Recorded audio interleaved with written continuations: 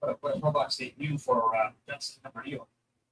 Now 6-0 with one career knockout. Yeah, signed by MVP most. That's a good sign. That's a big fish for that to sign. And a big home for her to go. She was good in this Roblox debut. Put on a show here in her home state to make it official. Let's get it up to Lupe.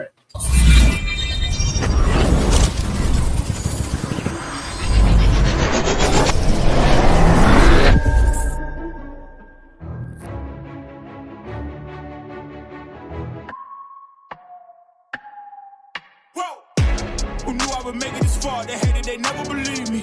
Yeah, I would never drop the ball. I know I make it look easy. Yeah, Mayweather with the defense. I don't care what a critic got to say. I got them picking up the pieces. That to me, you really playing with your life. I'm about to come and run it all back. I'm the new era, about to snap back. You ain't fitting for it, cause you all cap like. Hold up, I shoot my shot, wait, hold up. I'm really about to run this go up. You know it's all net when it go up.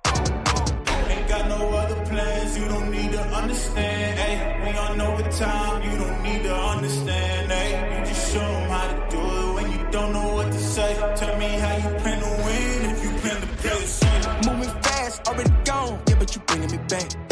Try to double cross me, dog, just let me relax. Stop assuming what we doing, keep it moving, what we doing. Cause it can get bigger, cause it can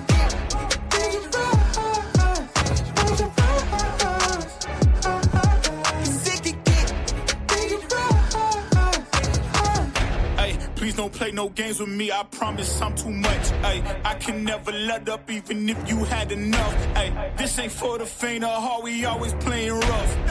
I had enough, it ain't luck. I needed a vision, I needed ambition, I needed a mission to beat a submission with no intermission. I see the collision, the crash in the distance ain't coming off track, no. Now when they ask what's the motive, don't talk about the show. They all about to see what I mean in the moment. I gotta keep going, I'm shaking the dice and I'm keeping it rolling. They already know. Ain't got no other plans, you don't need to understand, ayy. We on overtime, you don't need to understand, ayy. You just show them how to do it when you don't know what to say. Tell me how you plan to win if you plan to play the same. Moving fast, already gone, yeah, but you bringing me back. Try to double cross me, dog, just let me relax. Stop assuming what we doing, keep it moving, what we doing. Cause it can get bigger, cause it can get bigger, cause it can get bigger.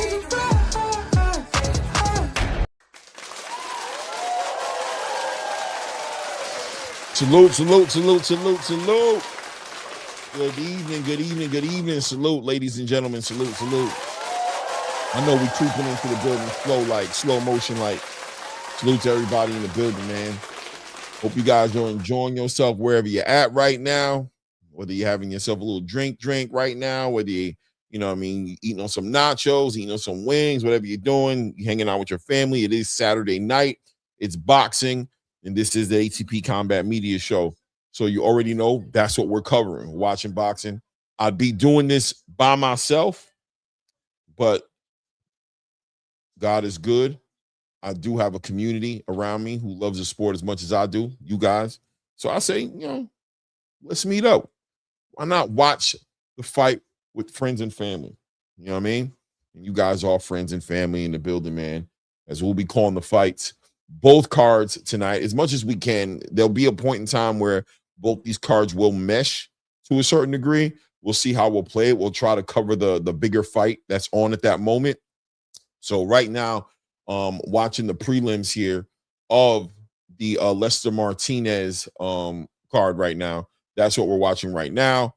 And the main card for the zone starts at 8 o'clock, and inside about the next 45 minutes or so, we'll start picking up those fights as well. The good thing about Pro Box, though, is Pro Box just kind of seamlessly move through the card. They really do a good job of going fight to fight to fight. They don't really put too much filler in there, so we should be able to get through these cards pretty quick right now. I'm watching. We're looking. I think we're getting ready to see Luis Correa versus Lito Dante. I could be wrong though. Bear with me. We'll find out in a minute. Trying to catch up. How's everybody doing in the building, man? definitely, as we're stepping into the building, take a moment, go ahead, hit the like button as you're coming in, support the channel, support the grind. You guys know we welcome any kind of love, any kind of super chats. Color in the chat is always appreciated to help the channel move forward and do things that I want to do in the future with the channel. But of course, at a minimum, hit the like button. Let's get a thumbs up for the channel. Appreciate the support. And if you haven't subscribed to the channel, definitely take a moment to go ahead and do that as well. Let's see here. I'm trying to figure out who's in the ring right now. Is this Luis Correa versus Lito? I think this is Luis Correa versus Lito Dante. This might be, I think that's what we're looking at right now. We just finished watching Jocelyn Camarillo versus Isis CO. Jocelyn Camarillo knocks Isis CO clean the hell out in the first round. Hoping that Isis CO gets that medical attention. She didn't get up. I didn't see her wake up from the knockout. They brought a stretcher in there, came and they grabbed her out the ring. That was crazy. It was a great exchange of punches in that last minute. Great combination punching coming from Jocelyn Camarillo. Really knocked her clean out. She was knocked out on her feet. Took about probably a good 3 shots after she got knocked out when she finally went to the ground. So it is what it is. This sport is a dangerous sport. We all know. That's why we always say, and fighters say it all the time, we don't play boxing, right? Boxing is not a sport that you play. Your life is on the line. You're taking the biggest risk. Protect yourself at all times, et cetera, et cetera, et cetera. We got Bomac in the ring right now. Once again, I'm not even sure if I'm right or not. If this is Luis Correa. Actually, it might be Charles Harris Jr. in there with Cesar Villarraga. I might be wrong. Yeah, I think it's a welterweight fight. Yeah, that's what this is. This is Charles Harris Jr.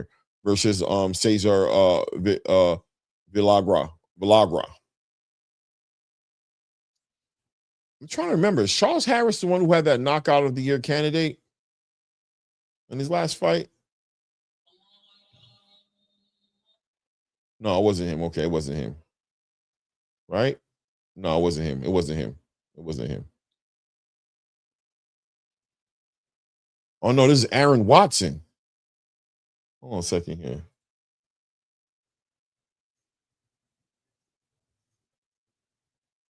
Okay, this is Aaron Watson versus Kevin Ceja Ventura. Okay, super welterweight fight. Okay, so Aaron Watson seems like the food here. 2-1.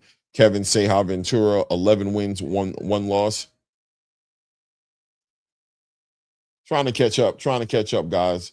Salute to everybody who's in the building here. Let's see here, man. Let's see here. Kalia World, salute Queen. Good to see you in the building, man. Hope everything is good, man. Adari Pennant 3389 the building says, do you think PBC will join forces with the zone? I don't know, man. That's a good question. I think in their own way they kind of have, right? I mean, when you think about the fact that David Benavidez versus Zurdo Ramirez will be streaming on the zone, but they do have that affiliation, being that it's a Golden Boy, affiliation as far as like Zurdo Ramirez and Oscar.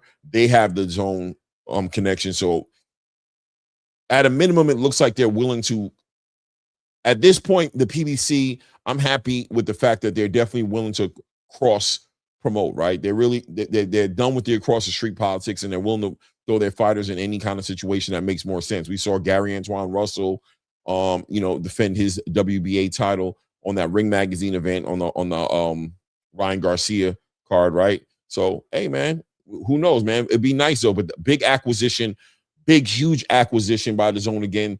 Extending the contract now with Golden Boy. I guess they came to an agreement, and that's great. We've got 4 huge promotional companies on the same platform right now. It's good for boxing, man. Shout out to Manuel 408, yeah, who's letting you know right there. Light Eyes, salute to you. Ill Will, salute.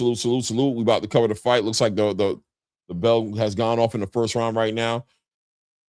Man, we've got Kevin Ceja Ventura in the white shorts or with the red printing on there. We got Aaron Watson in there with the fatigue shorts right there. Aaron Watson already, trying to impose his will, trying to grab and take the center of the ring, take control of the center of the ring.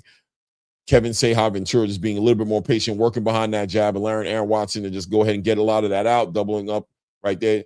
Just hooks off the jab a little bit right there. Aaron Watson trying to apply that pressure to him. Without a doubt, it looks like Ceja Ventura is the favorite in this fight, the favorite one to win in this fight. Aaron Watson seeming to be the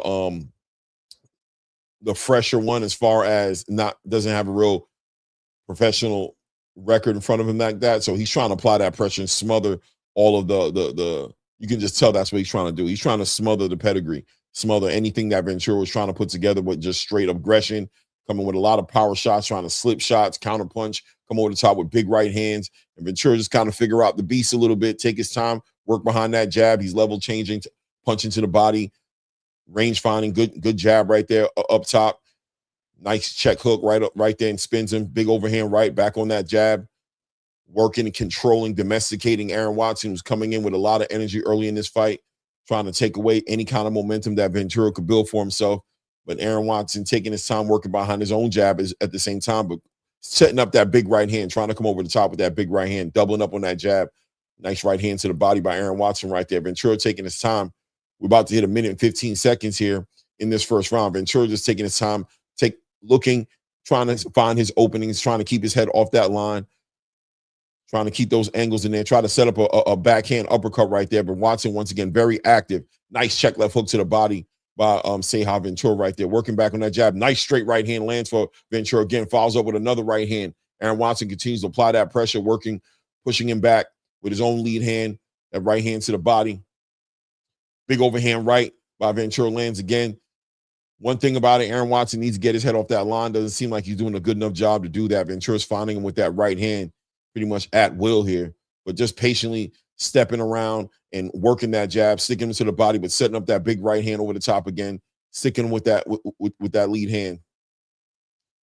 Back down to the body by Ventura right there, kind of little tell sign right there with that check hook, but it's that big right hand. Nice big right hand to the body right there by Ventura, catches Aaron Watson back on that lead hand. Aaron Watson tries to close his space up.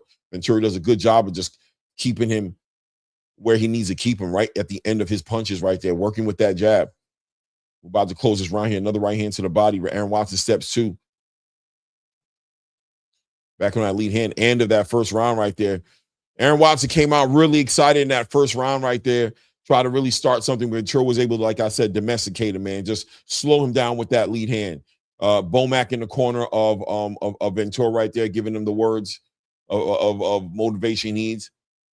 You gotta figure he said, yeah, hey, this guy showed everything he got in that first round. Unless Aaron Watson does a big adjustment, he looks like he's pretty easy to read. He's going to try to work behind that lead hand, but he's going to try to rush you and hit you with a big shot. So as long as you stay patient, right, stick to the game plan, keep your head off that line. You got that right hand right down the middle. It seems to be open for you anytime you want to throw it. Take your time. If you don't get him out of here, you're definitely going to win the fight on points. I don't know what they're telling Aaron Watson in the corner over there, but you would expect Aaron Watson to probably work that body a little bit more and try to probably continue trying to smother that offense from Ventura. Salute to everybody. Lance Meyer in the building. Salute. Alan Land one in the building. What's up? Eduardo Alvarez said, what's up? Salute from Michigan. Salute to Michigan, man. Salute, man. Top of the first round, second round right here. Ceja Ventura in the silver and white shorts. Watson in the fatigue camouflage shorts. Watson continuing to apply that pressure, working behind that jab, right hands to the body, trying to get his combination punching going right now. Get off that line and trying to let his punches go in twos and threes. Obviously trying to end with that big right hand, but he wants to keep that pressure on him. Ventura just staying busy, keeping his hands busy and working behind that jab, trying to catch Watson coming in on that check hook. Nice strike right hand to the body. Nice work to the body. And he's definitely going to push. You see, he's definitely going to push Watson, not back, but keep him from smothering him by stabbing that body. He wants to square him up. You know what I mean? He wants to stage him up and set him up for that right hand. But first, he has to calm down the beast, man. Aaron Watson definitely coming straight forward with that pressure. Good work by Aaron Watson right there. Trying to keep this a close range fight right now where Ventura's trying to push him back and establish that distance so he can let his shots go off, stabbing him to the body, just trying to stop all that offense, all that pressure. Good, nice uppercut from Ventura. Gets right up under the guard there, trying to work in there. Good work, that jab. Just changing up. Going up top, going to the chest, sometimes going a little bit lower, closer to the belt line. Just trying to discourage Aaron Watson from pressing him. We're down to 1 minute and 30 seconds here in the second round right here. Good work by Ventura, just keeping his hands busy right there. Good work to the body, working behind that jab. Tries to establish that space so we can get that uppercut up there in the middle, trying to stage him. Trying to frame him up. There we go. Big right hand. Doubles up on the big right hand. Looks like he hurt Aaron Watson a little bit with that right hand right there. He's starting to open up, working behind that jab. And Aaron Watson is doing a horrible job of keeping his head off the line, but he's either looking a little tired, exhausted, or he might be hurt. Let's see what Ventura can do with it, working behind that jab. Watson more so keeping his head down and just keep and swinging. Good work. Walked him right into a right hand right there. Aaron Watson trying to come in there and apply that pressure, push him back. I think Ventura realizes he had him hurt a little bit right then. He's just staying active on him. Oh, big overhand right by Ventura right there. Aaron Watson replies with his own big right hand. Nice right hand to the body by Aaron Watson. Ventura responds by attacking him to the body himself and coming over the top with that right hand again. Trying to set up that uppercut. 30 seconds just mark just passed here in the second round.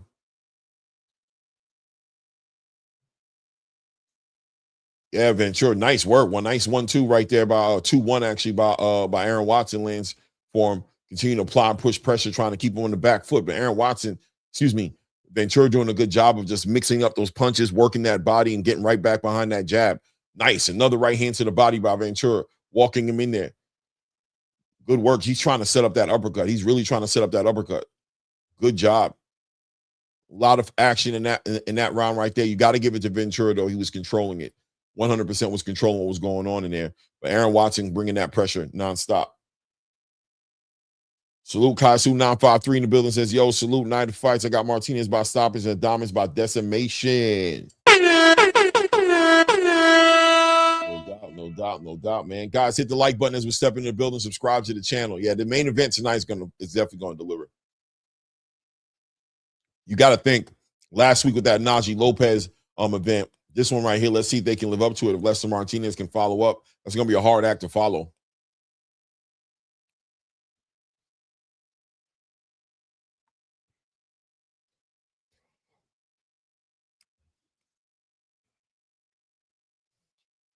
Hit the like button. Yeah, man. Big news with Golden Boy extending that the zone contract. That's going to be great for the traditional space, man. I think we're looking at an allies, kind of Avengers coming together, an agreement of sorts. You know what I'm saying? An agreement amongst gentlemen to say the enemy of my enemy is my friend. Now that we're seeing Golden Boy top rank, Queensberry, Matchroom, all on that same platform on the zone now. Let's see if they can earn the respect of the boxing community again, man, and start eliminating that across street politics and putting on the biggest fights. 2 minutes and 30 seconds left here in the third round. Aaron Watson back on applying that pressure, and Seha Ventura just taking his time trying to frame him and work with inside that close range and walk him into those right hands, working behind that jab, frame him up. And the way he was responding with a lot of that pressure in that last round was he trying to bring that uppercut up there now, where he was bringing that overhand right in the first round. Last round, we started to see him bringing that uppercut. Let's see what he does in this round right here, as Aaron Watson has not taken his foot off the gas, continue to apply that pressure. Nice uppercut by Aaron Watson, lands right there, comes over with a nice check left hook. Seha Ventura just doubling up on that jab, nice straight right hand to the body, still trying to get that respect, still trying to discourage Aaron Watson from pushing up on him. That nice check left hook to the body from Seha Ventura, working behind that jab, trying to walk him into something now. Let's see if he can switch it up, use that pressure that Aaron Watson is bringing and walk him into a shot that can be a game changer in this one. Minute 30 seconds, mark getting ready to be approached here in the third round. Seha Ventura continue to work that body. Nice check left hook to the body, trying to stay active. Right hand to the body right there. But Aaron Watson comes in with his own combination punching. But nice work to Ventura to the body, man. Scoring a lot of points on the inside here, doing a good job of working inside that close range. As Aaron Watson continues to push back on Seha Ventura, trying to keep him on his back foot. Maybe even communicate to the judges he's in control of this, but you got to acknowledge the clean punching coming from Seha Ventura. Good clean punches inside that close range as he's continuing to frame him, set him up for that uppercut, and he's working to the body. He's working to the body, constantly working behind that jab and trying to set up that right hand. Haven't seen the big right hand come over the top for Seha Ventura.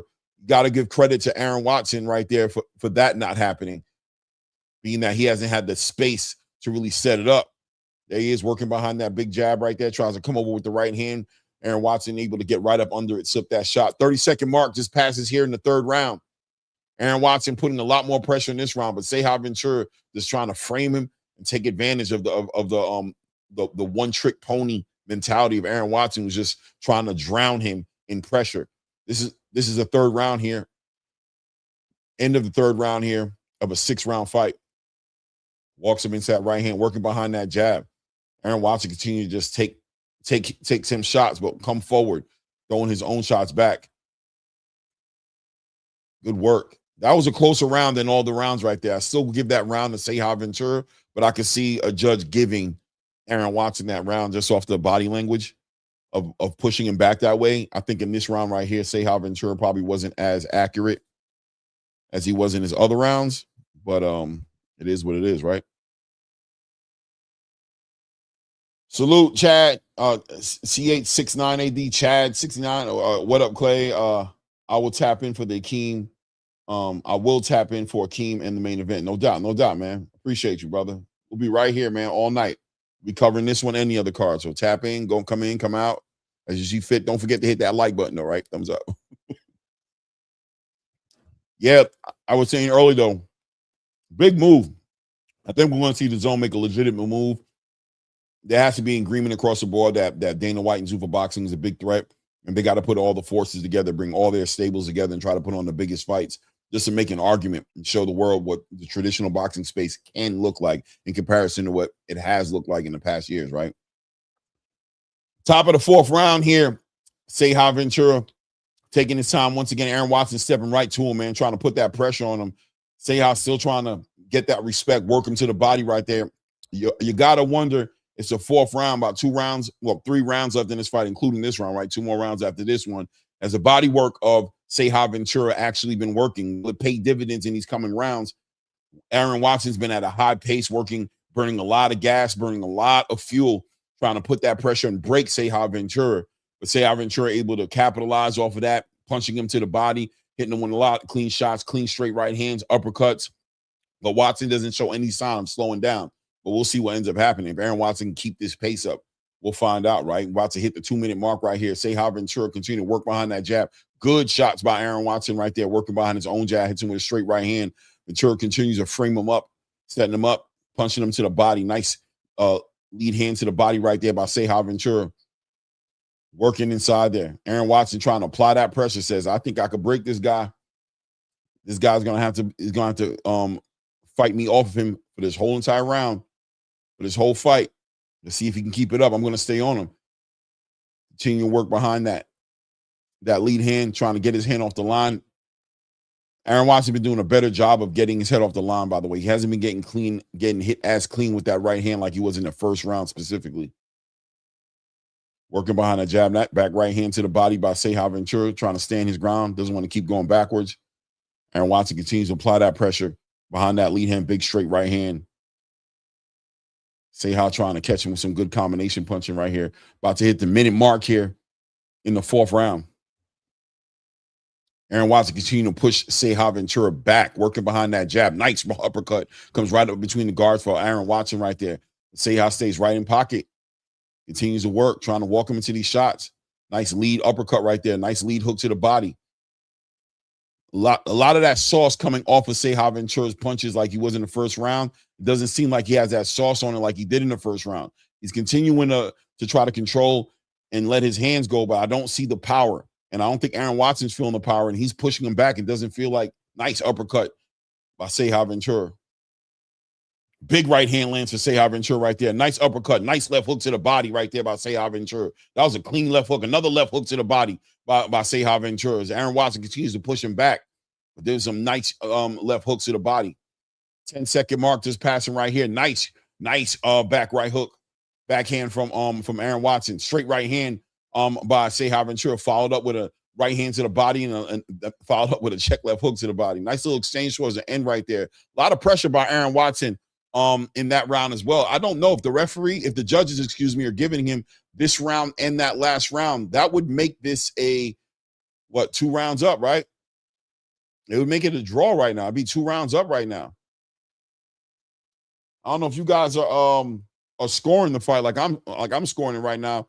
I've got it 3-1. I'm going to give him at least one of those rounds, either this one or the last one I'm going to give to Aaron Watson. I've got it 3 rounds up to 1, but I wouldn't be shocked if the judges don't have this 2 rounds to 2 rounds. I don't know if you guys are scoring or not. It is what it is, right? Don't know. What's this right here? So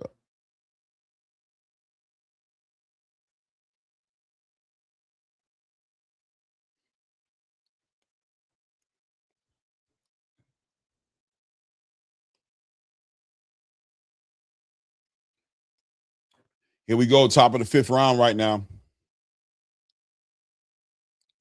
Aaron Watson takes center of the ring again, letting his hands go a little bit more right now, punching towards the body. There we go, straight down the middle. Big overhand right lands for Aaron Watson right there. Seha Ventura continuing to try to stand his ground and frame him. Trying to jump into his chest and frame him up and set him up for his own backhand, but really hasn't been that effective. The last 2 rounds, you've seen the momentum switching a little bit as Aaron Watson, that pressure is starting to look effective now. And once that pressure starts looking effective, that's when the questions start coming up. I wonder what the judges are thinking. Even though Seha Ventura has been hitting him with some clean shots, still Aaron Watson's been able to get his own shots in there, but also pushing him on his back foot, applying that pressure. What are the judges looking at here? I don't know. 2 minutes and 12 seconds here left here in the 5th round. Aaron Watson continues to apply that pressure, and Seha Ventura continues to sneak in his own shots, those left hooks to the body, uppercuts, working towards the body, trying to slow this guy down, but hasn't effectively done it yet, in my opinion. But I don't know. Good work right there. Good work by Aaron Watson, pushing him in. That good work right there, Aaron Watson. Left hook to the body, fouled over the big overhand right. Seha continues to work behind that lead hand, never letting that body go, constantly working and touching that body every chance he gets, wondering if the judges are scoring it the right way for him. As Aaron Watson continues to push him back, chest to chest, working on the inside, stalking.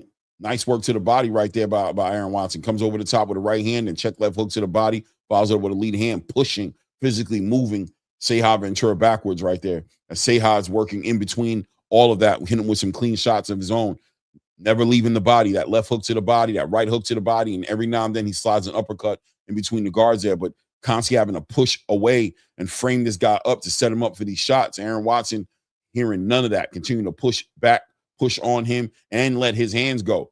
More importantly, he's not just laying on him, he's letting his hands go inside of these exchanges. So how are the judges looking at this? 45-second mark here, just passed here in the 5th round right now. Aaron Watson continues to push back on Seha Ventura. Seha Ventura with a nice check left hook to the body right there. Clean shot, clean punching from Seha Ventura. When he lets his hands go, he finds those opportunities. He's good, clean punching. But Aaron Watson nonstop coming forward. Doubles up on that jab right there. Nice uppercut by Seha Ventura, sliding up right up underneath that lead hand. Good work to the body. There we go. Slapping now with his punches a little bit, not really turning those punches over like he was in the 1st round. Good work right there against on the ropes right there from Seha Ventura, just slipping all those shots and counterpunching him with a lot of right hands and uppercuts. We're about to close up this round right here. Nice left hook to the body. Aaron Watson continues to work. Good work by Seha Ventura. Don't know what the judges are looking at here on this one, man. I mean, me personally, I have it 4 rounds to 1 for Seha Ventura. And we're going into the last round right now. But I wouldn't be shocked at all if this isn't a 3 rounds to 2, you know, either way, whether it's, you know, they want to give 3 rounds to Aaron Watson or the other way around. I have it 4-1, though. I got Seha Ventura up 4 rounds to 1. I think he's just hitting them with the way cleaner shots. Aaron Watson is pushing him back and being active, but I don't know if it's really, I don't know.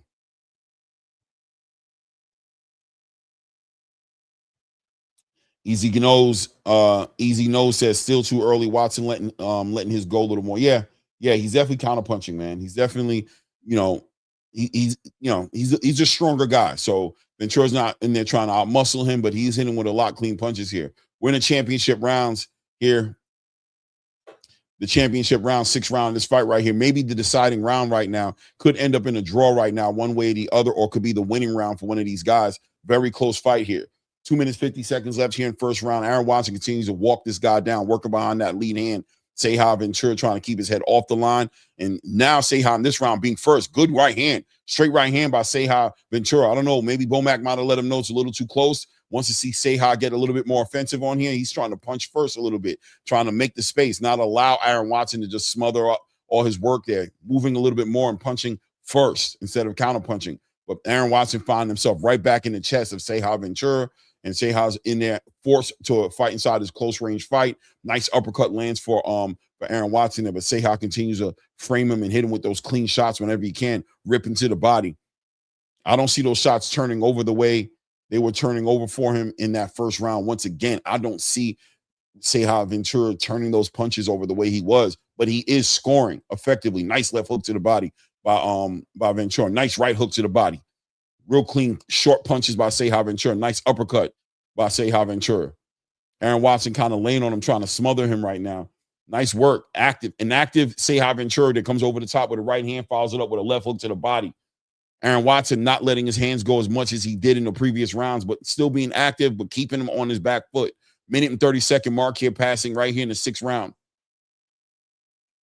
Good work to the body by Seha Ventura. I wonder if the judges are scoring it that way for him. I am. I'm not going to lie to you. I'm scoring it for Seha Ventura, but I wouldn't be shocked at all if the judges are looking at it just a little bit different, especially sitting right there on the sideline, watching it right on the ringside. They might be seeing it a lot different. There we go. Falls over that right hand. Nice uppercut right up the middle again. Lands for Aaron Watson. Continue to push back Seha Ventura, doing his best to try to smother Seha Ventura's work. But Seha doing a good job. But look how he slid right from under that. Slid right off to his right, and then boom, an uppercut right up the middle of the guard right there. Beautiful work. Trying to work inside of the storm called Aaron Watson. 40 seconds left here in the round here. Seha sets it up with a lead hand to the body with a nice overhand right. Nice left hook to the body again for Seha. Continue to work. Aaron Watson continue to push him back. Head down behind his gloves, behind that high guard, letting off his big right hands and check left hooks whenever he gets an opportunity. He's working to the body as well. Very physical fight right here. There Aaron Watson is. Sets him up with a short little up jab and then check left hook. There we go. Nice backhand right there inside of there. Nice right hand to the body by Aaron Watson. Scoring right there. Another overhand right by Aaron Watson. Nice work by Ventura, man. Rips a right hand to the body, check left hook to the body, comes over the top with a check left hook as well. That's the end of this fight right here. I don't know how you want to score it. I would give Ventura this round as well. So, I mean, I'll have it 5-1 for Seha Ventura. I can see the judges having it maybe, let's say, 4-2. That's what I would say. Maybe they gave Seha 4-2, so that would be what? I don't know my calculator.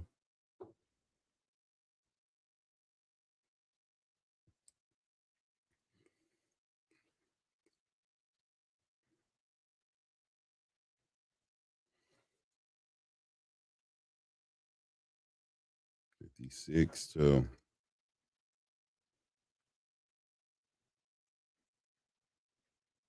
so what? 56. I would have it 56-52 for Seha.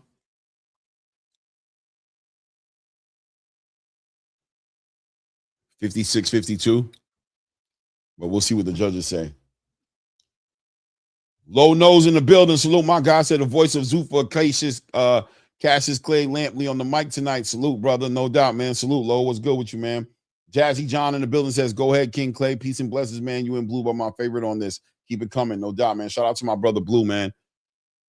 I was going back and forth with Blue a little bit this morning. We were talking about Shakur Stevenson and the David Benavidez situation a little bit.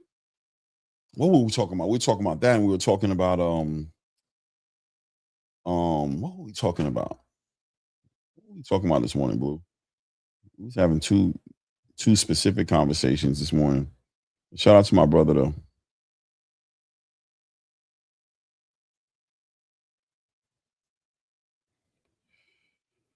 It's never the same. I don't know why my shit looking like that. It's so weird. No, it's looking like this. For what? Technology is so crazy, man. All of a sudden, let me see. Is that what it is? Nope. Is this what it is? Nope. It is what it is, bro. Never the same. I don't got time to answer the questions. It is what it is. Shout out to my brother Blue. My Instagram is weird right now. Just all of a sudden I can't tap into. That's me again. Monday Moko. Well, maybe this is it. Okay, boom.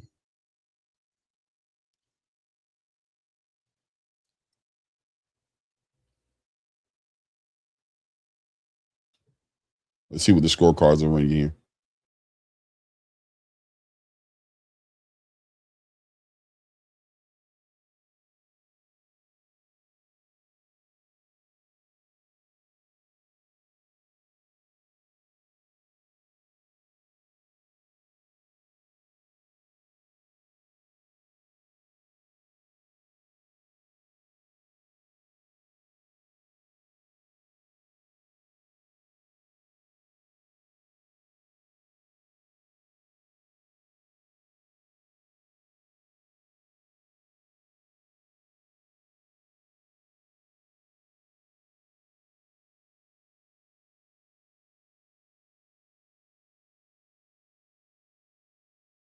So the judges had it a sweep. I had it 5 rounds to 1.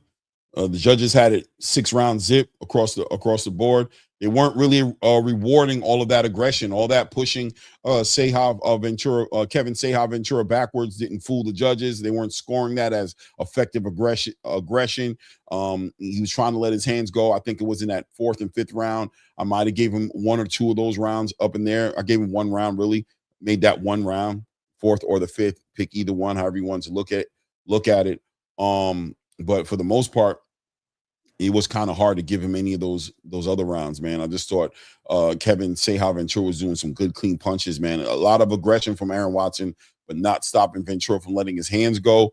He changed it up a little bit where he was hitting with that straight right hand. He couldn't get that extension on work behind that jab the way he wanted to because Aaron Watson was smothering all that. So he just started working inside the body. Started seeing him rip those left hooks to the body and rip those uppercuts up in the middle of the guard right there. And every now and then was able to turn him and get that right hand going in the later championship round. So it is what it is, man. It is what it is, man. Had to call it how I seen it, man. Shout out to my brother Low, man. Says when it comes to live fight chat, nobody doing it like you, bro. Thank you, man. I appreciate that, man. Thank you, brother. Yeah, he said Shakur's a weirdo and a coward. Ah, come on, E-Glue. Ah, come on, brother, man. Why he gotta be all that? Why he gotta be all that? Keyshawn Davis rubbing them the wrong way. Boxing is just rubbing the traditional space right now, a lot of the fans right now, shout out to everybody who's in the building, 40 plus people in the building. Hit the like button, subscribe to the channel if you haven't done so. Shout out to people out there watching me on X. Shout out to the people watching me on Facebook as well. Feel free to come over to the channel, by the way, anytime you can on the YouTube channel. Hit that link, subscribe to the channel, hit the like button. If you like watching me on Facebook, watch me on Facebook. I'm sure I got some international people out there watching me as well. But the traditional space right now being rubbed a little bit wrong right now, once again, it's the same old argument. It isn't a new thing, right? We want to see the fights we want to see, but I think we have to get to the understanding that in the traditional space, it's about making fights. It's about negotiations. It's about politics. It's the business of boxing that always has to come first before the fights get made. And once again, not to be the big Zuffa guy, but that is the thing that Zuffa brings to the table, right? Is they take that element out of the game. They bring in the next up is the best up. You earn your way. They work on a merit-based system where the next guy up is the guy who gets the fight. So you know that you're going to see the fights as long as everybody does their jobs. But in this space right now, you'll hear Ryan Garcia talk about A-side. You see him kind of talk about going to 140 to fight Shakur Stevenson. Then he'll change his mind later and demand that Shakur comes up to 147, or you'll see Shakur give parameters. He'll say, look, I'll fight a guy at 147, but there needs to be a 10-pound rehydration clause, or we can fight at a catch weight at 144. I'm staying down here in this weight class. Or you'll see a Virgil Ortiz, Jerome Boots Ennis negotiation fall to the wayside and not work out. And we got to deal with all these little barriers, all these little things we have to jump over in order to see those fights. So now people are upset at Shakur a little bit. They want to see him make that move up to 147. He's made it clear to the space what he's going to do, right? He says, I'm not ready. I'm not in a place in my career when I want to go up that high right now. I'm a 135-pound fighter who's willing to fight at 140 pounds. He's number one on the ring on the Ring Magazine ranking structure on both the junior welterweight 140-pound division or super lightweight division, however you want to call it, and in the 135-pound lightweight division. He's number one on both. I think he put out a message earlier saying he's ready to fight anybody at either one of those weight classes. I think it's going to be Raymond Morataya, personally. I think those guys look like they're motivated to fight each other. That'll have a lineal Ring Magazine championship belt on the line. So that's probably the fight we're going to look at. But it is what it is. You know, people are going to be upset at that part of the game. It comes with its nuances, right? It comes with the, you know, we love the traditional space. We love the 4-belt system. We love all those different aspects of it. But what we don't appreciate is the big fights not being made in a timely manner. And that's another part of it. Those fights being made on time, at the right time, when these fighters are at their zenith points, when they're in their primes, right? That's when we want to see them fight each other. So, look, that comes with the game, man. I enjoy it on both levels, though. I like what Zuffa's doing, obviously, and the direction they're going in, and I enjoy the traditional space. I do, if I have any type of shots to throw at the traditional space, the biggest thing I have probably is the way the sanctioning bodies play their role. Because I think if they were a little bit more stringent with their rules and they honor the mandatories, and they didn't just bring in people and just send them into championship fights and jump over the line, right? Jump ahead of the line just because they're popular. That would force the game to be a little bit more closer to something structured to where we would be seeing the fights we want to see. You know what I mean? It is what it is, man. Shout out my brother Lowe says Shakur set the bar by dominating my fight at TM. Now Shakur needs to clean up 140 and stop calling out bigger guys unless he's moving up with no clauses. I mean, he's not calling them out though, Lowe. He's not. He's giving the fans what they want, right? He's basically the only fighter he called out was Conor Benn, right? And he had his own reason for doing that. He felt like the Chris Eubank situation, he didn't really appreciate the rehydration clauses and what happened in that fight. So he kind of wanted to call Conor Benn out on that and fight him at 147 with a rehydration clause, just once again mimicking what Conor did to Chris Eubank. But as far as the Devin Haney situation, he didn't call him out, right? People were asking him, when are we going to see that fight? And he said, listen, man, I'm not really interested in going up there, but if we can make it happen, this is the way it would look like for it to happen. It is what it is. Ryan Garcia, same thing, right? Didn't call him out in real time. You know, I'm willing to fight you, but here are the parameters.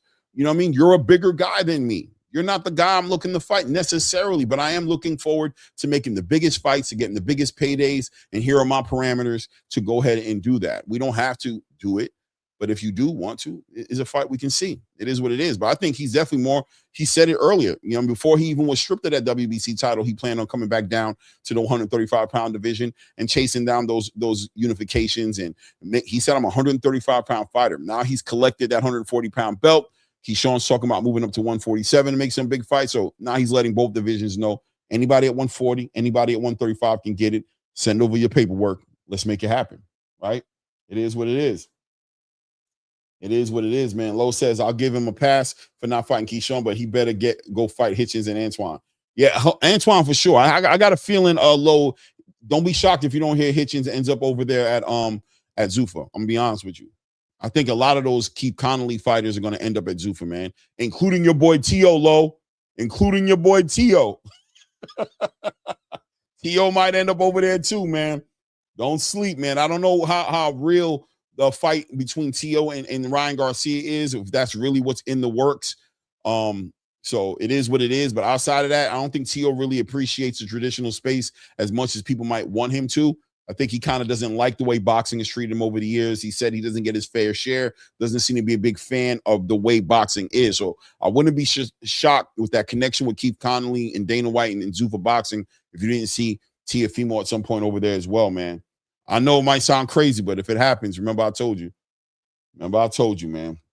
What's going on in the chat right now? My guy Curtis Robinson in the building. Salute, Curtis. Says, well, Clay, the commission is trying to make Keyshawn versus Lewis Crocker king. Hey, man, let's have at it, man. Let's see Keyshawn. Keyshawn needs to get a fight, man. He's doing a lot of, he's poking the bear right now. He's pissing off a lot of people in the space right now. He's trolling. He stepped to Abdullah. He stepped to Ryan. He's stepping to Devin. You know, he wants these fights to happen. And he's just looking for a big fight. So, man, get him a big fight. If it's going to be Lewis Crocker, let's have at it. Let's put a belt around that guy's waist. Let's put him in the unification conversation at 147. And let's see if we could, make 147, make that welterweight division even more interesting to have Keyshawn Davis up there. What a character he is. To have him as a champion in that division would do something special for the division, right?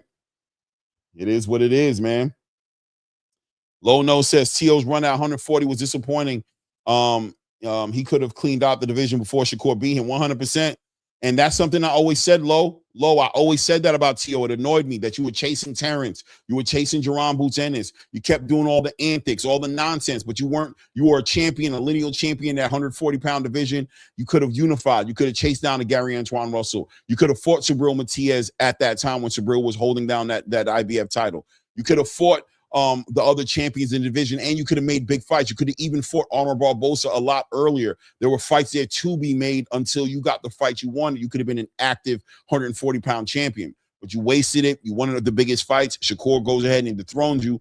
Now, after all those antics, burning bridges with your own promoter when Bob Arum, his options are few now, right? He doesn't have that leverage he had at the table. At least he was able to leverage, I'm the lineal champion. I'm the WBO champion.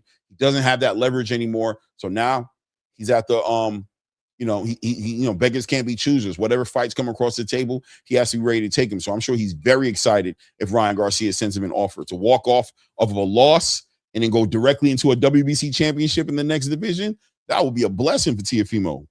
Another shot at the sanctioning bodies not doing their job, though. Wouldn't you agree, Lo? To have Teo come over with a loss, a dominating loss like that at 140, to walk directly into a title shot against Ryan Garcia, it is what it is. Can't make this stuff up, man. Can't make this stuff up, man. Let me see here. Big Herm, man, in the building. Salute to my guy, Big Herm, man. Herman was up in my the video I did the other day and wants to see Keyshawn versus Jerron Boots. I said, Lord, child. He trying to get my guy clipped. He trying to get Lord, child. Keyshawn and piss these Negroes off. Keyshawn, get you a fight, brother. They about to throw you out there, bro. They want to see you get up in there. Big Herm said, put him in there with Jerron Boots. Is he looking for a big fight? They calling Keyshawn T.O. 2.0. That's what they calling him. T.O. 2.0. Low nose says T.O. run wasn't that bad, but it could have been better. He did have good wins, though, like Josh, Sandor, and Barbosa. Yeah, let's not forget Subriel ducked him for the first time. I don't know if I would say Subriel ducked him. I don't think Subriel ducked him. A hand injury, asking for a month. You know what I mean? Saying not now, let's do it, 1 month away. T.O. just wanted that Super Bowl weekend. It was all good, but I wouldn't say Subriel Matias ducked him, but I think there was time for that fight to be made after he went ahead and fought Jermaine Ortiz, right? In that Super Bowl weekend. And once again, a lot of time wasted chasing down Terrence Crawford, chasing around a Jerron Boots, and it's trying to do something real significant and special. And during that time period, you got to admit, I don't know, you don't got to admit, but I would say there was opportunities in there for him to make some other fights. I'm sure Gary Antoine Russell would have fought him in 2 seconds, right? It is what it is, man. It is what it is. Keyshawn ain't T.O. because T.O. actually did fight guys. Yeah. Well, I mean, as far as Low, I'm talking about as far as pissing people off. Talking about as far as trolling. I'm talking about as far as poking the bear. That's what I'm talking about.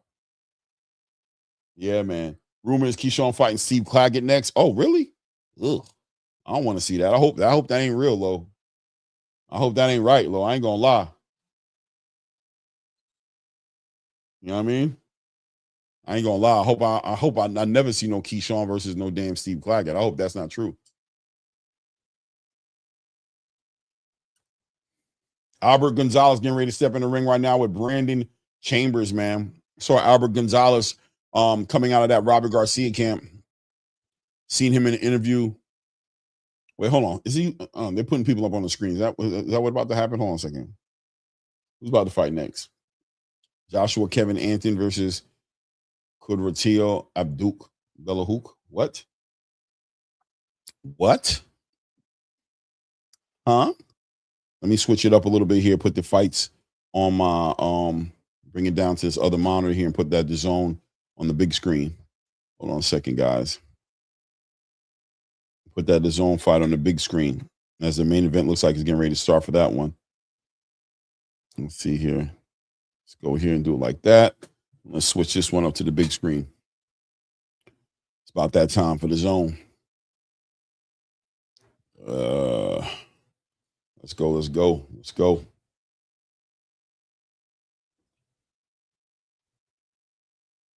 Salute to my guy, Just Do. What's good with you, family? What's good, man? Good to see you in the building, man. Low was good, says according to Greg Hack, Keyshawn has a Cuban dad, Dominican uncle, so it's safe to say Keyshawn is a Latino fighter. Shout out to my brother Greg Hackett, man. Yo, free Greg Hackett, man. I want to see him get his channel going, man. Don't let this one, Greg, I know is going through right now. He's pissed off, did all that work to get that channel up to where it was at. I don't know how many thousands of subscribers he was at, but he 100%'s got to feel a little discouraged that YouTube just took it from him. But I sent him a text message yesterday, told him, man, F all that, man. Get over it, bro. You know what I mean? Fight the fight, man. Open up another channel, man. This is the devil trying to take Greg Hackett's blessing away from him. You know what I'm saying? Trying to trick him out of his spot, frustrate him, make him not want to come back into doing what he loves doing, because I know he loves that channel. He loved the community he built up around that channel. So, man, free Greg Hackett, man. And let's see Greg Hackett up on YouTube as soon as possible, doing what he does best, man. And that's getting in that kitchen, man, cooking up that content, man. Cooking up that content. Let me see here. I'm trying to get over to this. I'm trying to get over to this to the fight, man. Where the fight at? There we go. Upcoming. Boop. There we go. Live. Boop. There we go. We lit. And let me go over here to Pro Box. We good, man. We got all the monitors running, man. We good. We good. You know what I mean? Assalamu alaikum to my brother Fly Frequency in the building, man. Yeah, free Greg Hackett, man. Curtis says, I got Greg starting a new channel. No doubt, man. We got to get him there, man. And we all got to get over there and subscribe immediately. Don't even let him feel the bump, man. As soon as he opens up that channel, everybody get over there and subscribe. Subscribe, and support that man. I think Greg Hackett's a wave, man. I've been saying it from the beginning. I talked to Jamil about it before at YSM early when Jamil was just interviewing Greg Hackett, doing those little segments with him on his show. And I was like, this guy need to get it. When's the guy going to get a channel? It was so difficult for Mills to get him to finally motivate and get that channel. And when he finally did get that channel, he worked it. He got it. So he just got it going, had such a community following him. So I know Greg was already on the line anyway on making the channel. If y'all know, y'all know. He almost didn't make the channel. Y'all don't even know. Greg Hackett almost didn't make the channel in the first place just because he was too busy training, chasing his career as a trainer, fighting at time to time, so booking the occasional boxing match from time to time. He didn't see the YouTube thing, the benefits in it, the money in it. He didn't want to waste his time. But Jamil was able to push him across that line and get him to do it. He's been on it for about, what, two years, a little over 2 years, doing his thing, built it up to a huge following, and then YouTube snatched it from him. I know that's got to be frustrating. But it is what it is, man. It be like that out here. But Greg, also, for future reference, we got to learn. And that's why I don't do panels like that.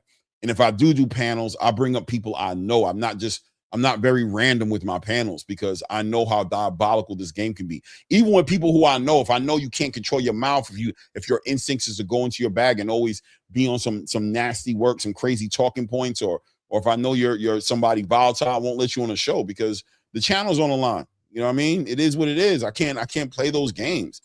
You know what I mean? Look what they did to Greg. God knows how much money he was bringing in every single month on that channel, man. Just snatch that away from him. Thank God Greg has so many things going on. He's not depending on that for the financial security. But I'm sure he enjoyed the buffer. Like my guy Greg said, I'm sure he was enjoying the platters. You know what I mean? Greg got a couple of platters off the channel, a couple of good platters. You know what I mean? I happen to know that Greg Hackett's a big fan of a good platter. You know what I mean? You know, good wing, fries. You know what I'm saying? Yo, listen, Greg enjoyed a good platter, man. He was getting some good platters off that channel. I'm saying, but you got some people in real time, for real, who are really taking care of their whole family through their YouTube channels. You know what I mean? Their whole lifestyle.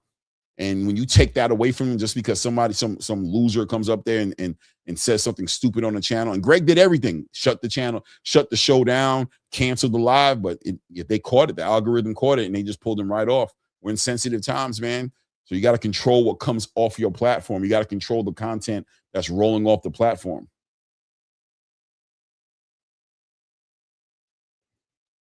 Let's see here. Looks like we're getting ready to see a big heavyweight fight here on the zone card right here. Big Terramana here. I don't know. This was a very sketchy, pause-worthy moment here when Terramona, I'm trying to remember the guy's name who's in front of him, but this guy just kind of like leaned over and smelled him and smiled at him and kind of was switching his hips a little bit while he was standing in front of Terramona, man. And it was just kind of, it was an awkward moment, man. It was an awkward moment. You know what I mean? I ain't going to lie to you. It was awkward watching it. I was kind of thrown off a little bit. I didn't know what to make of it. You know what I mean? Terramona just took it for what it was and said, hey, man, I'm going to beat your ass in the morning. So don't you worry about all this smelling me stuff and all this blowing kisses at me, whatever the hell is going on in your mind.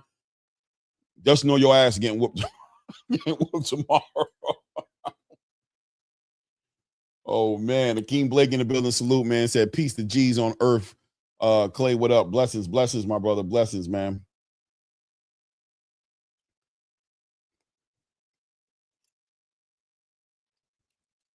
So we got Terramona versus Kurt Harper getting ready to kick it in here. Kurt Harper comes in with 19 wins, 13 of those wins coming by knockouts, 12 losses. Ouch. Terramona comes in the fight here with 9 wins, and all 9 wins coming by knockout. Terramona coming out of either Australia or New Zealand, one of those backgrounds. Up and coming heavyweight, man. As we're watching Australia, New Zealand come with a wave of fighters right now. We saw Tim Tszyu. We all know about Jao Batai. Shout out to everybody who's supporting Jao Batai. The content I put out the other day, that debate between Angelo Reyes, my co-host, and Coach Hector Bermudez was a great debate. A lot of Australians and a lot of Jao Batai fans in general hopped up, good engagement on the channel, talking. A lot of support for Jao Batai, man, who overnight looks like he's becoming a star in the space. It's just not. I don't know if everybody's picking up on it, but Zuffa already has a huge success story with Jao Batai, whereas Jao Batai was coming from a situation where he was always a lineal champion, right? He was always that guy doing that work in the cruiserweight division. I think he was recognized by most of us as the best cruiserweight in the world. But what did we see? He wasn't getting the promotion. He couldn't get the fights. Eddie Hearn couldn't make the fights happen for him, and he wasn't able to make it happen. He had to fight at home a lot. Well, boom, one fight over on Zuffa, right, on Paramount, inside of the Apex, overnight, controversy over the IBF belt. Now this guy is being spoken about. They want to see this guy in the ring with David Benavidez, including yours truly. That's what I've been pushing for, right? That's the fight I believe needs to happen. I think that's one of the biggest fights that can be made in boxing right now. I think people aren't talking about it enough, but on the back end of David Benavidez beating Azerto Ramirez and becoming a unified champion in the cruiserweight division, guys, let's be honest. Think about it. Like my guy Just Do says all the time. Think about it. David Benavidez versus Azerto Ramirez.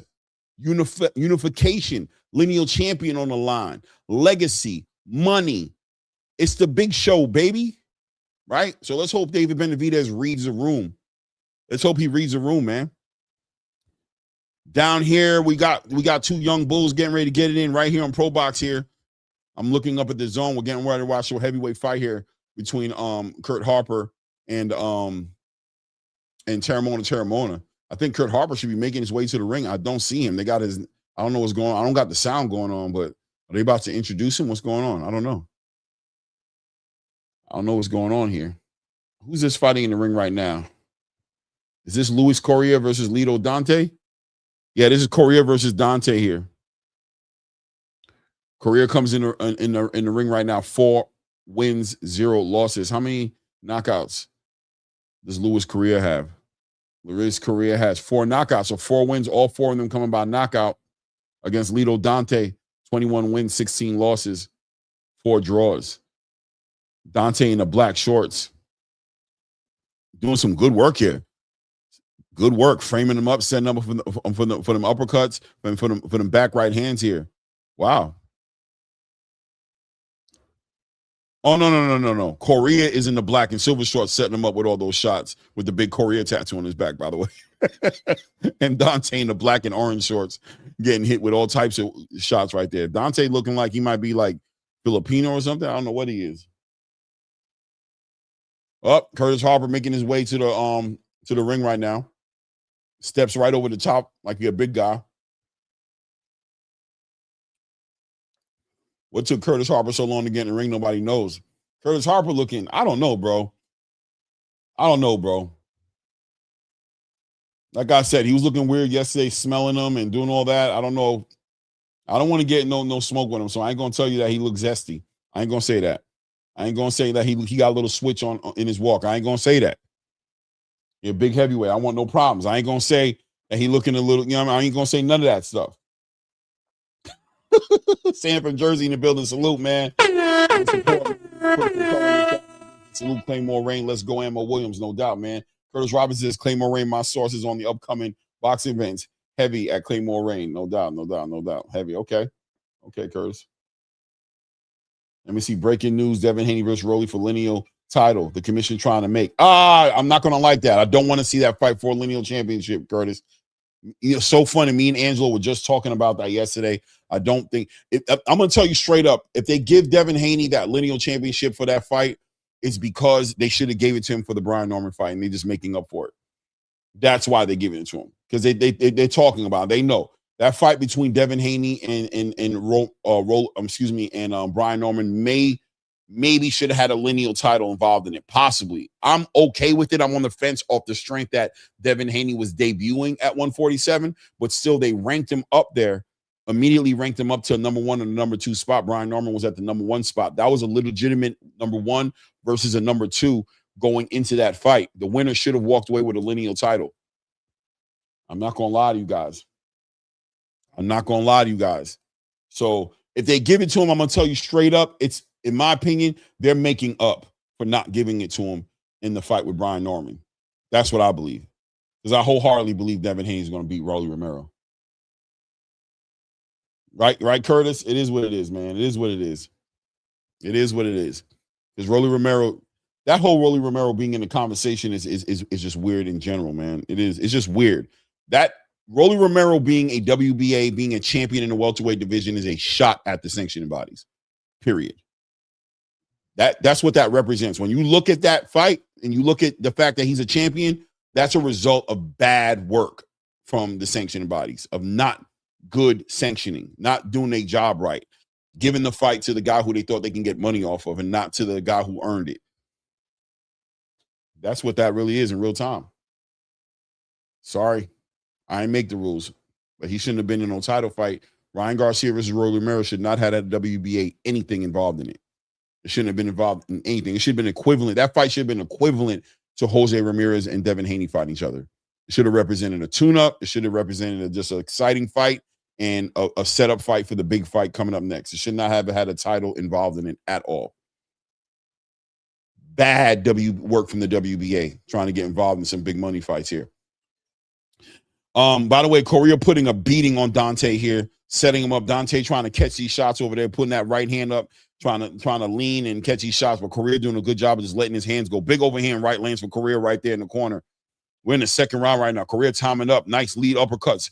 Doubling up, tripling up on the uppercuts. Dante shooting his own right hand back at him, saying, I got a hard head. I've been getting punched. I've been punched way harder than that, boy.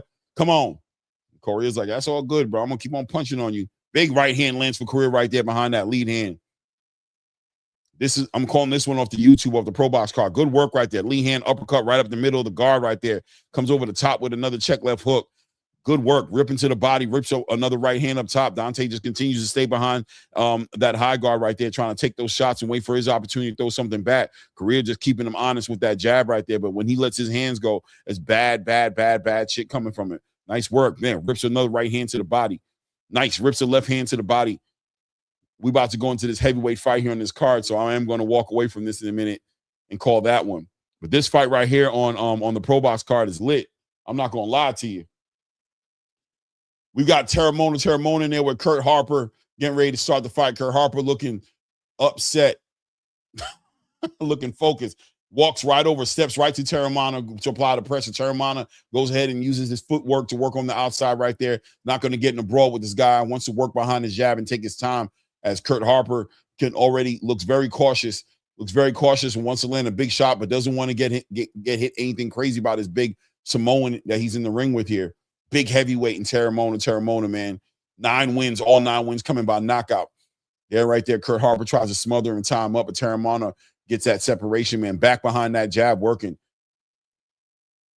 There we go. Kurt Harper trying to work behind that jab and trying to get inside, make this a close range, mid-range fight to where he can tie him up, smother what he's doing and get his own shots in. Doesn't want to be at the end of those shots, but having a hard time figuring out how to get in there.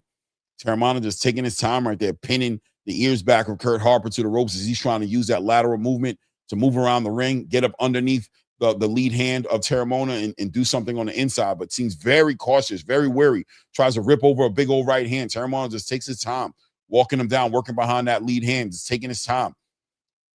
Kurt Harper trying to just leap in and do something and then tie him up. Kurt Harper like a big stiff mummy, man. He has like no real movement. I think I could just see him getting knocked out. I ain't gonna lie to you. It's gonna happen. He got hit with another big right hand right there by Terramona. Kurt Harper with the zesty purple and pink shorts. Trying to feint his way into a position to land something big, comes over with a right hand, tries to walk down. Terramona just takes his time, walks back, stays in the high guard. Boom, big right hand lands for Terramona right there. Another check left hook lands right there for Terramona. Terramona back behind that lead hand. Okay, the fight in the YouTube, I got to see the replay. He stops him, I think. I think he stopped Dante, man. I'm not too sure what happened there. I think he stopped him. I got to see what happened here. Terramona just working him here. Minute and 5 seconds left here in the first round right now. Kurt Harper trying to come over with a big overhand right, but really trying to tie him up. Really just a messy fighter. Trying to rip that right hand to the body by Kurt Harper. Terramona just taking his time, man. Trying to figure this guy out, man. Just throwing crazy shots from weird angles and kind of leaping in, telling shots. Big right hand lands to Terramona right there. Big left hand lands. I think he hurt Curtis Robinson. Boom. Kurt Harper. Boom. Nice check left hook to the body right there by Terramona. Makes him sit still as you watch Kurt Harper leaning on the ropes right now. Terramona just taking his time right there. Working by nice work. Lead hand to the body, followed by a big check left hook to the body.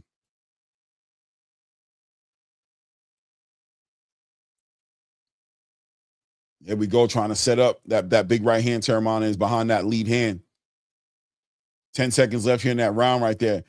Bad footwork, bad everything from Kurt Harper. Shoots a right hand and like follows that right foot. Oh, he knocks him out. That's it. He knocked Kurt Harper out with a right hand right there at the end of that first round right there. I thought it was going to make it out the first round. Terramona hit him with a right hand and just hit him with the steel pill. You know what I mean? Hit him with the pill. Just made everything go stiff as Kurt Harper's trying to get up. Everybody trying to slow him down. Doesn't want him to get up too fast. He got stuck.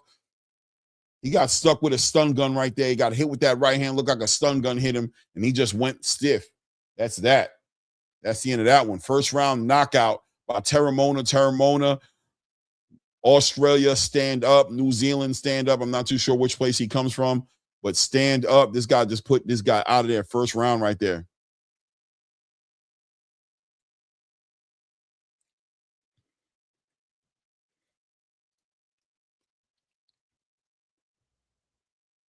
Salute Tate Bricks. What's good, man? Sam from Jersey said Carl Dominus might outclass Ammo Williams, but I like Ammo and his grit. No doubt, Sam, for sure.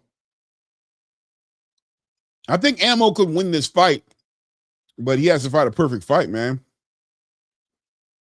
Look at that right hand. Woo! Beautiful right hand they showed in the replay. Just put him out, man. Had him swimming. Boom!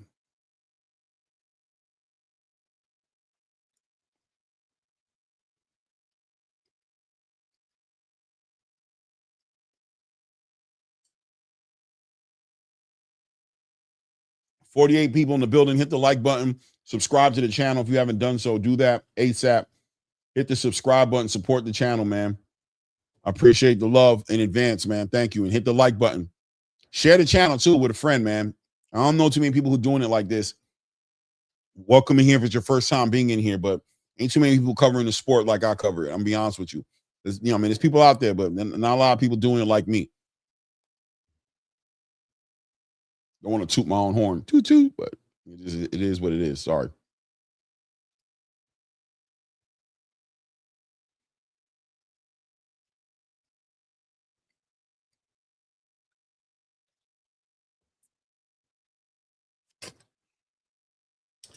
Hey, zero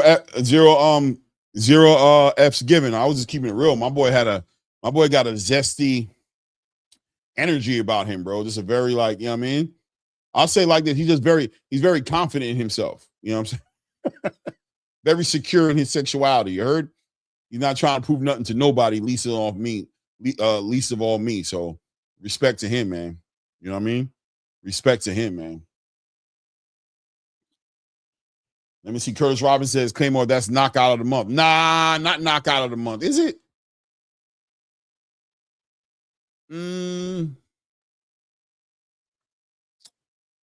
Maybe. Maybe knockout of the month. Maybe. He up in there doing a Samoan dance right there. Yeah, bro. He getting the crowd going, man. New Zealand stand up. New Zealand stand up. New Zealand stand up. I don't know, Curtis. Maybe I'll go with it right now. You might be right. Of the month so far, Curtis, you might be right. You might be right, Curtis. I ain't gonna even lie to you, bro. Maybe right. I think you might. I mean, earlier on this card, we had a crazy knockout. Two girls.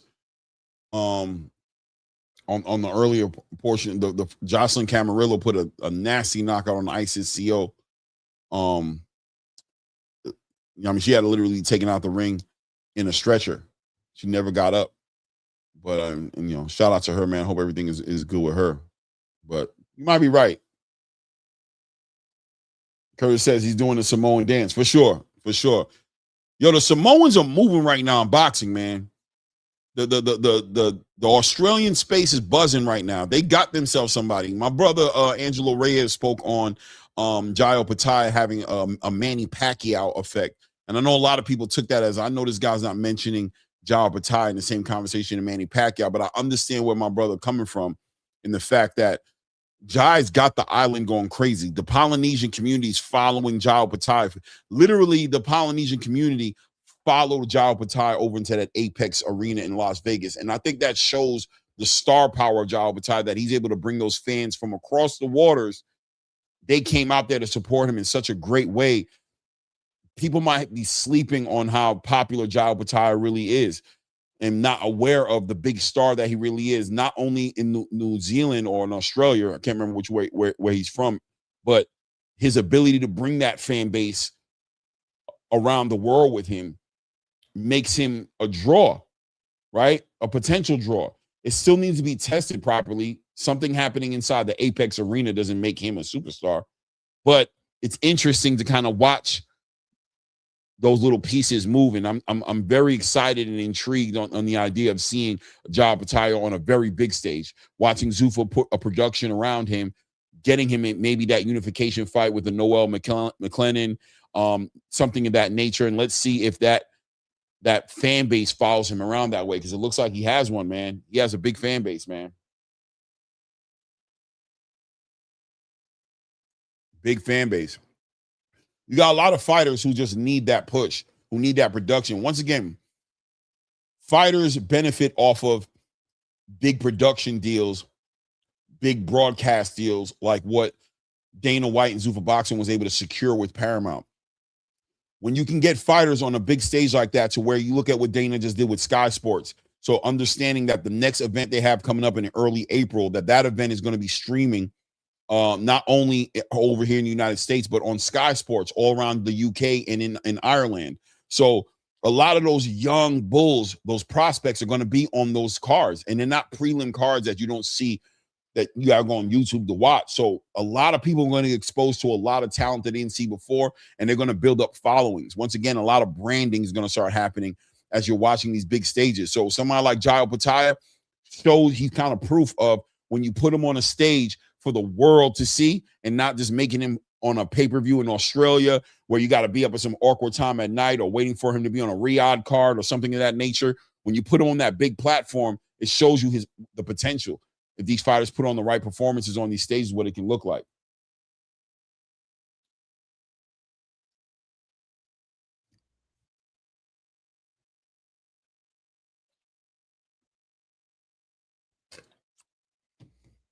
Shout out to all the people who showed love to Jayo Patai, though, on that video I put out there, man. A lot of engagement, a lot of Australians, a lot of New Zealanders, a lot of Samoans showing a lot of support for Jayo Patai, man. A lot of conversations going on that video. Look at Terra Mona, man. And Terra Mona up in there saying hi to the fans over there. And look, he's speaking to Samoans, man. He's speaking to New Zealanders, man. We're very happy to meet him, bro. kids taking pictures with him, bringing that fan base. The Samoans are really, once again, Jao Patai bringing that crowd with him, and you're looking at right now Terramona, who's also bringing a crowd with him. A lot of support, man. He did that Samoan dance in there, and people were vibing.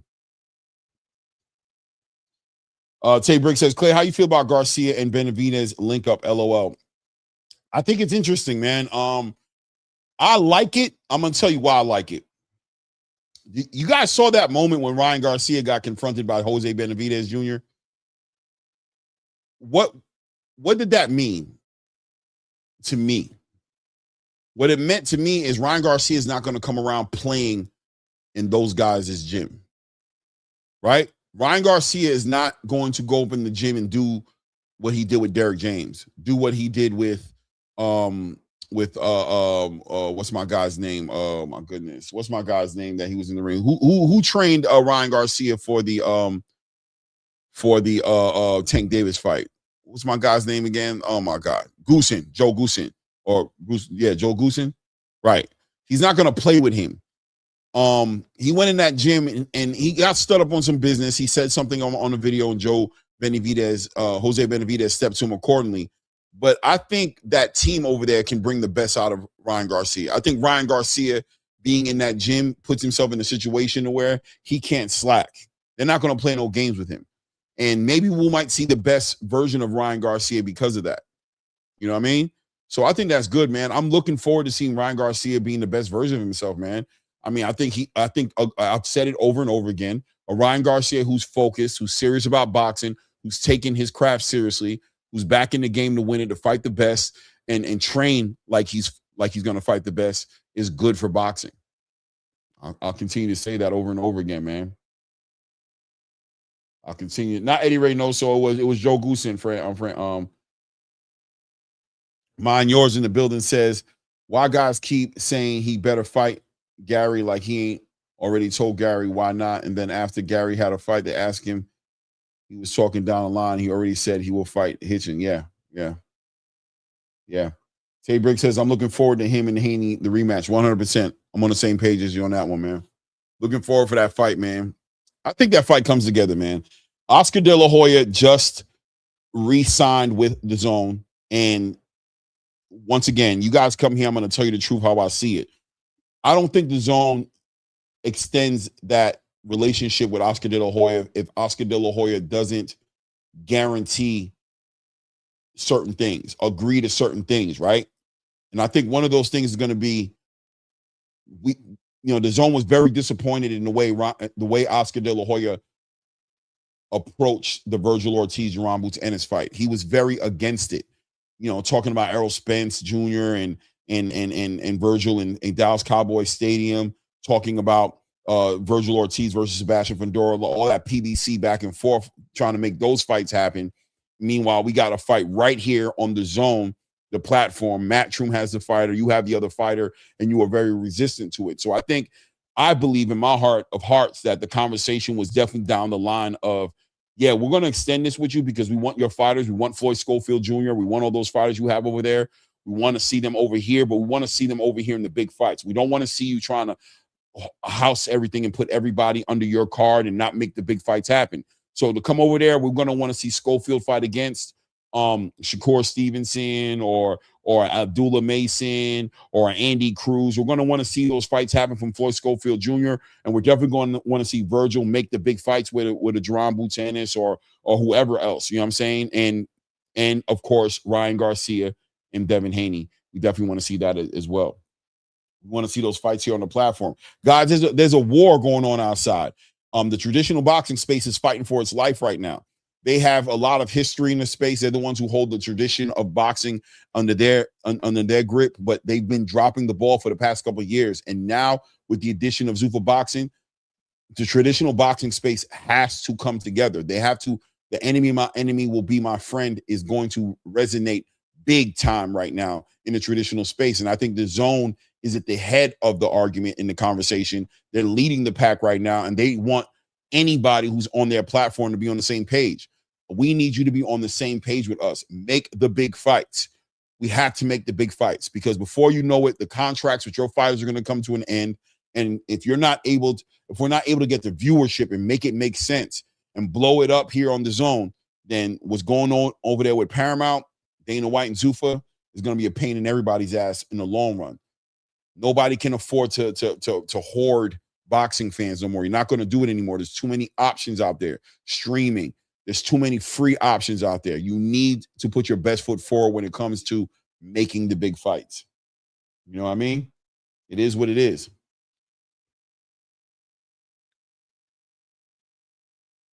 Let's see here. What's good, Mr. Big Player? What's good with you, man?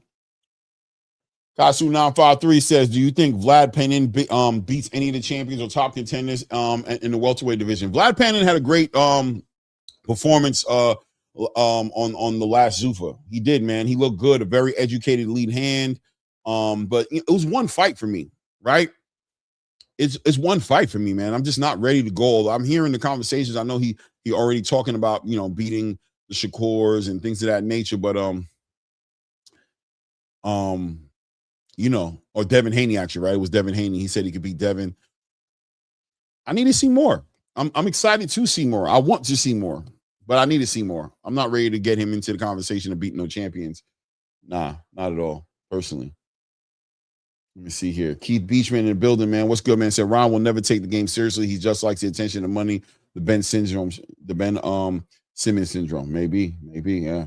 It's a big play, Bray said, since everyone on the same network, we should get all the fights now. That would be the game plan. I would think that's what the conversation is over at the Zone right now, is making the big fights, right? That's what it should be about. If Golden Boy, Top Rank, Matchroom, Queensberry, all these guys are on the same platform, I'm not too sure how the relationship between MVP is with the Zone right now, because I know they're all over the place. They got to deal with ESPN for the women. They're over on Netflix doing things with the mixed martial arts and the fights. I don't know if their relationship with the Zone has moved one way or the other, but these fights right here, these big promotional companies holding these big fighters, even Misfits, got a couple of fighters I want to see get in the mix as well. H2O, I want to see H2O back into the conversation as well.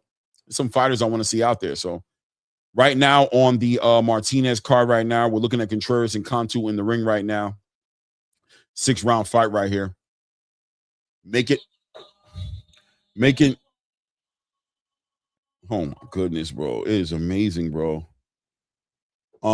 Making the way to the ring right now. This is going to be a big fight right here. Jacob Gomez versus Corey Marksman. You guys have seen Corey Marksman on the MVP cards before. I don't know if you ever seen him. Great slick boxer coming out of Florida. I'm not too familiar with Jacoby Gomez, but Jacoby Gomez comes in the ring with a 14 wins, 0 losses, 1 draw, 8 of those wins by knockouts. Marksman comes in there with 12 wins, 9 KOs, a slick fighter, and a very entertaining character. Marksman is very entertaining, very good on the microphone, a real crowd entertainer. This fight right here should be a real good fight right here. New Era in the building, man. Says somebody gotta go for sure. Mr. Big Play Bray said free GH, no doubt, man. No doubt. He a damn spirit gang. 100%, man. He a spirit, man. Shout out to everybody in the building, man. Take a moment, hit the like button as you stepping into the building. Do that to the channel. And subscribe to the channel. If you haven't done so, man, hit the subscribe button, man. Let's help the channel get to where it's got to go, man. Feel free to put some color in the chat as well. And we got Jacob. Let me see here.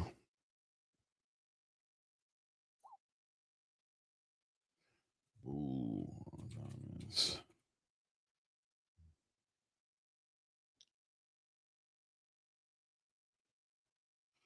up on the undercard here, we got Jacob Gomez in the ring right now, 14-0. Corey Marksman is going to make his way into the ring as well in a minute. This is going to be a lightweight fight here. This 135-pound fight right here. Great fights that can be made in that division. We know what's going on at 135. We got a whole new hierarchy at 135 right now. Obviously, Shakur Stevenson being the king of that division as well. Being ranked number 1 with Ring Magazine. It looks like the fight he's going to be looking to make is going to be against potentially, in my opinion, Raymond Morataya, looking to collect that Ring Magazine belt in that division as well. But outside of that, Shakur is a veteran in comparison to the rest of the division, though. When you think about Abdullah Mason, Floyd Schofield Jr., Hadia Herrera, right? When you think about the up-and-coming fighters at 135 right now, it's a young man's division right now, right? So these guys right here can be legitimately in the conversation, contenders in the lightweight division. Still young in their careers, but still the future of the division, man. Here comes Corey Marksman making his way out to the ring right now. Got the buffs on, looking at the crowd, the big entertainer, man, coming from MVP Promotion. We know him for being a very entertaining guy behind the microphone, usually very playful, a lot of laughing, a lot of smiles, like a superstar. Way more serious, making his way to the ring right now, probably understanding the magnitude of this fight right here, him crossing over from the MVP Promotion side of the game into a Matchroom situation here. You know, this is a bigger platform, bigger stage. Although it's a prelim fight card here for him, this is a huge opportunity for him to do something special, man. Shout out to Sam from Jersey in the building, putting some color in the building again, supporting the channel. Thank you so much. Says, you see another big name signing to Zuffa? 100%. I think we need to watch right now, Sam. I'm gonna tell you right now, keep an eye on anybody who works with Keith Connolly. Anybody who works with Keith Connolly, keep a close eye on any of the fighters that work with him.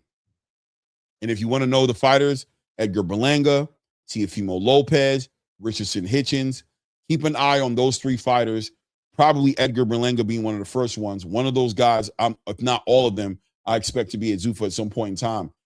Also, some of the inactive fighters who you may not have seen active in the space, you might see slide over there as well. Shout out to my brother, Blue Blood Sports CV in the building, man. Let's go, Blue. Blue, you got some free time? You feel like stepping up and cooking with me? Are you busy? I know it's your Saturday night, man, so I ain't tripping. But if you feel like it, I'll definitely send you a link real quick. Matter of fact, I'm gonna send it to you anyway. I'm gonna send it to your email address. And if you feel like coming up, it's just there for you. I'm not gonna put it in the chat. I'm gonna do that right now.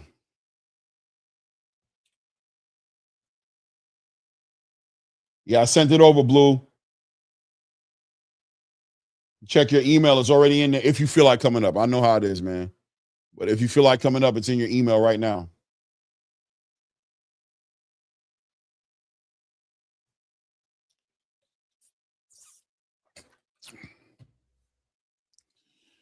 Let's see what Corey Marksman does. He got that smile on his face. He didn't have it earlier, man. But Corey, you guys enjoy. If you haven't seen Corey Marksman do his thing, if you haven't seen it, this should be an entertaining fight. I would think it's going to be an entertaining fight. You never know, though. You know what I mean? You never know, man. Styles make fights here. I'm not too familiar with Jacob, with Jacob Gomez all the way. But listen, man, he's an undefeated fighter. I'm expecting this fight to be very competitive, man. This is supposed to be a real test here for Corey Marksman here. Corey Marksman had some legendary fights between him and who was those fights? He had I think it was Tony Aguilar. Him and Tony Aguilar fought twice, man. A split decision draw the first time they fought, and the second time they fought, he won by majority decision in that fight. Those were MVP cards in Florida. Great cards. He's one of MVP's biggest up-and-coming stars, in my opinion. You know what I mean? He's one of their biggest up-and-coming stars. To see him on this stage right here is a big opportunity for him, man.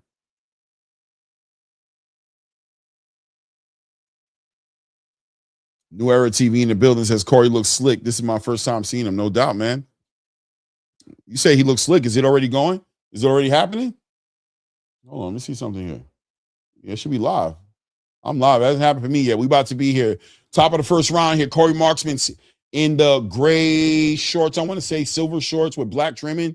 And looks like Jacob Gomez is in the gold shorts. Bronze shorts, to say. Let's say they're bronze. Both guys taking the center of the ring here. A very active lead hand by Corey Marksman very early in this fight, taking the center of the ring right now. The clash of the southpaw versus the orthodox. Corey Marksman coming out in the traditional stance with that left hand in front of him.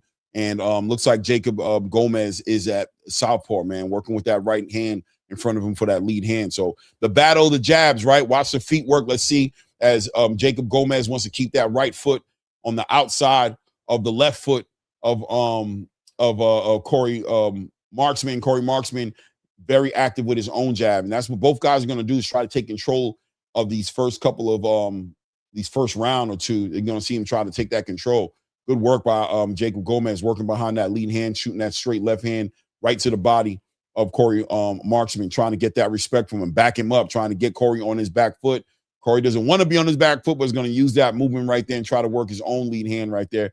There we go, straight right hand right down the middle to the body. And that's what I expect to see from Corey.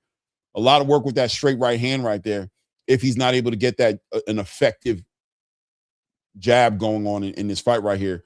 But he looks like he's doing a decent job right there, trying to catch him with that lead hand, trying to check, trying to hook off the lead hand. Nice work right there. Both guys trying to control the center of the ring right now. You already see the pedigree in the ring right now. Jacob Gomez doing a great job of working that jab. I got to give Jacob Gomez the respect of controlling with that jab. He's doing a good job. He's shooting that straight left hand to the body, shooting that left hand up top, giving Corey Marksman something to think about. Corey on the ropes right now, tries to time him out, hit him with that right hand coming in. But Gomez doing a good job of holding down that range, not smothering the work, not jumping into his shot. Great work by Gomez right there. Shoots a straight left hand to the body and checks him with a nasty check right hook up top right there. Corey Marksman gets off the ropes right there, tries to use them legs and move around right there. Good work by Jacob Gomez, setting up that shot, setting up that left hand behind that jab once he had Corey on the ropes right there. 40 seconds left here in the first round right now as Corey Marksman continues to try to figure out this Rubik's Cube in front of him called Jacob Gomez, who's effectively not only using that lead hand, but setting up that left hand as well. We're about to hit the 20 second. Nice check. Nice big right hand lands for Corey Marksman right there. Catches Gomez coming in. Nice backhand, catches him with an uppercut right there. Big shots by Corey Marksman right there. Lands a very significant shot. Looks like it buckled Jacob Gomez a little bit, but Jacob Gomez puts that pressure on him, starts the big exchange happening inside that rope, on the ropes in the corner right there.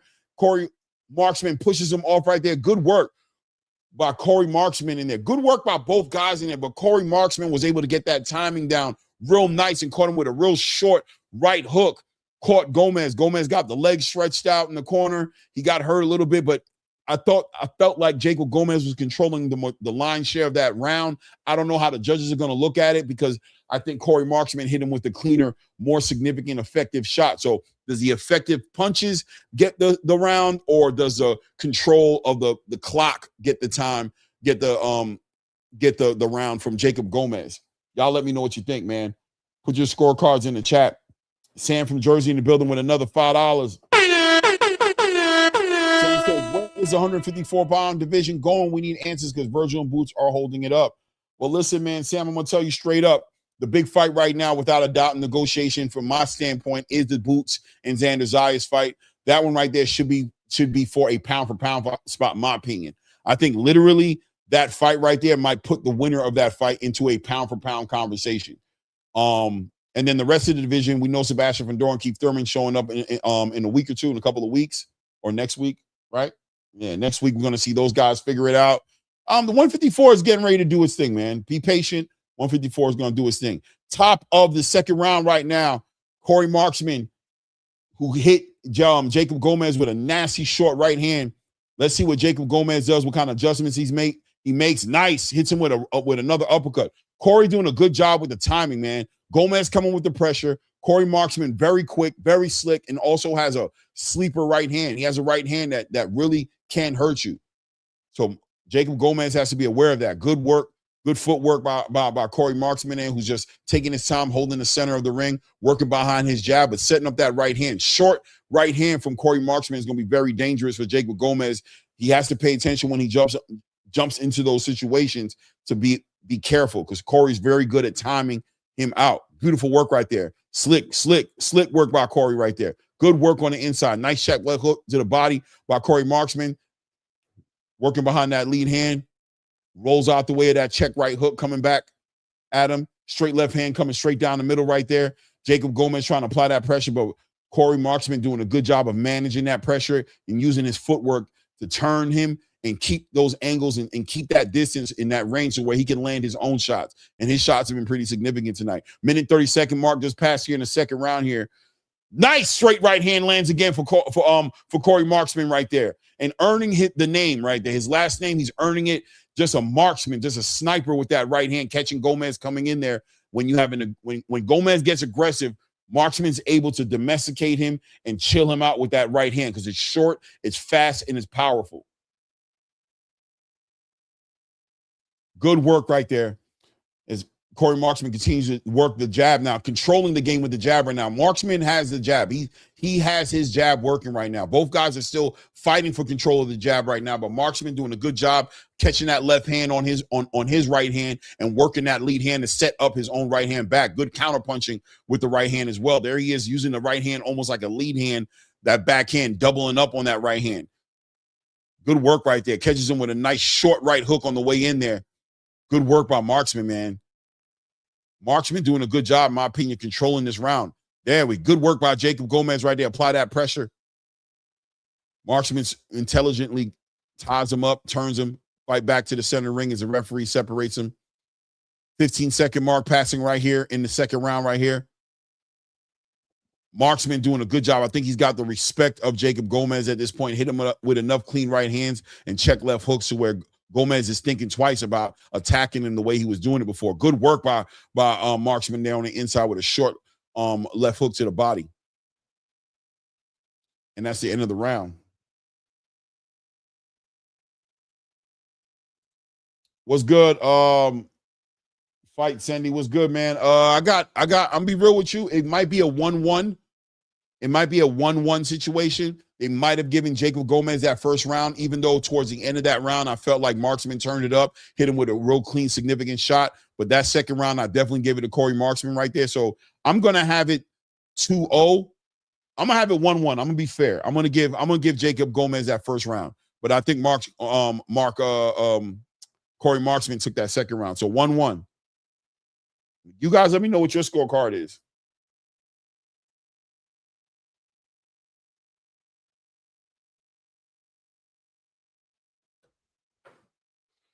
There we go, 1-1. Curtis Robb, there we go.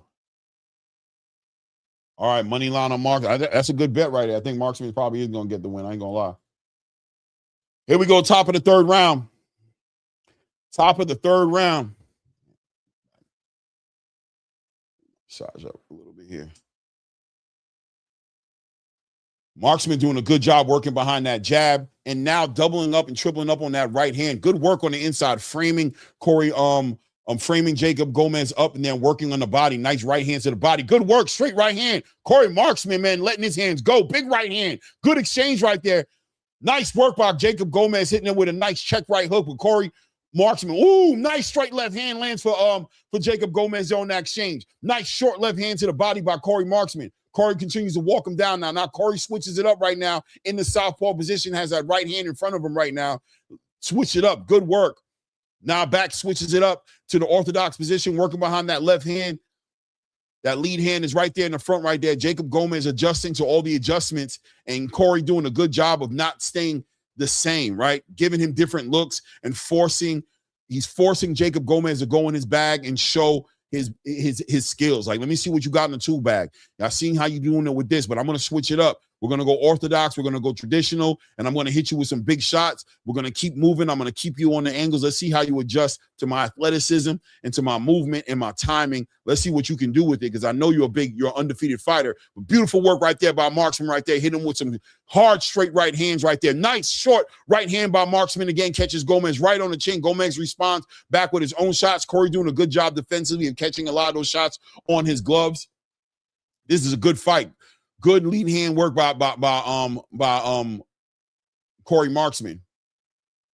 Minute and 10-second mark here in this round right here. And when we're having a good time, the time flies by, man. I'm having a great time. Seems like this round just started, and we're already in the last minute of this round. Corey Marksman doing a good job with his timing on this one, and also hitting him with that right hand, man. That right hand is right there. Good work by Corey Marksman. Shoots a right hand straight across, but doesn't hit him with it, but boom, shoots a nasty check left hook to the body immediately on the back end of that.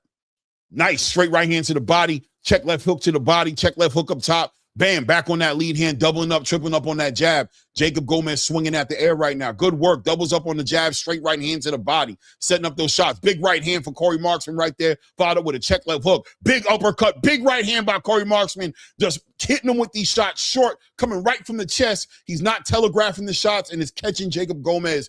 Jacob Gomez getting caught off guard with that a little bit, tying up Corey Marksman right there, trying to get him on the ropes. But good work on the inside by Corey Marksman, keep saying very active to the body. Backing up Jacob Gomez now, by the way.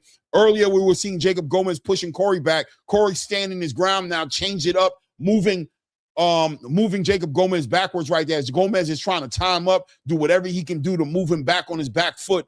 A big momentum switch in that round right there. I'm going to give that round again to Corey Marksman, but I can tell the momentum and switch. Marksman is finding his timing. He's hitting him with these clean shots. Jacob Gomez still being a dog. You can still see the warrior in him, but Marksman has him under control with that pedigree.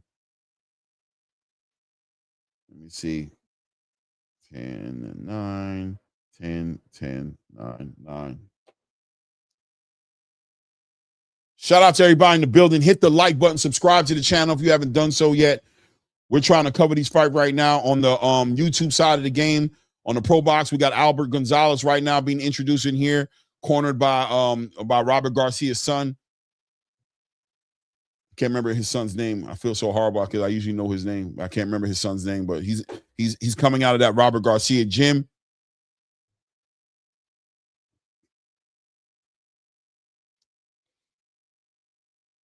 This fight right here is going to be a good fight, too. This one I'm watching down here on Pro Box is going to be a good fight. Top of the fourth round here. Corey Marksman has control of this fight right now, working behind that nice straight left hand by Jacob Gomez right there, trying to let his hands go. Nice check left hook to the body. Switches it up now, coming from that southpaw position right there, using that right hand as that lead hand now from Corey Marksman right there. Jacob Gomez continuing to try to apply that pressure. Nice straight right hand to the body of nice work right there. Nice check right hook by Gomez. But Marksman responds with his own 2-3 punch combination right there. They're on the inside right now. Corey Marksman working on the inside, framing him, pushing him back with that straight right hand, chopping and breaking down Jacob Gomez. This is a great fight right here, guys, on the Matchroom card. And on the Lester Martinez card, watching Albert Gonzalez in the ring right now. Nice work from both guys here. Corey Marksman just staying active, man, shooting that hand. Nice work. Good timing in there. Checks him with that left hook. Big right hand for Corey Marksman. Rips another right hand to the body. Working that left hand right now, that lead hand, that uppercut in between the guards, but Gomez being very active, working to the body himself, trying to keep his hand off the angle. Good work by Gomez, assisting with a short left hand on the way in. Ties him up right now. Both guys tied up with each other. Corey trying to stay active in there, working on the inside. Good work by Corey. Good work by both gentlemen working on the inside there. The referee didn't even get involved in that one. Nice check left hook right there. Lands for Marksman. Nice. Marksman steps right over on his left foot and boom, follows it up with a right hand right over the top. Good work right there. Shoots a jab and slips that lead hand. Gets his head right off the line. Good work by Marksman right there. Working them uppercuts in the middle up under the guard right there. Nice step around by Marksman right there. Gomez continuing to play peekaboo and trying to find his shot, stand his ground, but Marksman just doing a better job, in my opinion, of working around all of that, finding those openings. Has Jacob Gomez on the ropes right now, maybe for the first time. Big right hand lands for Marksman right there. Big right hand, left hand to the body, working him right there. Nice short check left hook right there. Right hand to the body by Marksman. Marksman ties him up again. Blood coming out of Jacob Gomez's mouth just a little bit. I think Albert Gonzalez, what happened right here? Is that the end of the fight? I guess he won that fight. I don't even know what happened. I'm looking down right now, and I'm seeing him walking around the ring. I'm assuming the fight got stopped inside that first round. I don't know what happened. 30 seconds left here in the fourth round here as Corey Marksman continues to work him on the inside. Very good inside work by Corey Marksman.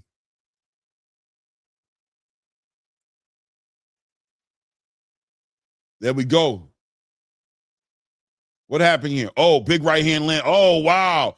A big right hand landed for chop right there and knocked this dude out, man. Pushed him down a little bit, but he already hurt him with that right hand.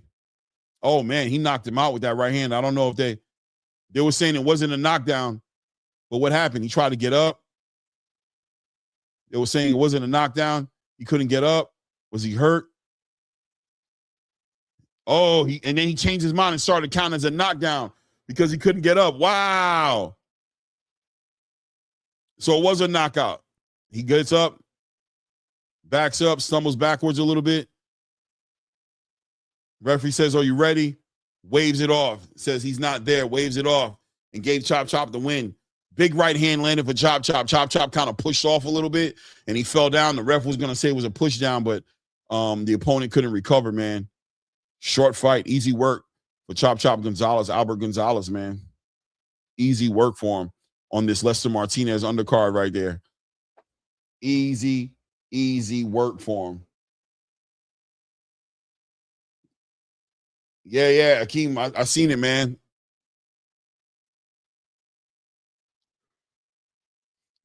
We're here in the, oh, by the way, I gave that last round to my guy right here. We're in the sixth round.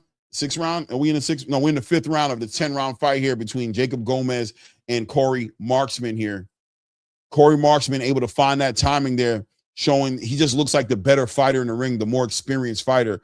But Jacob Gomez is a dog and good and disciplined fighter as well. But, you know, maybe a little one-dimensional for Corey Marksman, who's able to take advantage of a lot of those spots in there.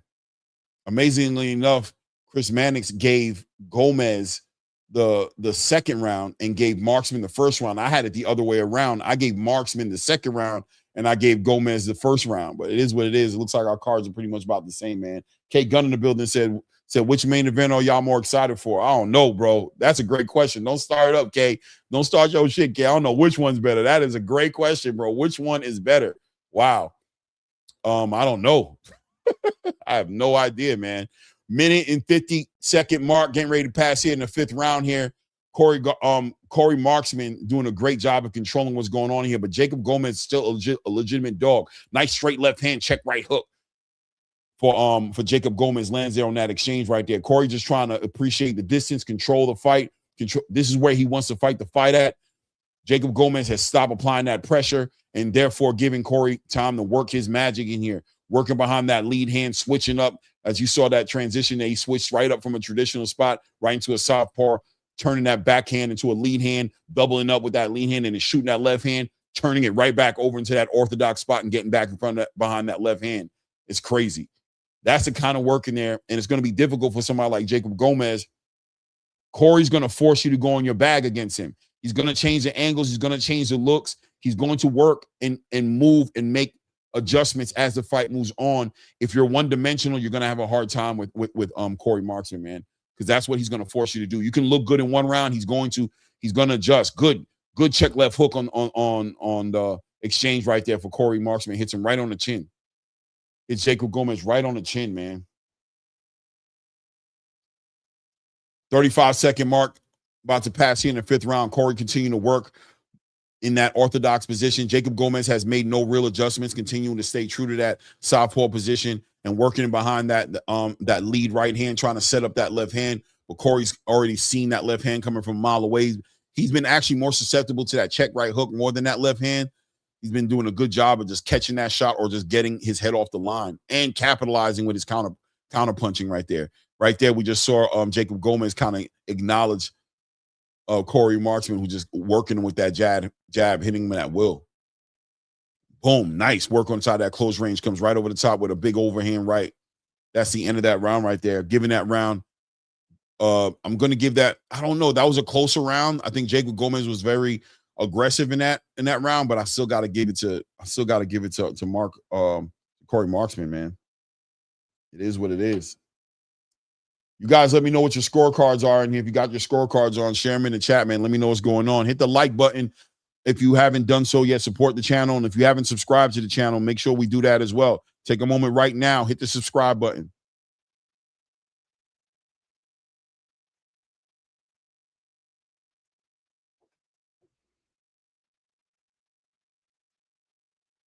Let me see here. Cindy F says, do you think Carlos Adames will win by decision? Probably not. Oh, Carlos Adames. Yeah, Carlos Adames. Yeah, I'm thinking you're talking about ammo. Sacco Bulb. I don't know if I should have said that name out loud. It says, yo, Claymore, are you high on Terra Mona? I like him. I like him, man. I do like him, man. He needs a signature fight, man. I don't know where. I think there's a lot of possibility and potential with him, but I'm not all the way there. Yeah, I just need to see him in a better I just need to see him better competition. It's time to level him up. He's 10-0 right now, 10 knockouts. So that's always a good thing to see and look at. But who's he doing it against, right? So I want to see him step up a little bit in the competition. But I definitely got my eye on him. Whenever I see his name pop up on the card, I'm definitely watching him without a doubt. There you go. Atheist Ghostbuster says 4-1 Corey. I'm on the same page as you. I give Corey every round from 2 to the present one. I've given him every round. Oh, we got my guy in the building. Shout out my guy, Angelo Reyes. Angelo.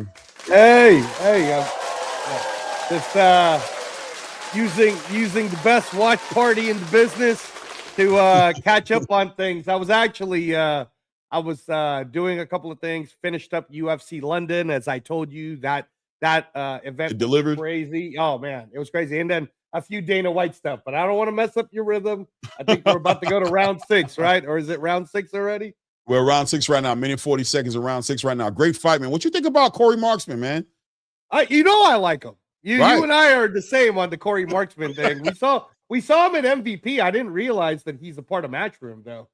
Right. Well, he's on the Matchroom card. I don't know if he's necessarily part of Matchroom all the way yet, but I'm sure Eddie's looking at him to put him on Matchroom at this.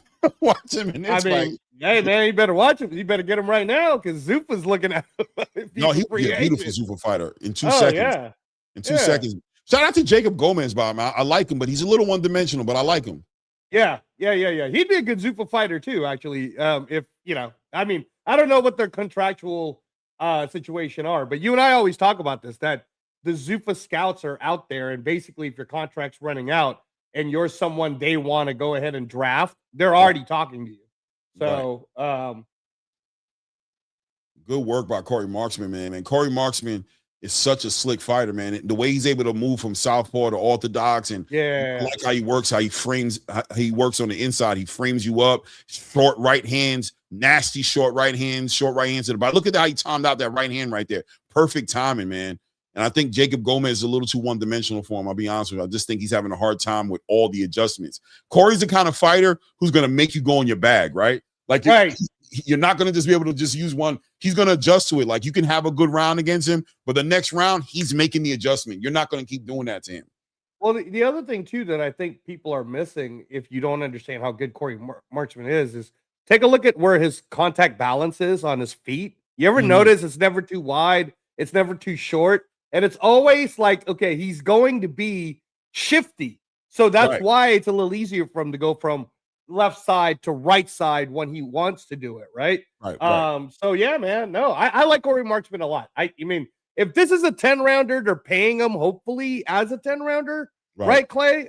So I would assume both of those guys are going to be Matchroom guys, but if they're not, man, I mean, Gomez would be a good Zupa fighter. I'm telling you, like whoever loses this, and they're not locked up, they'd be a good Zupa fighter for sure.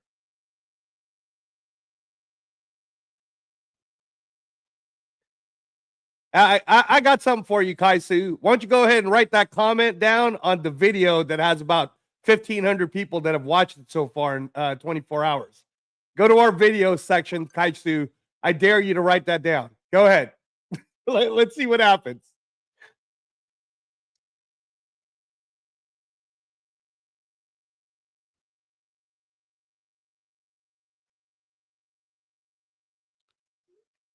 Man, top of the 7th round right now. Yeah, man. He is killing him.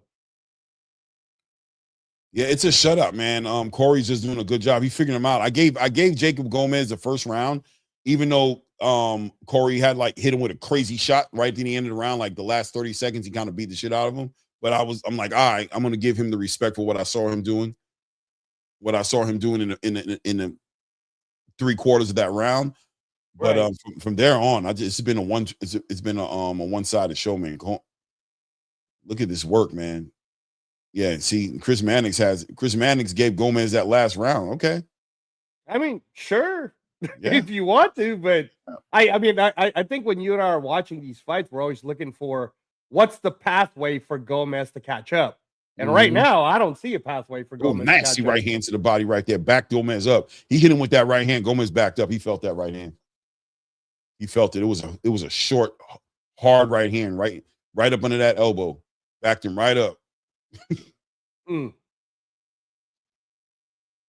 Hey, back up on the nice straight right hand, right down the middle, right off that lead hand. Boom, right hand.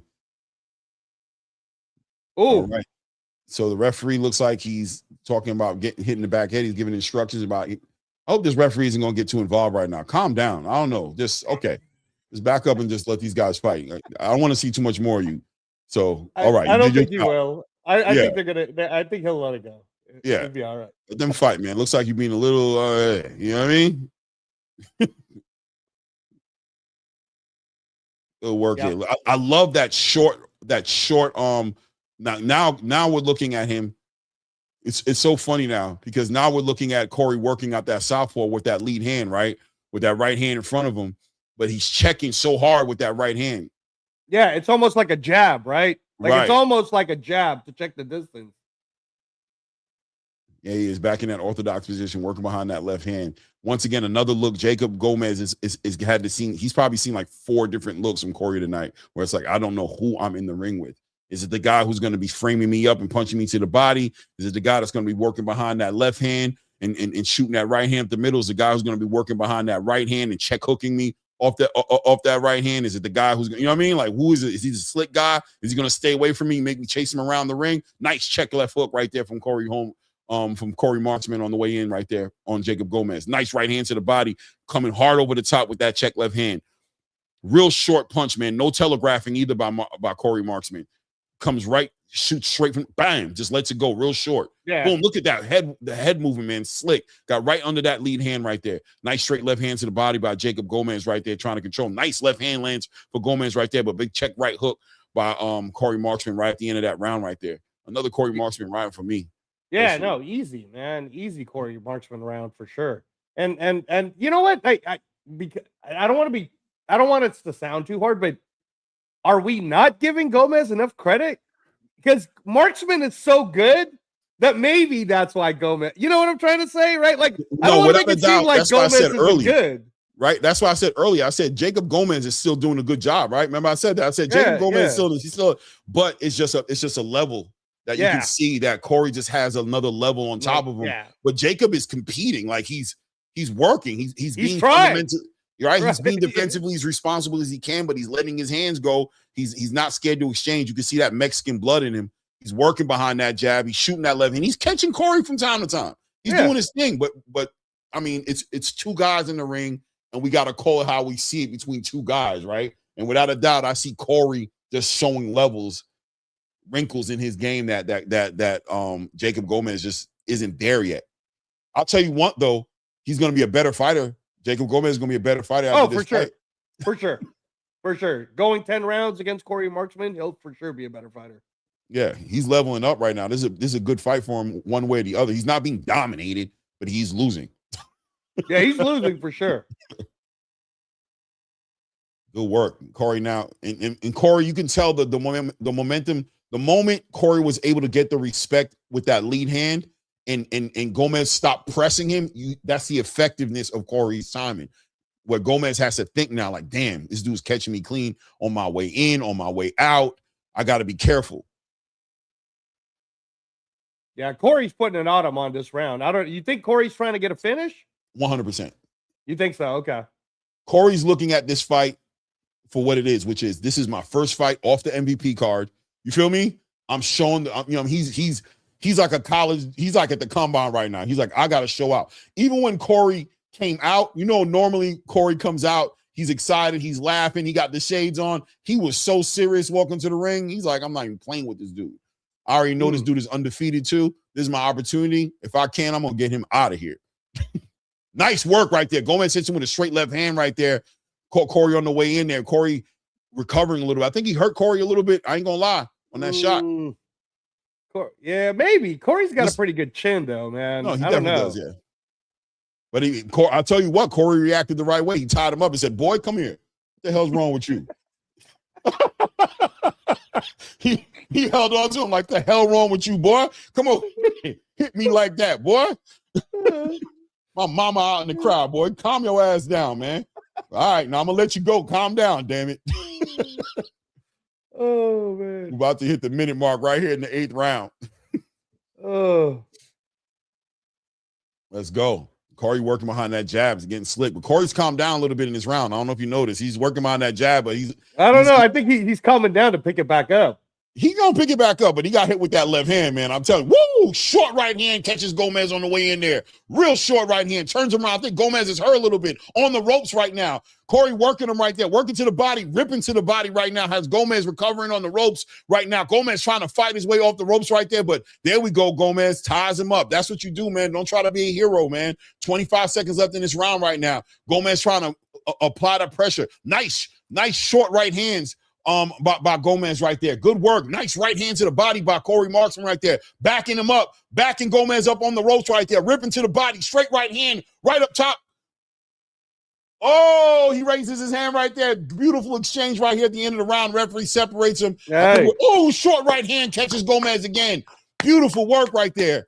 Ooh, I got goosebumps. That was a good exchange right there. That was a good round. Yeah, that was a good finish too. Ooh, Good finish. I got goosebumps. I think both guys got hurt in that round. But Yeah. Corey, look at his corner's going crazy on Gomez right now. He's mad. They're going crazy on him, like, what the hell are you doing? He's probably sitting there like, I'm fighting this motherfucker good. What the fuck? Now, you know what? That short right hand near the end in that minute, or that bottom minute, really caught Gomez. Yep. Oh, he not Mexican? Gomez ain't Mexican? My bad if he's not. Shout out to Coach Bernard Hackett, man. Coach Bernard Hackett is in the building. Hey, Coach. Where Coach at? Fort Gutty. Fort Gutty is Coach Hackett. Oh, I didn't know that. Salute Coach Hackett. Fort Gutty. Salute, Coach. Yeah, we know Jaleel's going to be back sooner rather than later, so there'll be news on that soon. That was a great round. Great round. That was a very good round, bro. Like that I think one right there was good. It's gonna ignite these final 2 rounds because I think Gomez is gonna come strong on the final 2. So we'll see. We might get a stoppage. We'll see. Well, he just got screamed on, so he's gonna do something. I got a feeling he's gonna do something. He got screamed on. His daddy's like, boy, Corey, look, both guys got the respect from each other in that last round right now, and it's back to figuring each other back out. You know what I mean?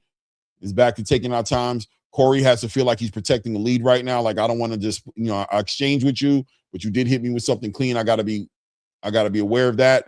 But Jacob Gomez has to feel like he needs a knockout or he needs to win these last 2 rounds outright to win this fight. You know what I mean? Good work by Corey, man. Look at that straight right hand coming right down the middle, knocking the sweat clean off this man's head, man. Just the balance point. The balance point on Corey Marksman is really good. Yeah. I bet you Corey doing backflips and all that shit, bro. Yeah, he looks athletic like that. Mm-hmm. Ooh, nice right hand catches Gomez on the way in there, right behind that lead hand. Short hand catches him, backs him right up. That was nice. Minute 35 seconds left in this 9th round right now. The timing on Corey Marksman, he's earning his last name, right? Like that last name fits who he is in real time. Yeah, what's his nickname? Maybe he should be Sharpshooter. Something like that. Corey Sharpshooter Marksman. Yeah. He's an entertaining fighter too, man. Great on the mic. Great swag, you know what I'm saying? He's really entertaining. Press conferences, he's really entertaining. People come out to see him.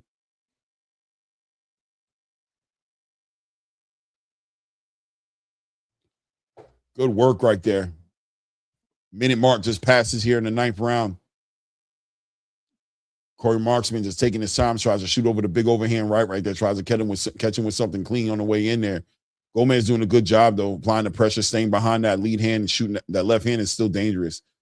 Jacob is game, man. He's a game fighter. Yeah, man. Yeah. Good short. I mean, he's 8-0, right? I mean, for an 8-0 no, guy? he's 14-0. 14-0, okay. 14-0. Nice work right there by Gomez, man. Hit him with a nasty lead right hand to the body. That was a good right hand to the body. I think it might have got Corey's attention. That right hand was clean, man. Gomez hit him with a clean shot to the body. I think it caught his attention a little bit. Good work right here. We're about to be at the end of this round right here.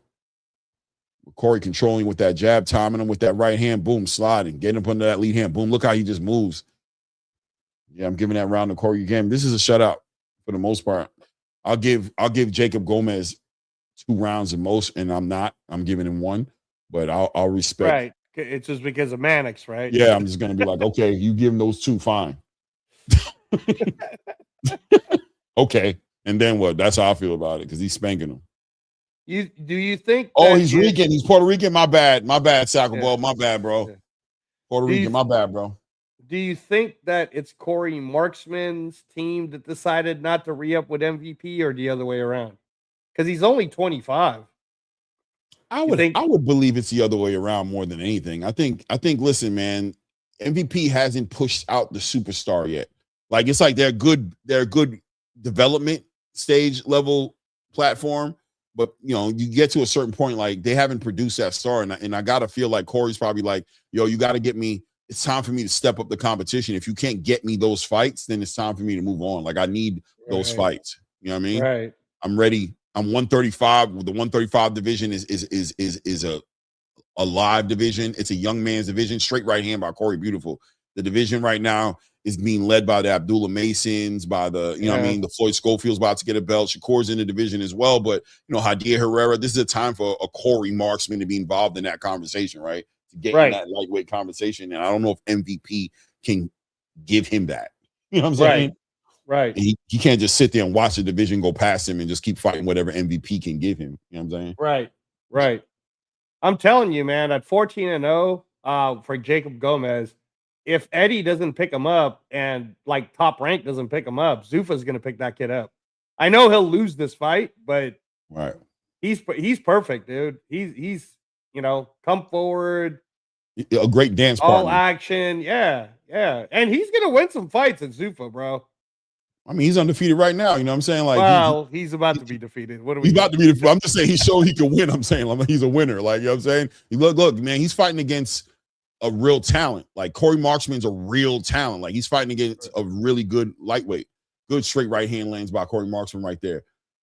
Corey Marksman's starting to put the pressure up. He's back on that bullshit that he was on in the 8th round. He's back on it. He's up. You know what I mean? He woke up. He took that last round off, box safe, but he's up in there. He's not moving backwards. He's singing that in that shell. He's catching shots off that right hand. He's snapping right back with his own right hand. Boom, big right hand. Beautiful work right there. Marksman pushing him. Gomez trying to stand his ground. Marksman, nice. Straight left hand by Marksman right there. Nice left uppercut by Marksman. Straight right hand by Marksman. Gomez working off the ropes, trying to be active. Ties up Marksman, trying to get his back off that rope. Doesn't want to be on that rope, man, because that's when Marksman starts to let them hands go. It gets bad when he knows you ain't got nowhere to turn. He starts letting them go. Good work to the body. Rips the left hand, right hand to the body, and goes right up top. Good work by Gomez, trying to get active, let his own hands go right there. But Marksman staying active, switches over into the southpaw stance, doubles up on that lead hand, boom, shoots a left hand, back, switch back. Nice straight right hand lands again for Gomez. Boom for Marksman. Good work by Marksman, man. What a fight, man. God, this is a great fight. This is a great fight. They're going I think the last 20 seconds is going to be crazy, Clay. These guys are going to go for it. We're down to 25 seconds, about to hit the 25-second mark here in round 10. As Gomez tries to time up, referee gets in the middle of these guys. Marksman stepping right to him. Boom, lets his hand go. Nice 2-3 punch combination by Corey Marksman, trying to let it go right there. Sell it. Let's go. Good work by Marksman. Yep. Marksman's that dog in him right now. He got a real mean spirit in him when he gets in these moments, man. Or that smiley sunglasses showboating goes away. It turns into another man. He is letting it go right now, pushing. Oh, yeah, Marksman does it. Does the separation. Yeah. Wins that round. Great fight. Yeah. Great fight. Great fight. Yeah, that was a Max Holloway final 20 seconds right there. Oh, yeah, it was stand right here in the middle of the ring situation. Stand right here. Yeah. Let's close it out, baby. Let's close it out. Yeah, man. That was good. You've been happy with the Matchroom card so far? I heard you say something really funny. You said zesty. Oh no. Hey, my God. Hey, you combine that with what he did yesterday, smelling Terramon, that combined. But you also heard me say I ain't saying that, right? I ain't gonna say he's zesty because we don't I know. ain't gonna say he's. I ain't gonna say he looking weird. But if he looks zesty and he talks zesty, yo, he told Terramon he liked his cologne, bro. He was like, "You smell good, bro." He said, "What's that? Juices and berries in your hair?" Terramon was like, "That ain't shit with Ultra Perm, bro. Relax, bro. Back up off me, bro." Oh man. Hey, so here's the thing, right? And shout out to all you guys, by the way. Shout out to Raider Nation for supporting the debate between me and Coach Hector Bermudez. Right. All of them are hella funny, bro. They're messaging me. They're like, "Man, did that guy not know you're hella knowledgeable of boxing or something?" I was like, "No, bro, he doesn't know my background." So, you know, most people that don't know my background don't know they don't want to get in a debate with either you or me. Bro, you you know what I mean? Like, you know, off the cuff, we know so much information, you know? Like, come on, man. Don't do that. But anyway, shout out to all the Australians too, man. It's hella funny because what is it? I think it's like 1,500 people have rewatched it now. And man, nobody engagement. A lot of engagement. Yeah, tons of engagement, but nobody on the comment. They're all calling Coach Hector Bermudez crazy, bro. But shout out to Coach Hector Bermudez because he did say at the end of the segment, he said, "Listen, he said he was playing devil's advocate." You know what I'm saying? He said, "I think Jai Battaglia is the best cruiserweight in the division." You know what I'm saying? But I do think that, you know, shout out to Coach Hector Bermudez again.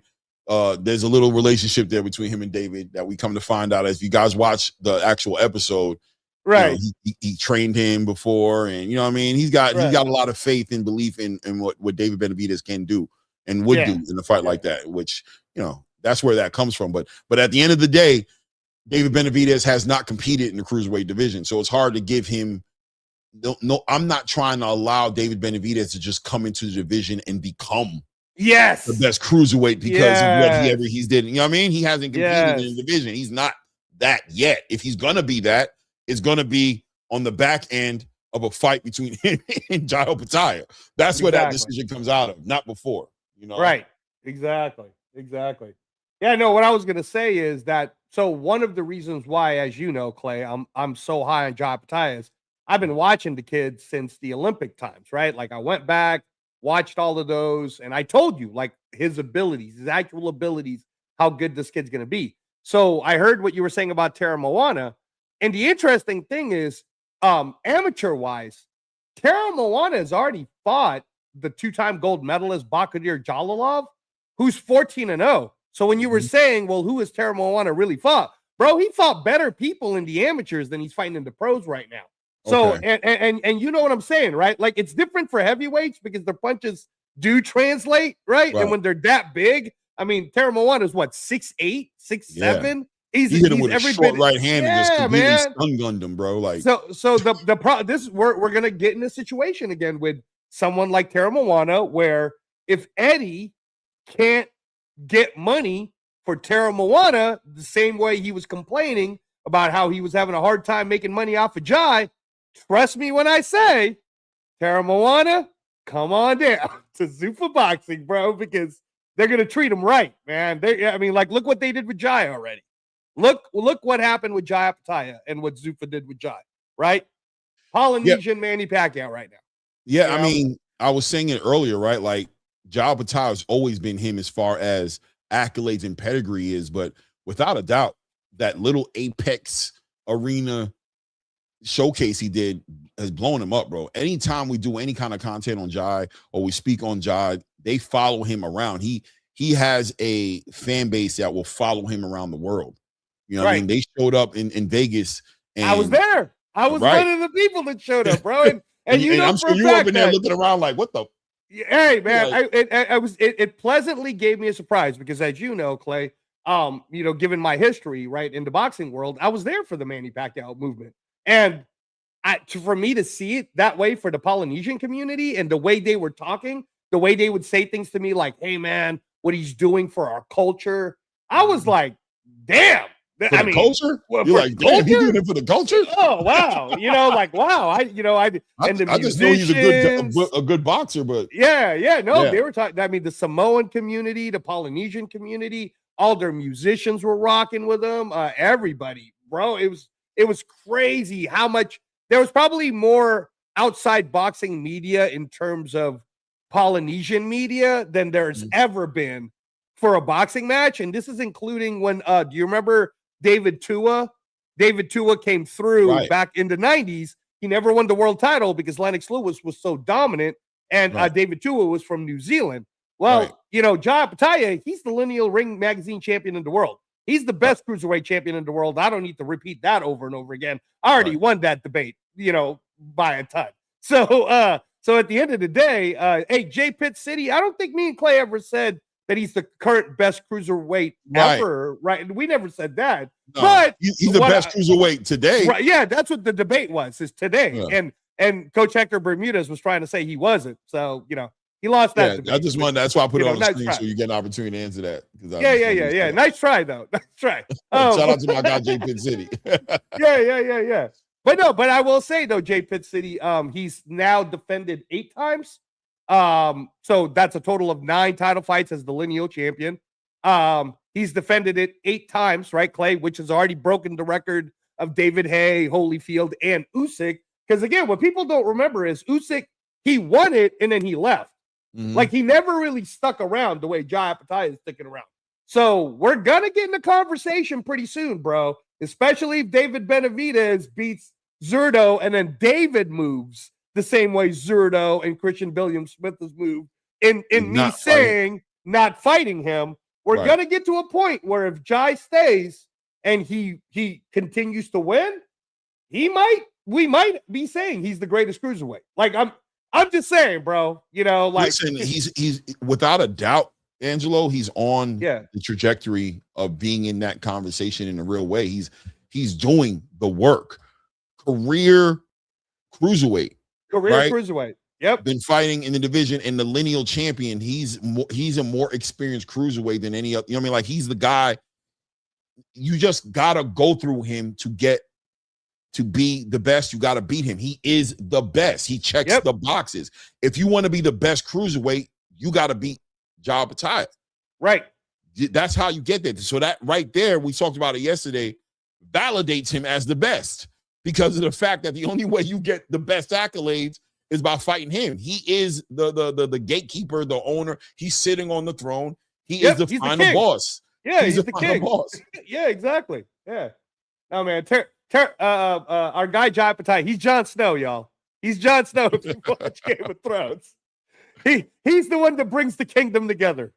No, he's like John Wick. What was the nickname for John Wick? The boogeyman, the Baba Yaga or something. Baba Yaga, he said he's not the boogeyman. They said he's not the boogeyman. He said he's the guy you call when you want to kill the boogeyman. You feel me? He's like, he the boogeyman? He's like, no, he's not the boogeyman. He's the guy you kill. He's the guy you call when you want to kill the boogeyman. Yeah. He's not the boogeyman. That's beneath him. Do not call him the boogeyman. He is not the boogeyman, bro. Yeah, man. But Tara Moana, he's someone I am excited about. As because let me ask you this, Clay, since you just called Tara Moana's fight today. Who are you more excited about as a heavyweight prospect? Richard Torres, who's a silver medalist, or Tara Moana? Tara Moana, 100%, hands down. Hands down. Right. Not even close. I'm more excited about Demazian Van Houten than I am of Richard Torres. Yeah, hey, that's fact. Shout out to Van Houten. But that's facts. Me too, man. Me too. I'm way more excited about Amazi Van Houten than I am Richard Torres, man. I feel like Mazi could do more. Right. I think Mazi brings that growth spurt thing.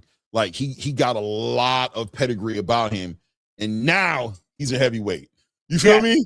So he brings that with him, and I think that makes a difference in who he is. Right. You know what I mean? I agree. No, the heavyweight division is fun, man. We haven't even seen. Again, I'm waiting for Top Rank to finally let Bakadir Jalalov come out. He's the 2-time gold medalist, but because it was allowed for pros to go to the Olympics, he won those 2 golds as he was also a pro for Top Rank. So he's already like 15-0 right now. You know, like I just want, you know, I don't know why they're what's taking so damn long. You know, because Terrible Wana and Bakhtir Jalalov in the amateurs, they fought a lot. And if you guys aren't familiar with Bakhtir Jalalov, he's from the same area as Golovkin. But they call him the big Uzbek, I think. But Bakhtir Jalalov, he's I think 6'7", 265 or something like that. But he moves, Clay, like move, jab, you know. So it'll be fun. It'll be fun to see how this whole heavyweight division plays itself out. Yeah. Yo, on this Lester Martinez card, yo, the ring, I don't know. Pro boxers, is it me or pro boxers seem like they got small rings? Yeah, right. Yeah, it does, right? Well, yeah, that's what to me it looks like. I don't know. It looks like maybe it's the colors, but I don't know. It looks like it's like a 12x12, but I don't. You know, I'm it looks like they about to fight in a phone booth. That's what, you know what I mean? And when you get a fighter like Lester Martinez in the ring, that's not good for anybody who's fighting against him, bro. Like, you want some space. You want to be able to use that real estate and get you some, you know what I'm saying? Get you a breather every now and then, right? Like, for sure.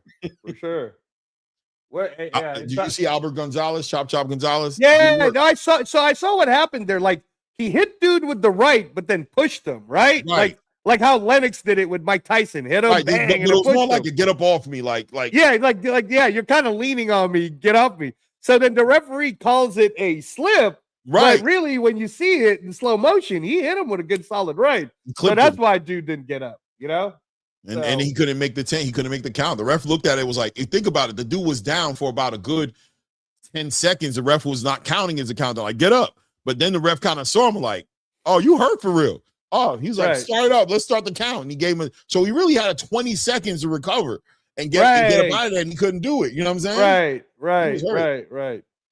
Hey, J Pitt City, is it 18x18? I figured it'd at least be that, right? Like it's against regulations to go lower than 18x18. It just looks really small, bro. You know, that looks small. Let me see here. Did Anthony Cuba already fought? Let me check for you. Oh, salute, Aki. Yo, shout out to my brother, Flyer Frequent with the $5 on the Cash App. Oh, salute. Hey, salute, appreciate Flyer. you, man. Thanks for love. Matter of fact, hold on a second here. Do I have? I don't have my Cash App up here. Oh, here it is, right here. Hey, here that's right here. Hey, you know what's so funny? My Cash App. If you guys are looking at the highlights of right now, you're looking at the highlights of Pro Box. On the top right of Pro Box, on the highlights, it totally says Zufo Boxing on it. No, it says Fubo. No, it says Zufo Boxing, bro. On the top right, when they're showing the highlights. Oh, you know what it Martinez. is? I'm looking on Fubo. I'm you're on Fubo TV. You're not on Pro Box. Yeah, that's why. Let me see here. I gotta look. You might actually be ahead of me too, because my internet went out. So let me check. Let me double check. Let's see. Pro Box.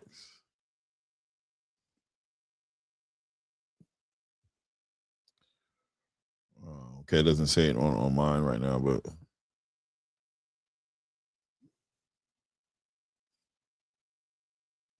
from the zone has unwrapped.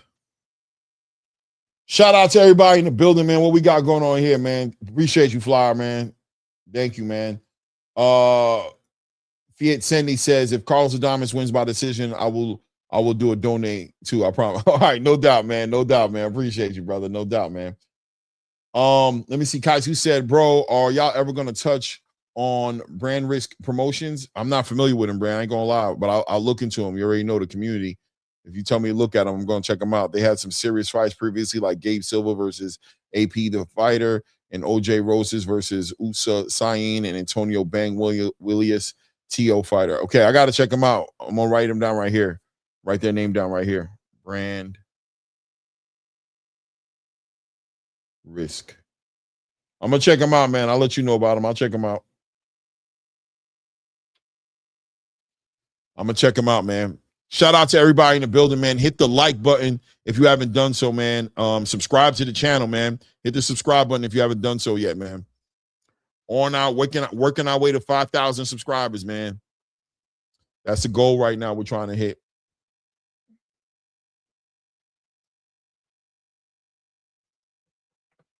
Well, I keep it at 4,000. I say we're trying to work our way to 4,000 subscribers. And then 5,000. And then 100 million on. trying to take over the game, man. All right. I'm on the FUBU now because you're on FUBU, so I went on. No, I actually just switched over to. I just switched. Oh over man, you crazy mother! Because I wanted to see the Zuba. I switched over. Okay, yeah. When they were showing the highlights of Lester fighting Mbili, it said Zuffa Boxing on it on the highlights, which just shows you again they own it. They now own all of those because they fought on that card, Zuffa Boxing card, on the Terrence Crawford Canelo Alvarez card. Crazy. Hey, did you see my guy in the building with the $5 says, quick question. Do y'all think Oscar is doing all this nonsense because he's hoping to get Ventura versus Ortiz on the Canelo card in September? Well, I mean, he's at this point, Golden Boy has renewed their situation with the zone, right? Which is awesome. It puts the zone in a great position, to be honest with you. You know what I mean? That was a great move. But I am also assuming, I don't know how you feel about it, Angelo, that there's been a conversation that's been had. And the conversation is, we ain't like the way you carried it, that Virgil Ortiz-Ron Buchanan situation. Yeah. You need to be willing to put these fights on. We want to see the fights. And I know that Oscar De La Hoya is like, oh, yeah, for sure. Yeah, that's what I want to do. It's like, yeah, no, I'm serious. I'm not doing that. We're not them. We're us. Don't play around. We want the fights. So I'm assuming we're going to see Oscar De La Hoya be more accommodating to these fights being made. I'm hoping to see that. I'm hoping that he doesn't take this deal with the zone and become very territorial about keeping his fighters undefeated and keeping them all under the Golden Boy card and trying to leverage all of that. Like, let's make the fights happen, because traditional boxing, you guys got to come together like the Avengers, bro, because without a doubt, Dana White is Thanos. Paramount is Thanos. You feel me? All he needs to do is go like this, right? Yeah, and he's doing that. Every time he gets Jai Pataya, and again, somebody, I think it was our guy, Sam from Jersey, was asking, are there bigger signings? I can confirm with you right now, Sam from Jersey, that I can't say who they will be, but let me just say that every single time you see a big one, it's like the Infinity Stones going on the club. Bro. Yeah. So, but you guys you guys can fight as the Avengers. You guys can fight it. Now, somebody gonna die probably. You feel me? Not everybody gonna make it, but you can get the win as a team. Here's the thing that people aren't reading in between the lines. All right, you guys should all go to Dan Rayfield's Twitter. There's I forgot the Twitter group that did the article and broke it down, but the Muhammad Ali Revival Act is about to go through the whole part where the president's going to sign it probably by next month. They did an entire breakdown of what it is, Clay. And when you see it, bro, and you read the whole thing, it's going to be like, yeah, man, this is going to be very difficult for the, as you keep calling them, the traditional boxing space to survive. Amari Jones, by the way, making his way into the ring here. Very sought out prospect for me. I love watching this kid fight. He's one of my favorite prospects in the game right now, bro. Yeah, he's the only person that won in the Paris Olympics for the United States. He won the bronze medal. For you guys who don't know that, he's our only medal winner. And I still count that, by the way, Clay. I think we're going to get back to that too. We're in the 2028 Olympics. We're going to be paying attention. Some Americans. Yeah, to the USA team. Like, there's going to be some funding. I'll put it to you that way. For those guys, so that we could win some medals. Because it sucks, man. We should be winning medals. I don't understand how we not winning medals in the Olympics for boxing, bro. That doesn't make sense. What's next? Amari Jones comes also with that karate background. Yeah. You know I love that. I love that. So I think that really helps on his accuracy on his shots and his ability to muster up a lot of power in short spaces. His lead hand is bad news. Right. He got, his lead hand is bad. He doesn't shoot the setup shots. He will knock you out with a jab, bro. He will straight up shoot a shot out and stop you with the jab. So he's dangerous with both hands. I think in his last fight, people were talking a little bit about his footwork a little bit more, wanted to see him improve on that a little bit more. But you know what? Look, can I say something about that? I think that because what they're talking about is they're used to seeing a traditional way of how to do the footwork. And to your point, what's had Amari win is more of the karate stancing because he glides, right? He's gliding. Right. So so it's kind of like, I don't know, man. I don't want to really take that away from a young man if it's working for him so far, right? I mean, and that's interesting that you said that, right? So let's see how his team deals with that, because they might be very comfortable with that. Like, there's nothing wrong with that. But the complaints were, and it's hard to complain because he boxes so clean, like he's such a good boxer. But they were like, we want to see him as a prospect. We want to see that footwork elevate and develop more. We want to see an evolution in that, because that'll be where, when he gets in the top level competition, somebody may take advantage of him. But I agree with you, because without a doubt, he's been super effective. He hasn't looked sloppy. Yeah, he won a bronze medal, for crying out loud. Right? You know, like, come on, what are you guys doing? He's 5 wins with 4 knockouts. Say what you want to say, but he got a better record right now than Nishant Dev. And Nishant Dev, coming out of that Olympics, was being talked about as the great big Indian golden boy, right? Well, Amari Jones is the better guy right now, you know? So I don't know. I don't know what to tell you guys. I don't know. No, that's Sergio Mora, stop complaining about stances, bro. Yeah. Work on your stances. All right. Stop it.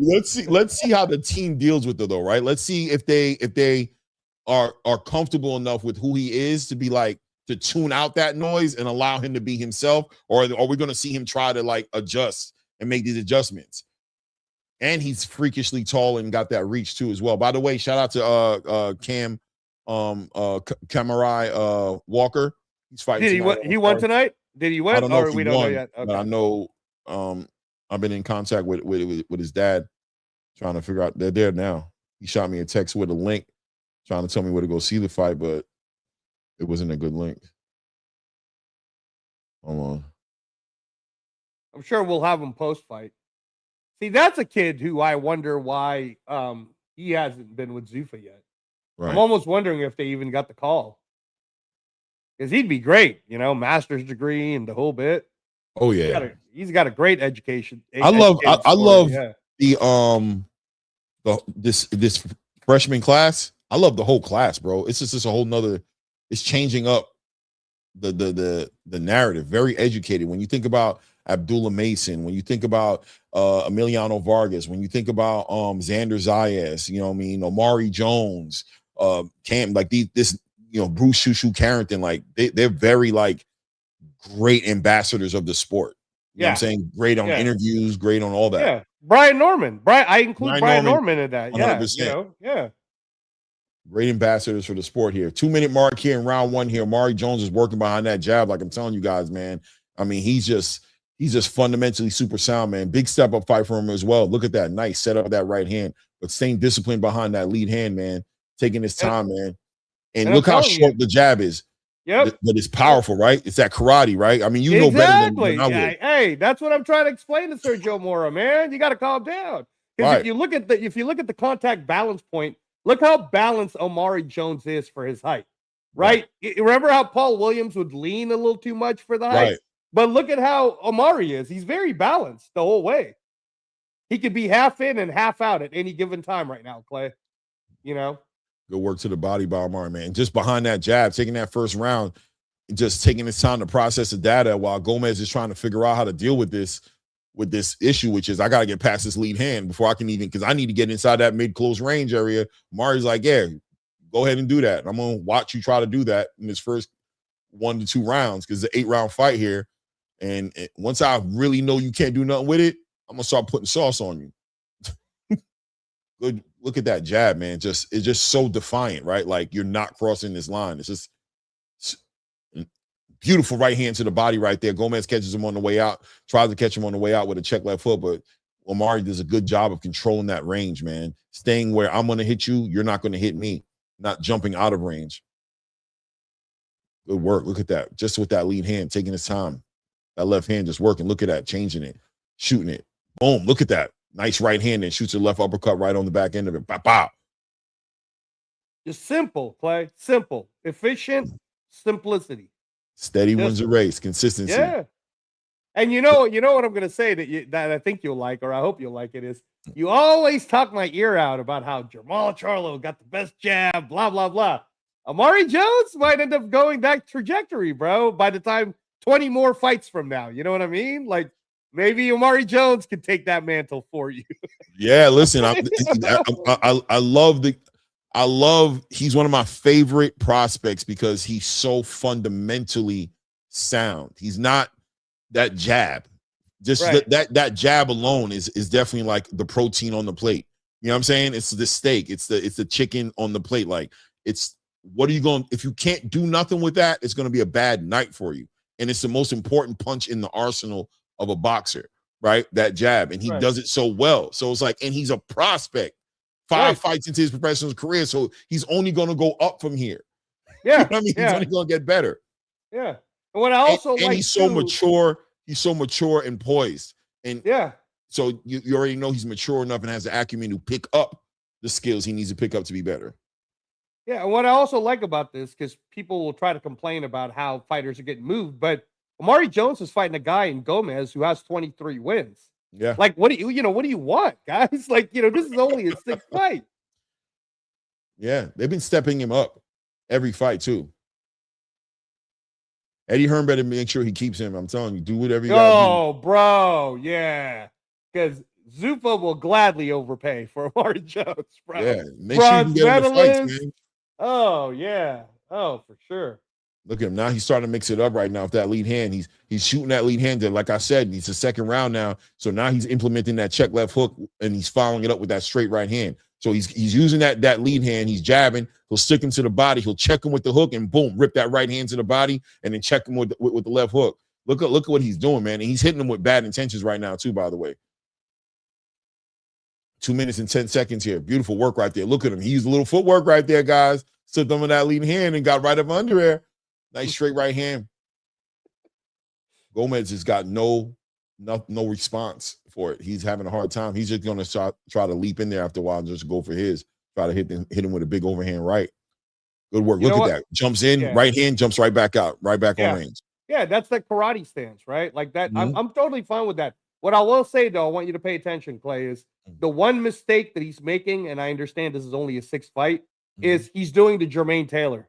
You know what I'm talking about, Clay? When he's throwing the jab, he's kind of like opening up the he's opening up a little bit. Yeah. But that's him getting comfortable now. So here it is, right? He's tall, he has this advantage, and he's getting comfortable with bad habits. He's getting comfortable because he's able to You don't get want to away do with that it. because that's what did Jermaine Taylor wrong. Yep, exactly. You know. But this is what the matchmaking comes in. This is about stepping him up the right way and making it to where he closes it up organically. Boom, nice right hand for Amari. Yeah. Amari. Yeah, but I see it too. He does it. He opens up a little bit, almost like that bow and arrow effect that Devin had.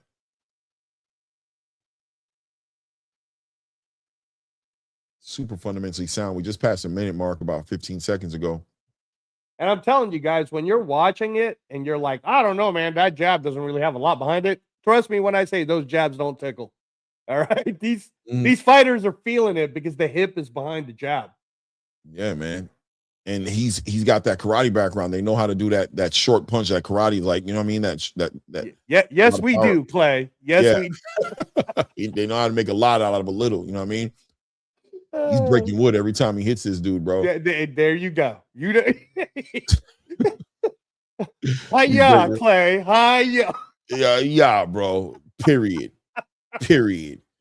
Oh, and boom, looking at him, catching him coming in, sticks him with that left hand.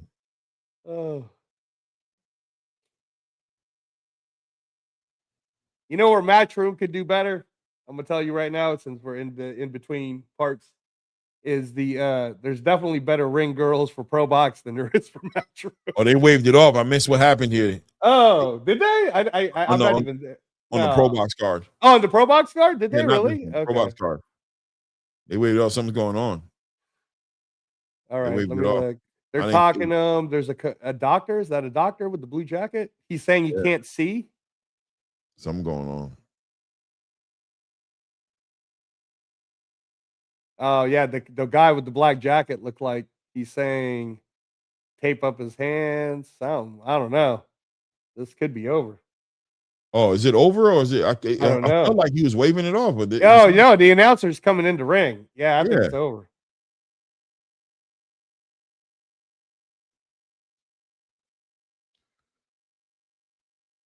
I don't know what happened. I don't know if is it going to be like a win or is it a no contest? What's going on? They're massaging his. He got a migraine or something? What's going on? I have no idea, bro. Yeah, his head. Hey, you don't want to mess around with that though. Seriously, bro. Yeah, he got something going on. Yeah, you don't want to mess around with the head thing. Like, just go get a check. You're gonna show the replay right here. Let's see what happens. Yeah, see, and the replay showing him he's holding his head like he's got a migraine. Like, nah, man, go get a CT scan right now. Rush him to the ER. Because what if it's a brain bleed, right? Like that, Right. Those happen really quick. So no, don't mess around with that, bro. You don't want no death in San Bernardino, you know. In California, get his ass in an ambulance. Yeah, he's still holding his head. He's still going through it. In the meantime, Omari Jones is really working that jab. The 1-2s are working. This looks like it's probably going to be a finish around round 5, the way he's doing things. Mm-hmm. Once he starts putting the punches together, it's going to get back because it doesn't look like Gomez is going to be able to do nothing about it. I think Omari's starting to see that too. There, he doubles up on that jab and just shoots that right hand right at his. Now he's just shooting it right at his gloves. Like, okay, well, let me just see what I can open up here. Right. Beautiful. And guys, when you're watching this too, I give Gomez a lot of credit because he's trying to get in. Right, he's showing a lot of that seniority that he has with head movement, but Omari's tracking it. He's tracking it all the whole way. So yeah, man. And I'm telling you that jab is bad intentions on it. Like Gomez is gonna attest to it. He's like, he's hit that jab is hard, bro. Like it's not something I'm willing to take. Like it's an expensive price of admission to get up on the inside, man. That shit is hurting. I mean, when he sticks him with that jab, it's like, damn, all right, cool. Double up on that jab right there. Look at him. Great movement right there. Gomez tries to double up and get inside with that lead hand. Omari just two steps ahead of him. Just back, clean up out the way, turns him, and we back to the center of the ring, man. Good work. Look at it. He hit him with that jab on his gloves, and it literally backed him up. Like he almost lost his balance. Yep. And now we're starting to see Gomez become a little bit more desperate, jumping in, and he falls on it. You know, he falls on that front foot, just trying to say F it. He's just trying to go for it at this point. He's got to know he's down on the cards right now. Yeah, Omari is perfect stance, man. Look at that, controlling that distance. Boom, spin you right out. Beautiful. Look at the angles there. Omari's showing he can move his feet a little bit there too. You know, the other thing I really like, and you can pay attention to with Clay, is when Omari is holding his hands, this is a trick we would teach too, is you hold your hand to the level of where you want to hit the person so you don't have to do an extra move. You understand what I'm saying, right? Yes, so that you see where his hand is, and some people might, like somebody like Sergio Mora, who doesn't even know this, might be like, "Oh man, he's holding his hand too low." It's like, shut up, Sergio. He's actually, he's in position already, so it cuts out telegraphing. You know, he could just go from right there to right there. You know, so yeah, without a doubt, he's confident in who he is and what he does. He hasn't changed it up. He's being himself, which is important, man. He's like, look, man, it ain't broken. I ain't going to fix it. Somebody got to show me in the ring, not some announcer on the outside who's telling me to change something that's got me 5-0 with 4 knockouts. That's not how we're going to do it. Right. And speaking of karate, shout out to Chuck Norris, bro. Shout out to Chuck rest in Norris. Peace to Chuck, man. Shout out to Chuck, man. For real, man. Once a cobra bit Chuck Norris's leg after 5 days of excruciating pain, the cobra died. Church. I love it. After 5 days of excruciating pain, the cobra died. Those are the legends back in the day we had for our superstars, our Chuck Norrises, our Sylvester Stallone, Arnold Schwarzeneggers, the Bruce Willises, right? Bruce Lee, bro. Charles Bronson. Bruce Lee, man. Yeah. Bruce Lee. Those dudes could take down giants, right? Like if you'd have been like Bruce Lee against Andre the Giant, you'd have been like hands down Bruce Lee every day. I don't care. You're like, what? Yeah, Bruce Lee just beating him up, beating his ass. He's slow. He's big and slow. Bruce gonna beat his ass. It didn't matter. Certain people, you know what I mean? That was the true pound for pound list. Clay. Yeah. Who's gonna win? Bruce, man. You gonna win that. 2 minutes and 20-second mark getting ready here in the fourth round right here. Omari Jones continued to put on a clinic, working behind that lead hand. In the last round, we saw him starting to put that right hand to work as well, to the body though, right? He was using it to the body. Yeah. And checking him with the left hook. So he's bringing that right hand to the body, and he's using that active left hand right there. Look at there. He goes with that right hand to the body. Boom. Look at how he moves. He's just on him. Listen, man, Gomez ain't got the answer, Sway. Doubles up on that jab right there and follows over the straight right hand. Taking his time. This time around, I feel like he's keeping his right hand tighter. His coach might have told him, or his dad or something, like, hey, bro, keep your right hand a little tighter. Right.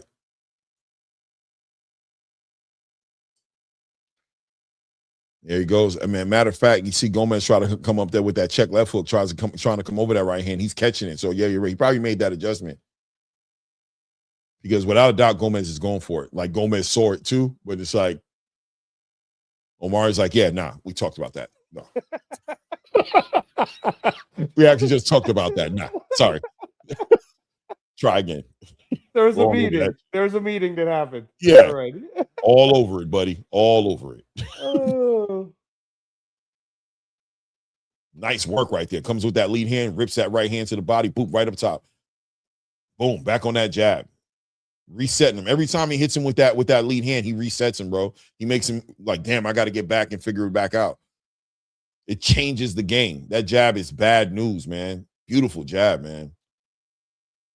Look at that work right there. Boop, boop, out the way, try to rip to the body. Ooh, nice right hand to the body. Right while he was trying to throw over that big check left hook, he came right up under it and hit him right up under the elbow, bro. Nasty work. 30 seconds left here in the round. Beautiful work right there. Likes a little exchange they try to do right there, but Omari's showing he's slick too. The bigger, taller fighter, but slick as well. Yeah. And I'm telling you, it's that karate footwork, bro. I'm telling you, like, it's very balancing. Boom. Back behind that jab. Gomez is just getting frustrated. Takes a deep breath right there. Frustration as he's just like, all right, come on. He's just like, damn, bro. This dude is controlling the distance. He's sticking me with that damn jab. And what annoyingness. I'm sure it is frustrating. Good work. Prospect, man. Y'all remember that. Prospect here, bro.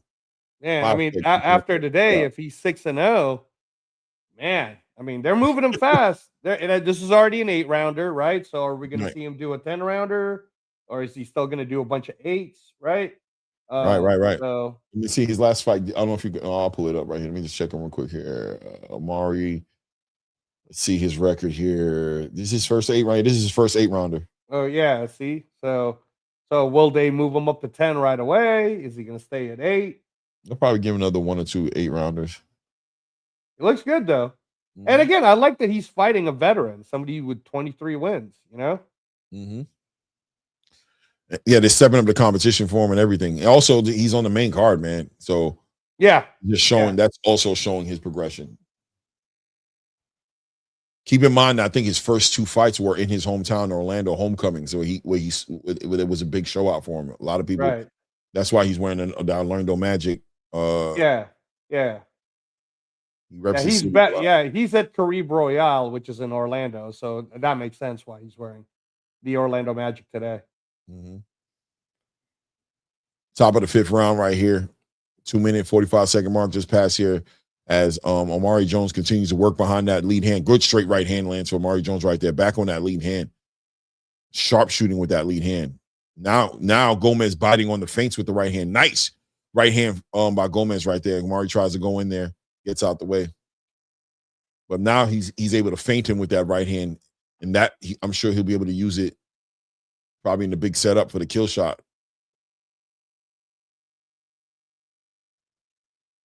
Oh. Good work. Doubles up on that jab check. Left hook. Watching Najee Lopez being interviewed right now on the Pro Box card. Yeah, man. Fight of the year. Yeah. Fight of the year. Speaking of Najee Lopez, Ben Whitaker coming back April 18th. Yes, sir. Yes, sir. Have they got the money for him yet? No, but you know how I feel if they finally ever meet each other, bro. You know, I'm rocking Najee and Ben. Yeah, man, I'm rocking with the silver medalist, bro. I'm rocking with Ben Whitaker. I'll be honest with you, and I'm gonna say right now, I'm leaning towards Ben Whittaker in Okay. that fight right now. Then you're on my side. Right now, I'm just leaning only because Najee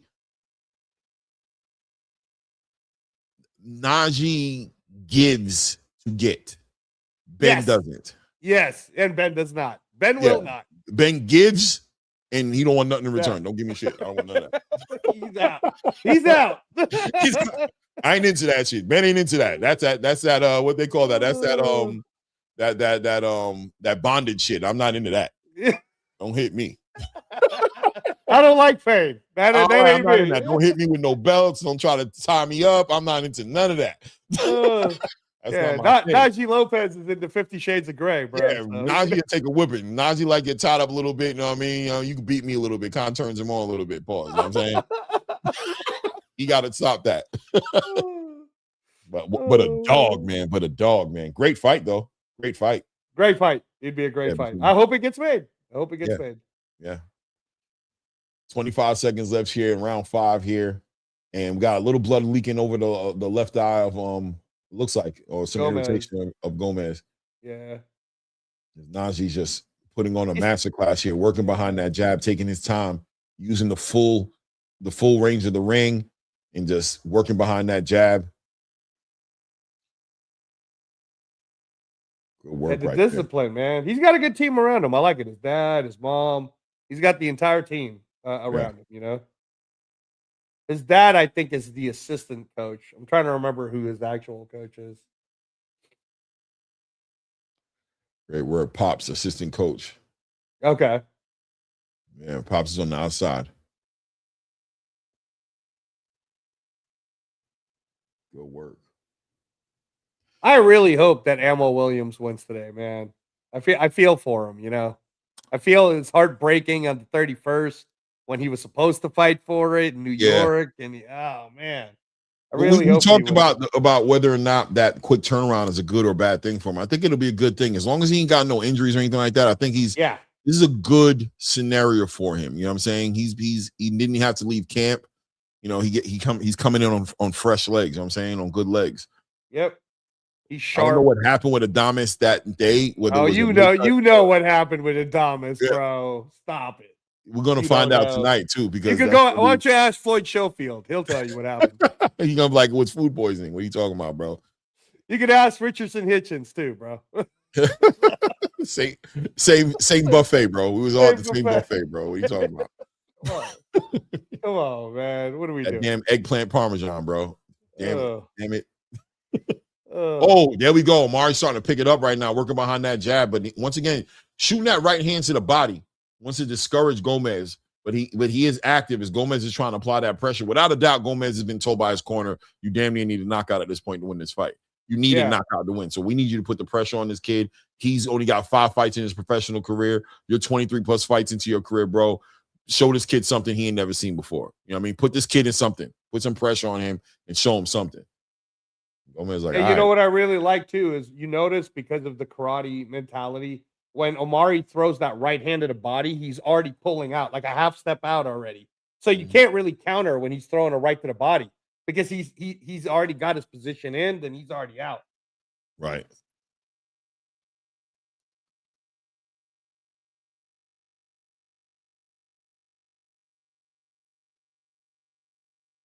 Yeah, Omari should definitely showing all the growth that he's had in the past 5 fights. I like it. Yeah, a lot of patience, man. And the physical attributes, he's going to use them. He's going to use that length. He's going to use that reach. He's going to use that height. Nice work right there. Gets up under that left hand, catches it right on the gloves. See, I wish Abdullah Mason would have been more like this when he was coming up, because Abdullah just always wanted to get in a fight, bro, and then he would blow people away. Yeah, he would blow people away, but it's kind of like, yeah, man, but you're not growing, because I'm sure Omari could blow this guy away too, but he's kind of like, no, I'm going to stick behind the game plan. Yeah. I'm getting better. I'm working on my boxing. I'm getting rounds in. I'm not just trying. I'm winning these fights, but I'm not trying to knock everybody out per se unless they give it to me. I'm trying to box. I'm trying to stick to the game plan. Right. It's like Devin to a certain degree like that, right? Like we worked on in the game plan. That's what I'm doing here. I don't care. That's what I'm doing. Right. Using my movement. You know what I mean? Using my reach, setting up my shots, and it is what it is. We get knockouts on the back end of that, that's successful, but I'm not going rogue in here and just get this guy out of here because you guys see that I can do it. Right, exactly. 20 seconds left here. Look at that. Telegraphing the big right hand by Gomez right there. And Omari sees it from a mile away. Great work right there. Doubles up on that jab. Level change, right? Up top, boom, straight to the body. Big right hand over the top. Or he'll double up on the jab and shoot that right hand straight to the body.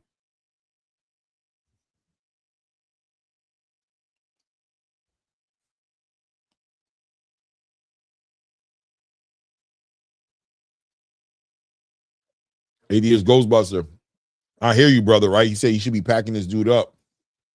You see what he can do. What Omari's showing is how his discipline on doing what he came to do, which was box this guy. He's not going to go rogue from the game plan. They're going to use this veteran to get Omari some valuable rounds in. Because if he goes in there and just starts knocking everybody out in the first 4 or 5 rounds, eventually it's kind of like Moses Atama a little bit. Moses Atama is a fighter who's not been able to get the rounds in. He's just cleaning everybody up. But now look at the conversation for him. They're talking about putting him in with Usyk. Right. I don't like the idea of him going into Usyk without him having at least one 8-rounder. Like I agree. 8 rounds, he's gone. You know what I mean? I agree. Abdullah Mason went into the Sam Noakes fight, knocking everybody out, and we got nervous. He was like, damn, he went right into a 12-round fight, and look how hard it was for him. Yeah, exactly. It was 7-5, guys. Let's not act like Sam Noakes got beat up. It was a 7-5, 7-5 across the board. Do you think experience played a little bit in there? Big time, dude. I think that if Abdullah moved the way Omari Jones is moving right now, he probably would have had an easier fight against Sam Noakes. Yeah. So it's important to get these rounds in and take advantage of these moments to be in a boxing match where you can work that jab and work your movement and set up your shots and get your timing down and that rhythm down. Right. It's not about this fight. It's about the big fight. The big picture, right, of it all. Yeah.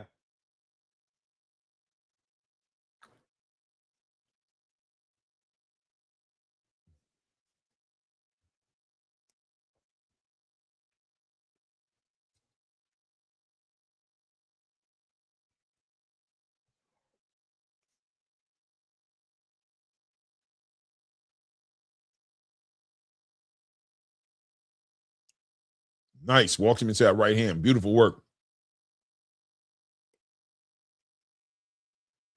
Minute 50 seconds here in the 7th round here. And this is Omari Jones' first 8-round fight, so he wanted that 8 rounds. He's getting it in. You know what I mean? It's layered up. You know what I'm saying? Like, he can still knock this guy out, though. You know? Oh, yeah. He might just knock him out next round or the end of this round. Right. He can, but you know what else he's in? He's going to get 8 rounds in, 7 rounds in. You feel me? Think about it. Abdullah Mason, pay attention to how Abdullah Mason was moved. You know what I'm saying? Like, he got in 8-round fights, 10-round fights, but he didn't go to full 8, 10. He was knocking dudes out in 2, 3 rounds. So it's like, even though he's getting these fights, he's not getting the experience of being leveled up. Now, you're a real G when you can come into a fight like this, know you can get the knockout, but get the rounds in. Right. Well, people might want to criticize you, but you know what I'm saying? We know what we know. Plan. The man is 5 wins, 4 knockouts. We're not questioning his ability to stop somebody. Yeah. The other thing too that I like is the way they moved him is he's in that in-between weight, right? He's not 147, but he's not 154 either. He's always weighing in at like 149, 150. For this fight, it was 151. Right. So, until it's time for him to actually fight for, I don't know, like a regional title at 147, I'm wondering if they're going to make him a 54 or 47. Yeah. I don't know, man. Depending on his nutrition, it seems like the catch weights are going up. They don't seem like they're going down. Yeah, that's true. Like he's not working his way towards 147. It doesn't feel like he's working. You know what I'm saying? Man, I feel like, though, can you imagine this kid at 147, as tall as he is? Good contact balance, Oh, yeah. Yeah, I don't know. I don't know what their plan is, but if it's at 47, we got one that's going to be very dangerous. Very dangerous at 47. Let's see if he turns up for the crowd. Let's see if he turns up for Atheist Ghost in the 8th round, man. Let's see if he does it for you. You know what I mean? See if he delivers something for the fans, man. He got his rounds in. Maybe he turns up in this round. Let's see what he does.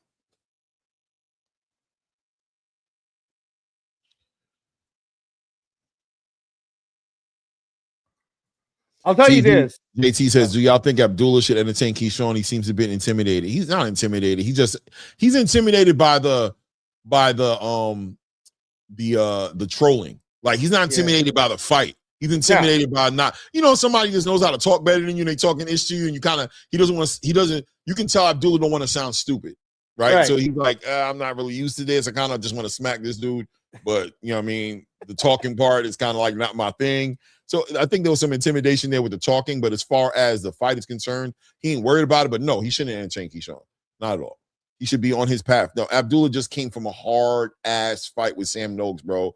He became a champion. He was the youngest champion, is the youngest champion right now in the space. He needs development. Abdullah Mason still needs development. People could look at him how they want. He is not ready for those big fights. And he's a champion right now. So he almost is cornered into making the big fight. So he's got the big fights coming to him regardless.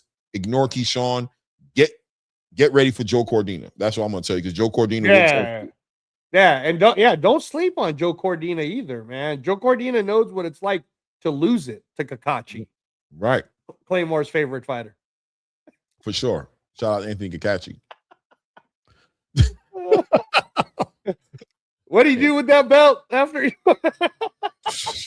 I don't know what he did. He used that shit as a doorstop. Oh, man. Well, he got it back. Oh, man. 2-minute mark here in the final round here, as without doubt Amari Jones is coasting to a victory right now, but he's still staying very disciplined behind that jab, still keeping him very honest with that right hand.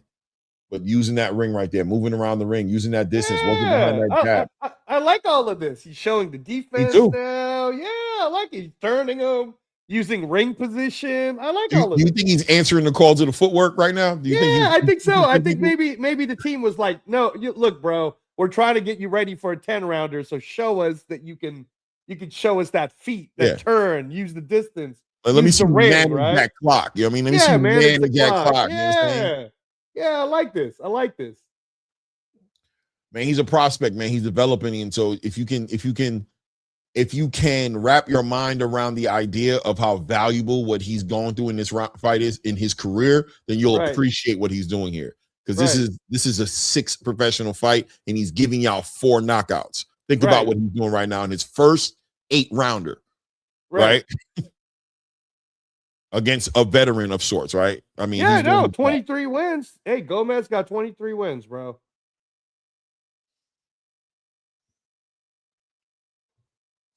$40 seconds left here in the round right now, as he's coasting, using that ring, that ring, that movement, and this whole fight, Gomez hasn't had any answers to the puzzle that's been in front of him, which is cutting this ring off. And cutting the range down to make this a mid-range, close-range fight. He hasn't been able to answer any of those questions. Yeah. Beautiful work. Walked him right into that nasty lead hand right there. Yeah. No, I love it. I love this. Nice work. I like all the turning. He's understanding ring position. Now, you know what might have happened, honestly, is his team might have said, we need to see you in a shutout. Like, let's see you go 8. Where you're working on everything that we're working on. Looking at walking away. Yeah. Oh, man, this was great. I like it. I like it. I enjoy it. He frustrated the shit out of Gomez. Let me tell you something, man. He did his thing, bro. I enjoyed the fight. He did his thing, man. Yeah. You look at ABS Gonzalez says, now we're not getting KOs because we want to get rounds in. When you're a prospect, yes. Yeah. Yes. You don't understand that. When you're a prospect and you're developing, Moses Tama could have used a fight like this. Right. But he didn't do that. He entertained you instead. So now he's gonna go into Jermaine Franklin next week. We're gonna find out. And we're gonna find out, right? But if he fights someone like Usyk might pack his ass up because he hasn't gotten his rounds. Trust me, if he packs him up, you know what they're gonna say? He never got the rounds in. Yep. He didn't know how to deal with it. That's what they're gonna say. So I know it's hard to understand, but hang around ABS Ghostbuster. I hope you subscribe to the channel. Walk the journey with us. I promise you, here, if you get anything from it, you'll get some perspective on development, and you'll get some perspective on the war of attrition. We're Yeah. going to bring that because I understand the immediate effect of getting that dopamine to drop when you see a knockout. I get that. I'm right there with you, right? Right. But I watch prospects differently than I watch contenders, and I watch champions different than I watch contenders. I watch, you know what I mean? There's levels to this game, and there's ways you fight. Right now, Omari Jones is not fighting to be a prize fighter. He's fighting to be a contender. To be a champion. Yeah. Well, a contender to be a championship. To a champion. So he's developing himself. 5 fights into his professional career. He wants to get the rounds in. He wants to find out who he is. He's growing. He's still young. He's tall. You know what I'm saying? He has holes in his game that he wants to patch up. So these fights right here ain't for the money. It's for the experience. Right. And again, man, honestly, I liked also that Omari is listening to his corner, because how many times have we heard the corner of Abdullah Mason, including his dad, telling him, bro, I need you to box more, and Abdullah can't help himself. He's like, I want to kill this He's walking guy. over here and shake his hands. He's upset. He's not even going over to shake his hands. It's okay. It's okay. It's all good, bro. He's upset. Let me see. Kaizu 953 says nobody asked Morrell to get rounds, and he gave Benavidez the toughest fight of his career. You know, let me tell you why. It's because Morrell had so many amateur fights, bro. Thank you. He has all those rounds. Come on, man. Stop it. Yeah, Stop they it. don't. And don't let me and Clay start talking about how Benavidez had a hard time with Morrell. Don't let us do that. This will turn into a whole nother podcast, bro. Yeah. Don't let us do that. No, Once again, experience, man. Experience, man. That's all I'm saying, right? It matters, man. Atheist Ghostbuster says you get rounds in sparring. Your stock does not go up going the distance with the gatekeeper moving up to your weight class. I'm not a casual. I didn't call you a casual. Yeah, nobody's calling you a casual. You ain't got to get in your feelings, brother. But what I am saying to you is there's a process. Isn't fighting. There's a process. I'm sure Moses Atama got a lot of rounds in. I'm sure Abdullah Mason got a lot of rounds in sparring. But it's not the same as being inside that ring with 8-ounce gloves on or 10-ounce gloves on. You know what I'm saying? Wherever you're at. So it's not the same. And look, man, the fighters are, you know, if you listen to Omari Jones, I don't even know what he's saying right now. Let me see what he's saying. Maybe he might speak on it. Yeah, maybe he'll say something. Let me see.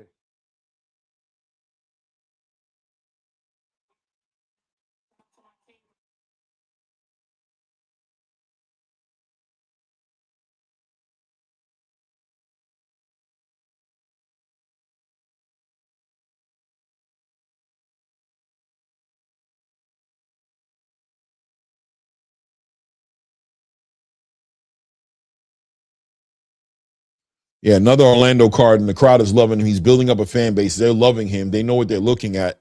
But going back on to what I was saying here is, you know, Abdullah Mason, I'm sure, got a lot of good rounds in. Moses Atama's gotten a lot of rounds in, but it's nothing that's going to replace what's happening inside that ring. Now, listen, man, Omari Jones could be one of those headhunting guys who's going in there looking to knock people out inside of, you know, early in his career and make his whole career about knocking people out that don't even have no names.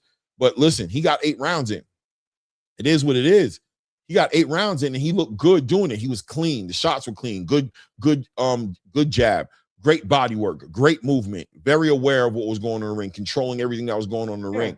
Even the adjustment, you know, I mean, to Omari Jones's, this is coming out of Omari Jones's mouth. He felt that was his best performance, and I agree, because in the second half of a fight, which in an 8-rounder, we talk about this all the time, Clay, there's the first half of a fight, then there's the second half. And what did we see Omari Jones do in the second half of the fight? He adjusted. Remember, I was talking about the hands being a little loose in the first half, and then he right away adjusted it. So this is a learning process, man. I like everything I'm seeing about this kid. Now, Kai, too, right? I like that you said that, right? So let's speak to it, because I believe that David Morrell experience is the reason he lost that match against David Benavidez. As much amateur background as he had, look at how. Do you think there was a coincidence in the fact? Why do you think David Benavidez and Jose Benavidez Sr. was saying this guy's just not ready? Most people, a lot of pundits in the space said David Morrell wasn't ready. Why? Because he was knocking everybody out in the first 2-3 rounds, all the way up until that point. He didn't have the experience to deal with David Benavidez. Once it went past round 5-6, it got to be a foreign place for him to be in. Look at the lack of chemistry between David Morrell and Ronnie Shields in that fight, where Ronnie couldn't even really take the instruction from Ronnie Shields that well. Ronnie knew it. He was like, damn, this dude is kind of going rogue a little bit. Why? Because he was freestyling, saw him dance, doing a little showboating, trying to make up for where he was coming up short at rather than get fundamentally sound and let his hands go at certain points. So that was a competitive fight for David Benavidez. Maybe his most competitive fight, but that being said, right? So there's nothing that's going to replace those rounds in the ring. You don't got to believe me. You don't got to agree with me. Let's keep watching boxing together and let's see the difference between these fighters. Is there an argument there to say that who Terrence Crawford was based off the experience that they tried to throw shots at his resume, talking about who he fought against? But there's an argument there to say that he fought against the more fundamentally sound, difficult fighters than other fighters who might have fought, like Errol Spence, who fought, punchers, people who came in there to try to outpunch with him. They didn't force him to go in his bag and add those wrinkles to his game that Terrence Crawford was forced to have. Terrence Crawford has a lot of wrinkles to his game based on the adversity he faced in his career as a boxer. TV JT says, also not placing yourself in danger with a guy who has 26 wins and 21 KOs is smart. Hallelujah. Dominance can be displayed in many ways. He didn't lose a minute of this fight. 100%. Kermerdigan 8 says, who does everyone got for the next fight? What the next fight going to be? I think we're waiting right now. If Lester Martinez is the fight that's coming up next, that's probably what I'm calling, not the next fight. Unless I hope it's not Carlos Adames and Ammo Williams getting ready to get in the ring. Yeah, let me find out. Actually, yeah, that'd be crazy if they both fighting at the same time. Oh my god! Oh man, I could see them putting Omari Jones as a co-main event though, because that was his home stadium at Caribro. Right. That would suck, Clay. They're gonna put them at the same time, bro. That's gonna be so difficult. I'll be right back, man. Hold it down. All right. Yeah, guys. This one, I mean, again, great for boxing, right? Me and Clay, we talk all the time about how with what Turkey Al-Sheikh has really done from 2023 to now is there's so many avenues for all of us to watch boxing now, right? You have the Zone, you have Pro Box, you have Paramount Plus with Super Boxing. Netflix is getting into it. So today was one of those days that where you're like, oh, there's boxing this morning, which was my bad. It was Tyler Denny versus George Littard, Giorgio Vicioli. That happened with Nisei Sauerland's promotion over there at the Zone. A good card, well put together card with that. Was that Nisei Sauerland's card was yesterday with Mick Conlan. Today's was Matchroom with the Zone. And then, it rolls right into the Caribe Royale. And then we have this card with Ammo Williams versus Carlos Adames. And then we have Pro Box with Lester Martinez versus Aleem. This is going to be great. This is awesome. Like I got two. I don't know if you guys are doing this. I have two different screens on. It's within my own eyesight. Clay's doing the same thing. We're just really hoping that the one fight starts before the other one so we can call both for you guys. But we'll see. They're going over the schedule right now on the DAZN platform. Moses Talma versus Jermaine Franklin is next Saturday. The week after that is Chisora versus Wilder. Then the next month, May 9th, they're talking about it's got Fabio Wardley versus Dubois. And then May 23rd has Alexander Usyk versus Rico Verhoeven. Diabolical. That's for the WBC title. I don't know how. And then supposedly that's where Dimitri Bivol is fighting Michael Eifert, his mandatory for the IBF. So we'll see what happens there. We're looking on the Pro Box. If you guys are on YouTube, either Fubo Sports TV YouTube or Pro Box TV YouTube, we are looking at Team Terrence Crawford warming up and stretching out Lester Martinez. So, hey, J Pit City, there you go, bro. Yeah, that's how you do it, man. That's how you do it. We appreciate it too, brother. We appreciate it. We're happy to have you on the conversation, J Pit. Happy to have you on. Yeah, very exciting. Lester Martinez, I was there at the arena for the Terrence Crawford Canelo fight, and I was telling Clay when I was there that everybody got pumped during that Christian Mbili versus Lester Martinez fight. Like the 70,000 that was there, including me, right? The arena was pretty filled out. It was already at, I think, like about 68,000 when Christian Mbili versus Lester Martinez was up. And that whole feeling being there, it was a vibe, man. It felt like a Super Bowl. It was crazy exciting. So yeah, no, I don't know again what politics happened to not have Lester Martinez get a rematch with Mbili, but at the end of the day, we get to watch Lester Martinez close the show, hopefully become the interim, hopefully, and then I am hearing word. I can't confirm it with you guys right now, but I keep hearing word that Mbili Canelo might be the Riyadh card in September. We'll see. That's the first Canelo Promotions card. So is that what you're hearing too? Yeah, I've been hearing it, man. I'm asking, obviously, but I keep hearing it. I'm asking it from the peeps, and they're like, yeah, they're working on it. They're working on the contract. They're working on it. Yeah, Lester Martinez kind of spoke to it a little bit. And I was like, did he kind of prematurely speak to that? He was like, yeah, I want the winner of that. And I'm like, winner of that? What do you mean? They fighting? It's not all the way done yet, though. We'll see. Right. It's not all the way done yet. We'll see. Well, I mean, kind of like Rolly Haney's not all the way done yet. It's in the streets. That's what they're talking about. Right. Unless you heard something different about Rolly versus Haney. Okay, yeah. Nope.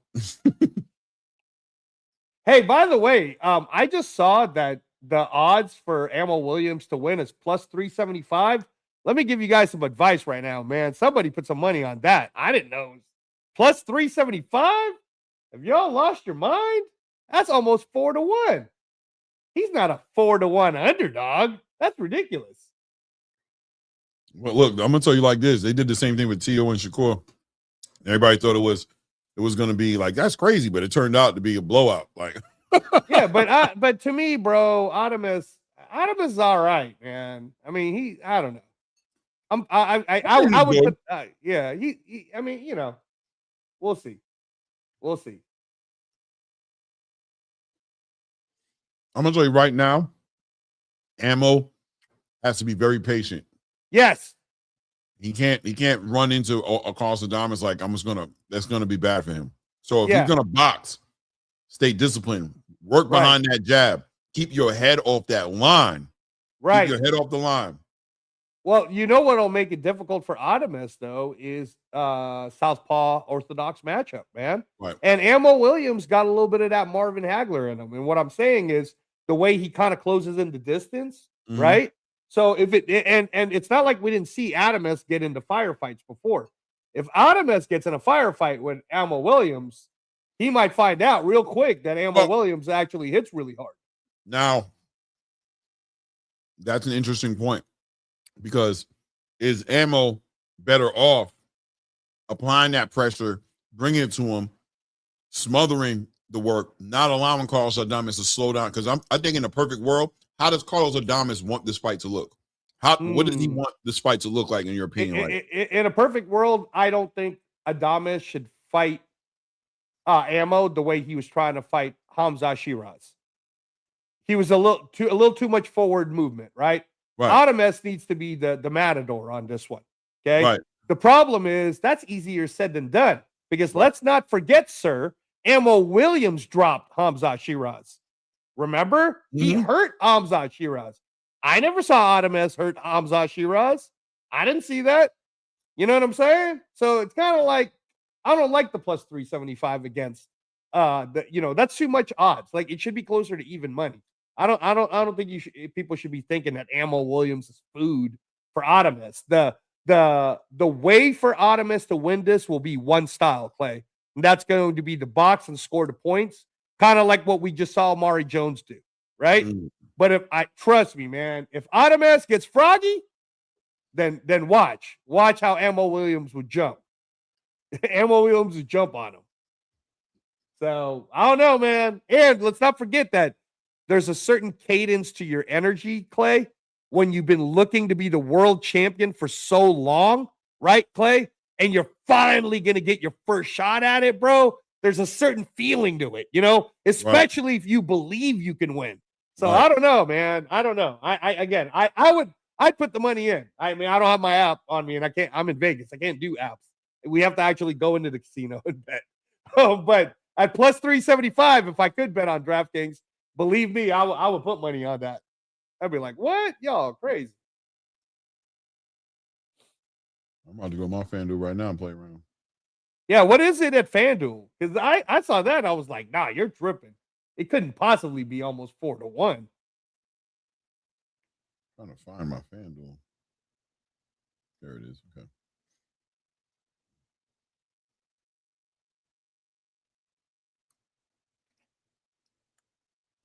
Let's see here.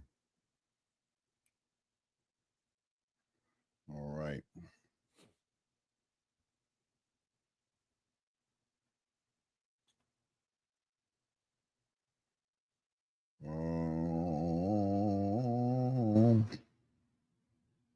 Wait till I get my money right. Mm-hmm. Hey, I like Emma Williams. Yeah, they got Emma Williams at plus 290. Oh, it's 3. Now it went down to 3-1. That's still, I'd still put money on that. That's 3-1. So that means if you put 100 in, you get $390 back because you're gonna get your 290 plus the 100. You get 290 back. Yeah, you're 390. No, you get 390 back. Yeah, you get your 100 back, bro. 290 profit. Yeah, that's free money. I'd take that. Thank me later, Clay. I would do that. But I definitely would have done it with what they showed on DraftKings. I was like, plus 375. Y'all lost your minds. Look at how Ammo Williams is walking in the ring, bro. Looking like Flash Gordon.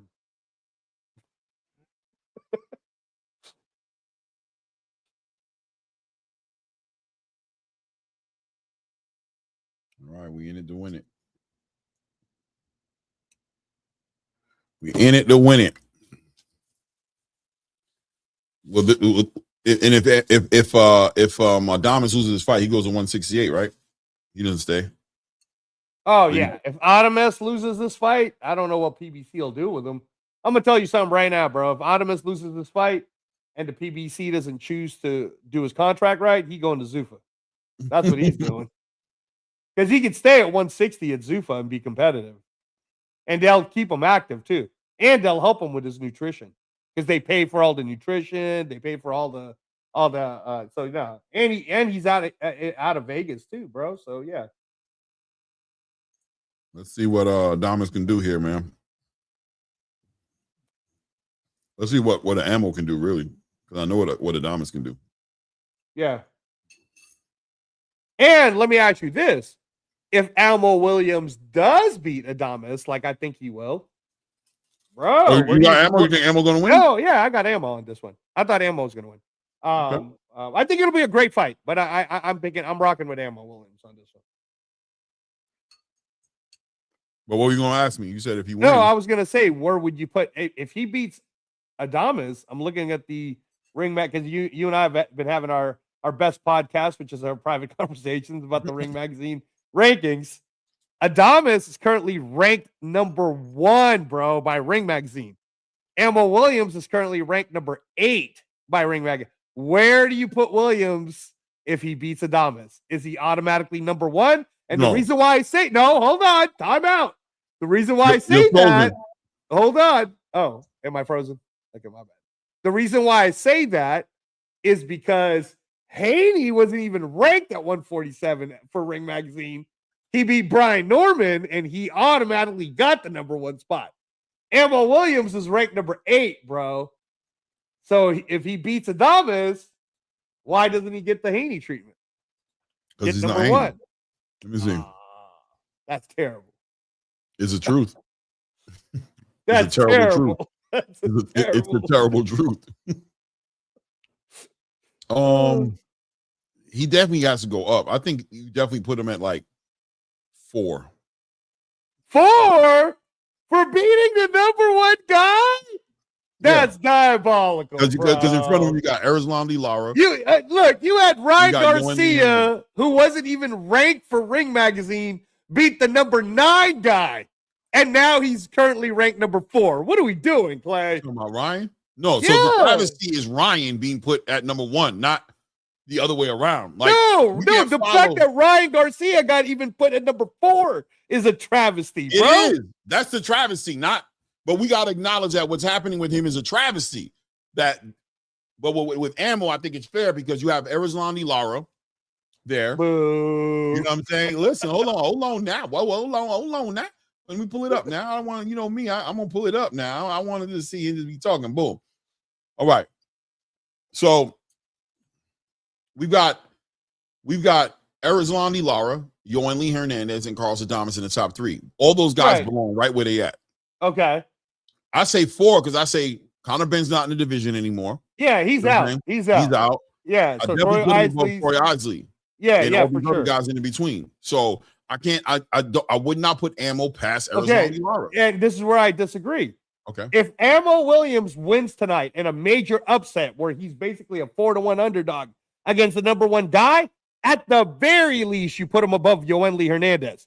Because Yoeli Hernandez is fighting against Terrell Shaw, bro. Okay, I'm cool with that, but okay. Yoeli's number 2. So if you're gonna pull, so then put him at number 3 then. So then put Carl put Ammo Williams at number 3 because I'm not putting him ahead of Erizlandi Lara. He got to beat Erizlandi Lara. Okay, so then you got to then put Erizlandi Lara at number 1 and then put Ammo Williams at number 2 because I'm not going to have Yoeli Hernandez. Okay, you know what I'm trying to say? Okay, right? Okay. Then bump Erizlandi Lara up, right? Okay. But no, bro, I'm not going to be upset if hey, listen, Doug Fisher, if you listening to this right now, bro, I know you listen sometimes.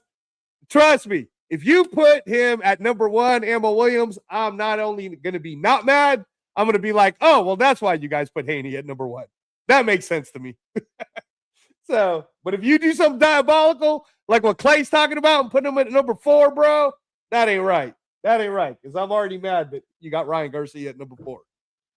You got Roley at number 5. Ugh. Yuck. Here we go, Clay. I'm okay with number 2 behind Erizlandi. Here we go.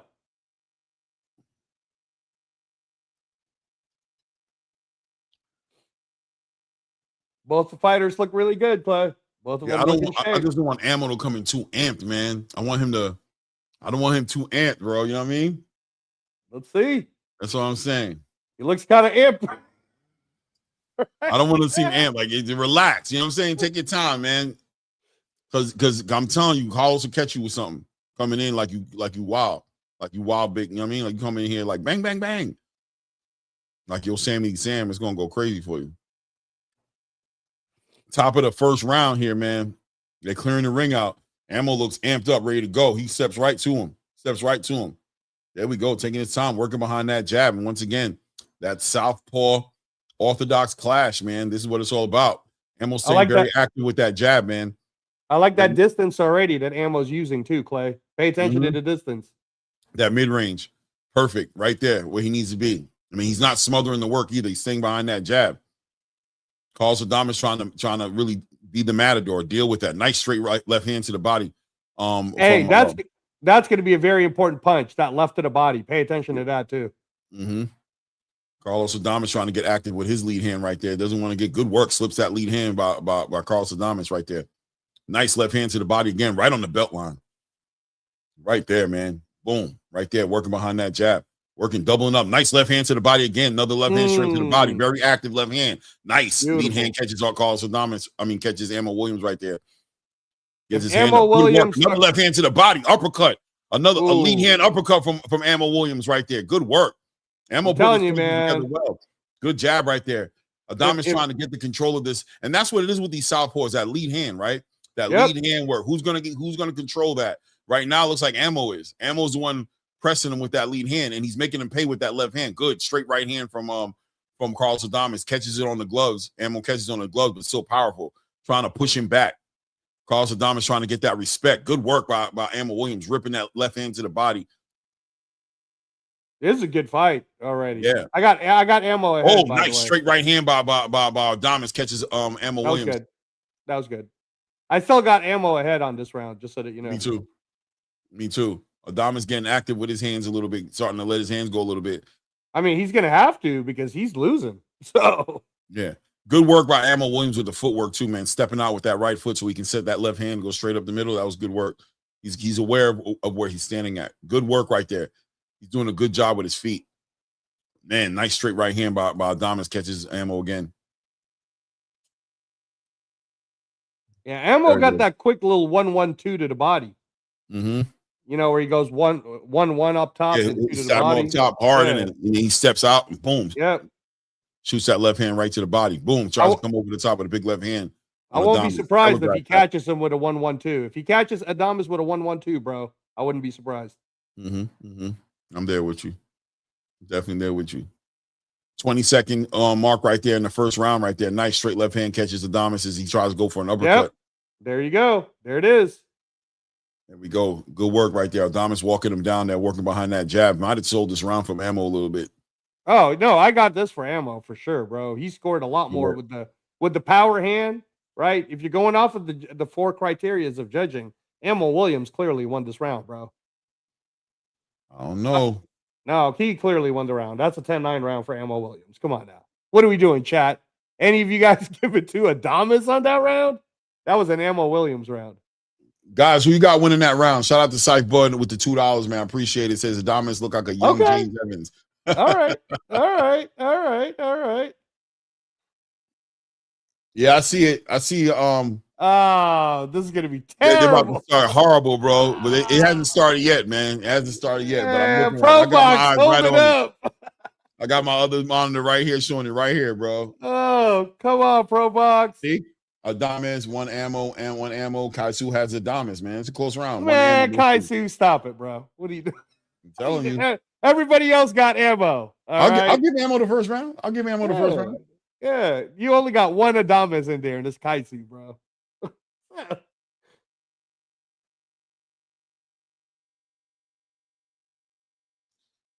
I mean, but I'll tell you this though, the momentum was switching towards the end of that round.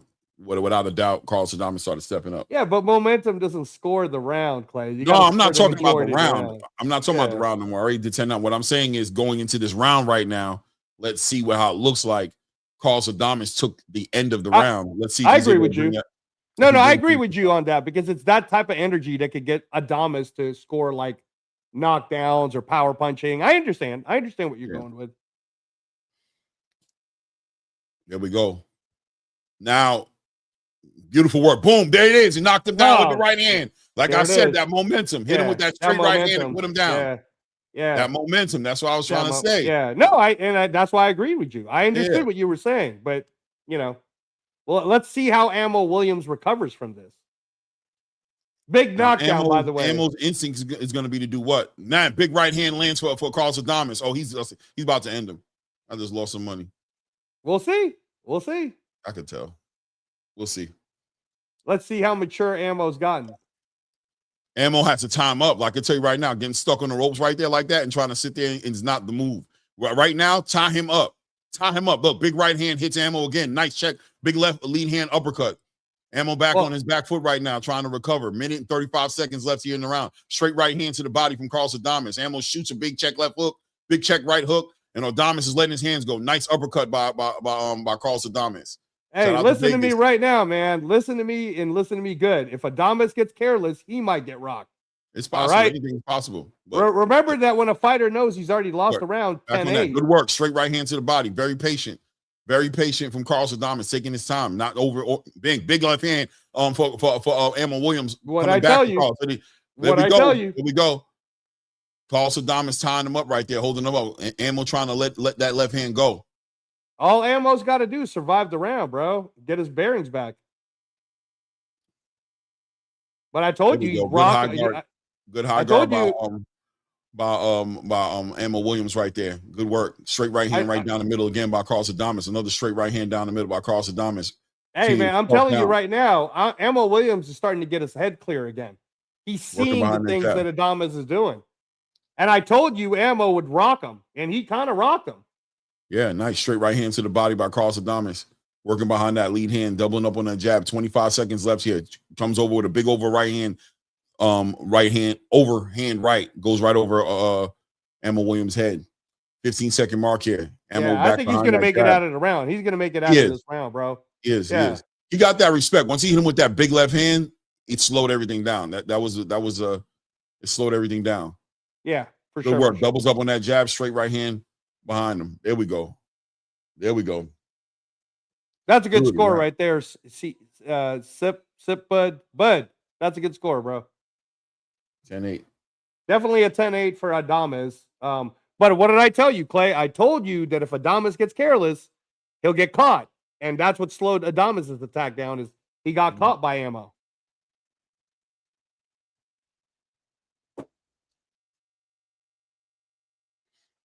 Good work. So right there, yeah, he doubled up on that right hand, man. Ammo Williams has right there. He got slick because he kind of got wild with his punches a little bit. So the short, straight punches by Carlos Adames was a difference maker. Straight right down the middle, caught him right there on the chin. Now, once again, shout out to Ammo Williams for being able to get that respect by hitting with that big left hand. But if that left hand didn't connect, his instincts to just, hit him with big power shots is cool, but be careful. Salida's giving those last bits of instructions. It's the beginning of the third round right now. Ammo back on his front foot, back on that jab. This is where he's good at, though, on that jab. Staying behind that high guard, working behind that jab, and throwing that left hand to the body. Let's slow down Carlos Adames, who's the more athletic guy in there right now. He's a slicker guy, the more experienced guy. Good work by both gentlemen, actually. But Carlos Adames doing a good job of slipping those shots, man. He's slipping those shots, getting his head off that line and shooting that right hand. Good work. Good straight left hand by Ammo Williams right there. Back behind that jab.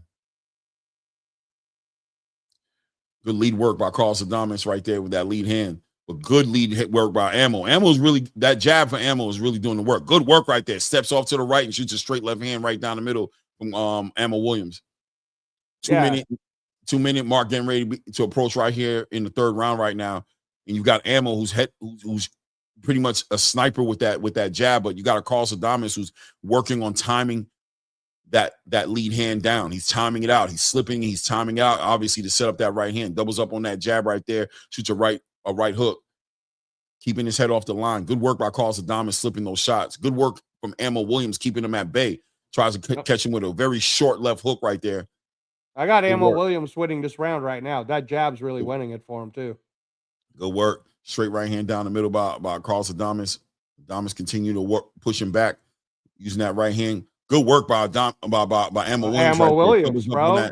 On that left hand to the body, and then comes right up with an uppercut and then shoots that left hand right back out again. Nice straight right hand to the body from Carlos Adames. Straight right hand up top. Good work right there. Keeping his head off the movement. Ammo behind that high guard. Shoots that lead hand out there. Good work. Good work from both of these guys. Yeah, no, it's right here. It's that stiff, educated jab, bro, that Ammo Williams is winning this round because of that. I don't think he's winning the round. I got him winning the round, bro. Watch Chris Mannix say the same thing. He's winning the round. He's kept everything defensively tighter because Adames is looking for the counter, bro. And now Ammo knows, hey, I'm gonna keep everything tight. Good work behind that jab, straight right hand, catches him on the gloves. Ammo looks like he wants to let something rip so bad. He got this look like he's holding back, like he wants to let something go. But I mean, shout out to him for being patient. But good work by Carlos Adames slipping that lead hand and counter punching with that right hand. It's straight and it's clean, doubling up. There he goes. That jab is snapping Adames' head, bro. No, Ammo won this round.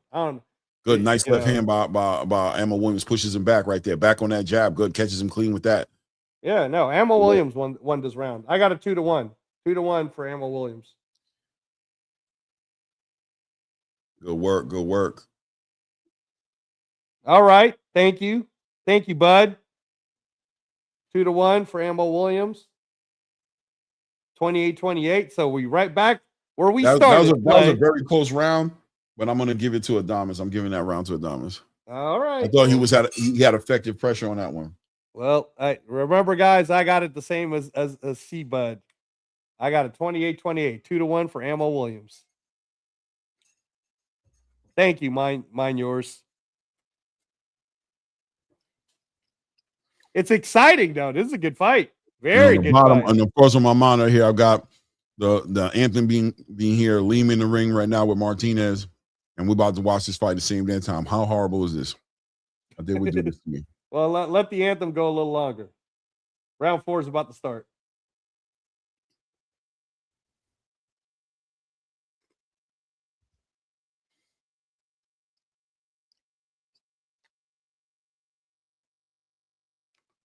Let's go. Back to the center ring right now. Emma Williams back in that hard guard, working behind that jab. Carlos Adames trying to slip that shot again. Good work by Ammo now, letting these shots go. He's putting the punches together now. Good work. Ammo putting the punches together now. He's letting the 2s and 3s go. Now, beautiful work by Ammo Williams with a lead uppercut followed up with a straight left hand right there. Carlos Adames trying to apply that pressure and walk him down right now. But Ammo Williams, a very confident fighter right now, knows his hands can go. And he knows he can hurt this dude. Nice straight right hand right down the middle. Fast right hand by Carlos Adames right there. Ammo responds with a short left hook. Adames catches it on the gloves. Low blow. Oh, Carlos Adames hitting that body up. That's slow, bro. That's low. That's low. When they showed this on the replay, he hit him low, bro, like in the balls. Like, that was low. That was low. Take 5 minutes, young buck. Take 5 minutes. Nah. That's a veteran move by Adames. I saw what you did. You're trying to get to the young guy. Nah, take the 5 minutes, Ammo. Shout out to the I says, I was looking for this live at Claymore Rain. I kept looking for Rain Clay, but I'm here right on top. No doubt, man. I appreciate you, man. Shout out to everybody in the building, man. Hit the like button, subscribe to the channel if you haven't done it yet, man. Ammo Williams was getting a little momentum building for himself right there. Carlos Adames was turning it up and got a little low blow in there. Hopefully he doesn't throw too much of the energy off. Let's see. 2:17 mark here. Clock starts up again here in the 4th round right now. Very close fight. Keep in mind, guys, Ammo Williams got knocked down in the 2nd round with a right hand. So there's a 10-8 round involved in this. He's being way more fundamentally sound. Also way more urgent with his power. Carlos Adames trying to manage it. Slip, be the counterpuncher here. Good work by Ammo, just letting his hands go right there. There we go. Carlos Adames trying to manage the aggression of Ammo Williams right there, working behind that jab and trying to slip and shoot that right hand right up the middle. Good work right there. Nice straight left hand down the middle by Ammo Williams.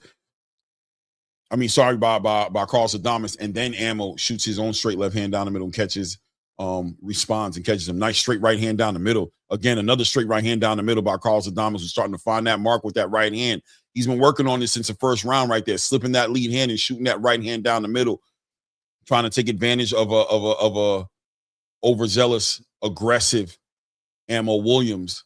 In his mind, he believes he can touch him with something bad and hurt him. But that low blow really affected him, though, Clay. Quite possibly, yeah. Welcome to the game, man. Time to play the game. You know what I'm saying? As Carlos Adames continues to work behind that jab, but continue to apply that pressure, even without letting his hand, nice straight right hand, man. Beautiful. Nice check left hook. Boom. Straight right hand to the body. Doubles up on that body. Continues to work that body right there. Low blow or no low blow. He continues to work that campaign to the body.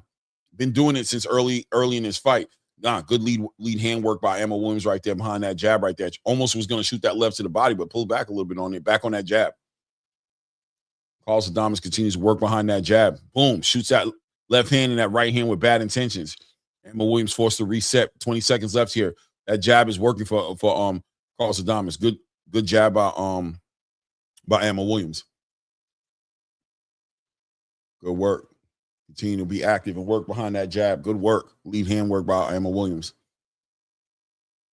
Still Carlos Adames keeping his head off the line, trying to set up that right hand. Yeah, big check, big swinging check right hook from Ammo Williams hits nothing but air. Yeah, that's a tougher round to judge. But you know what I'm gonna do, because it's such a close swing round. I'm giving it to Ammo because I think the judges are gonna remember the low blow. And you're right. You're right, by the way, JP City. That's a cheap ass veteran move. But of course, if you can get away with it, then you do it, right? So yeah, he said I would have done it too. That's part of the game, bro. That's my little edge. That's my thing I do. Yeah. That's experience. But I'm writing down my scorecard. I got a 3-1 for Ammo. Because that's a swing round, so if you want to give it to Adames, you can. But that one could have gone either way, just because I'm gonna go with 3-1 for Ammo Williams, though.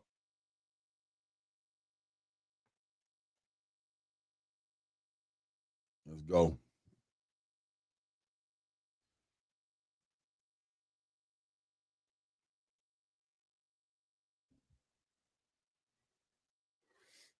Let's go. Let's go. Let's go. Top of the fifth round. Fourth round. Fifth round? No, Fifth round. Top of the fifth round. Yeah, I got a 3-1 for Ammo Williams.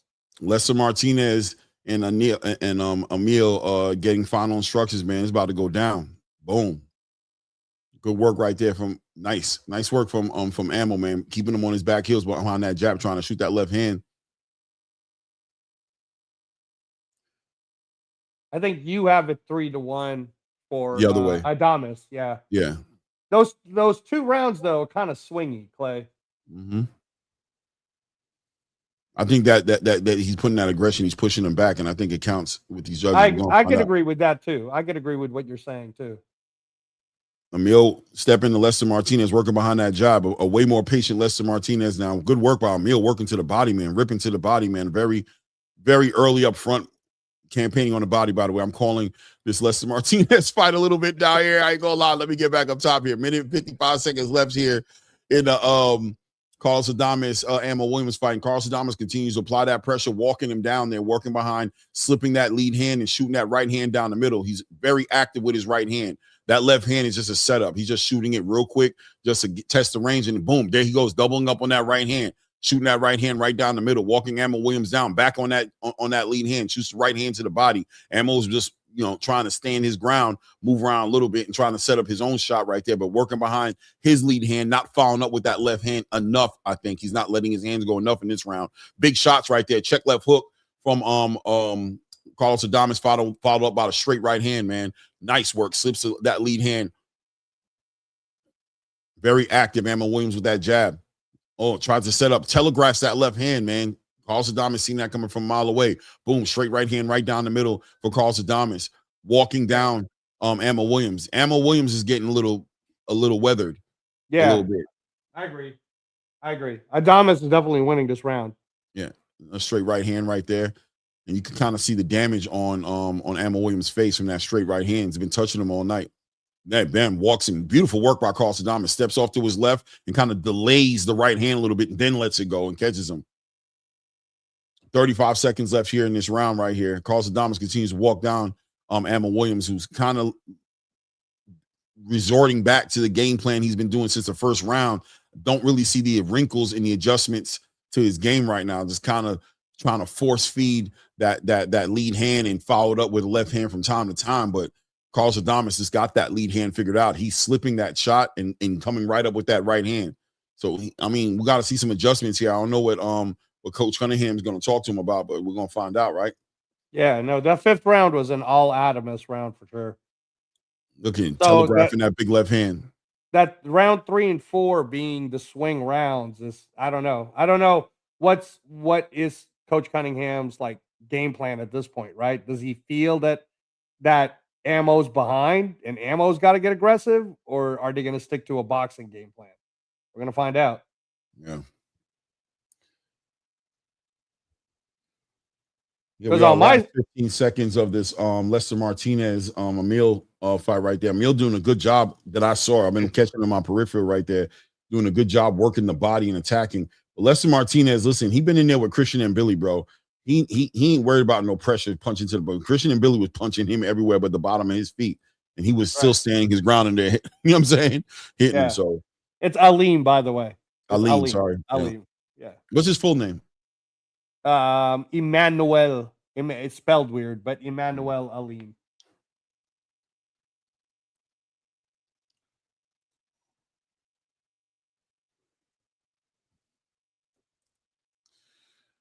Top of the 5th round right now. No. It's the 6th. Top of the 6th, right? 6th round, sorry. Yeah. Top of the 6th round right now. We're at the halfway point. Ammo doing good here.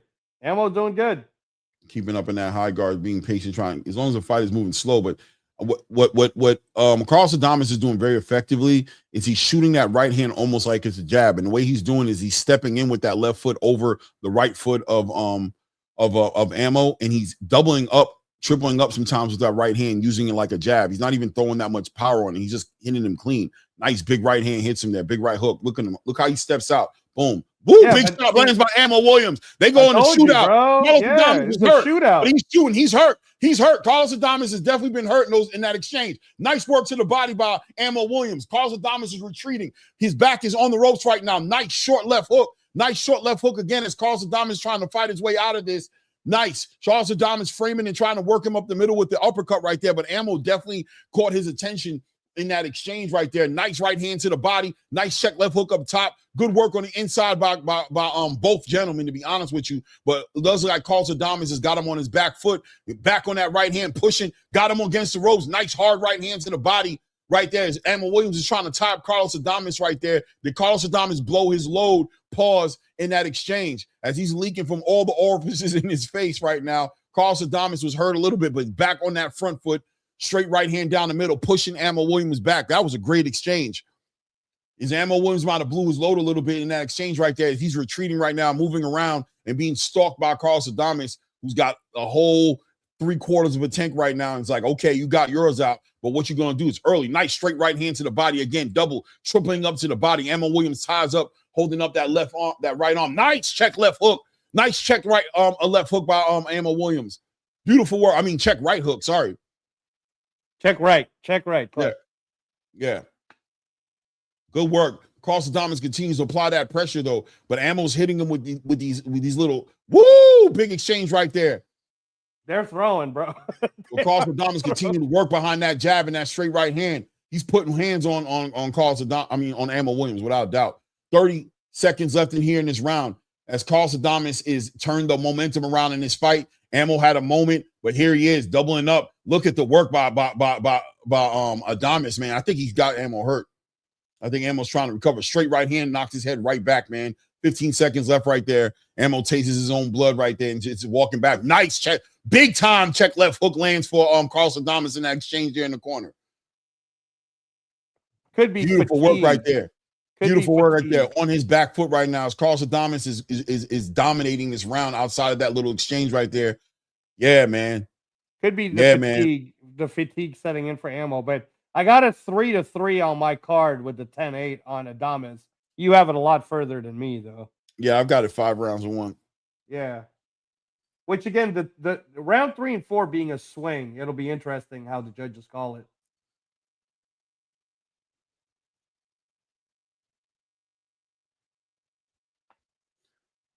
I'm telling you, man, that low blow, you should have taken 5 minutes on the low blow. These guys are throwing down here. Lester Martinez and Anil are throwing right now, man. The crowd's going crazy up in there. I need to hear this sound right quick. Hear what I'm hearing real quick. Yeah, no. Hey, let's not forget that that LA area's got about almost 2 million Guatemalans living there, bro. This is their Guatemalan Pacquiao right here.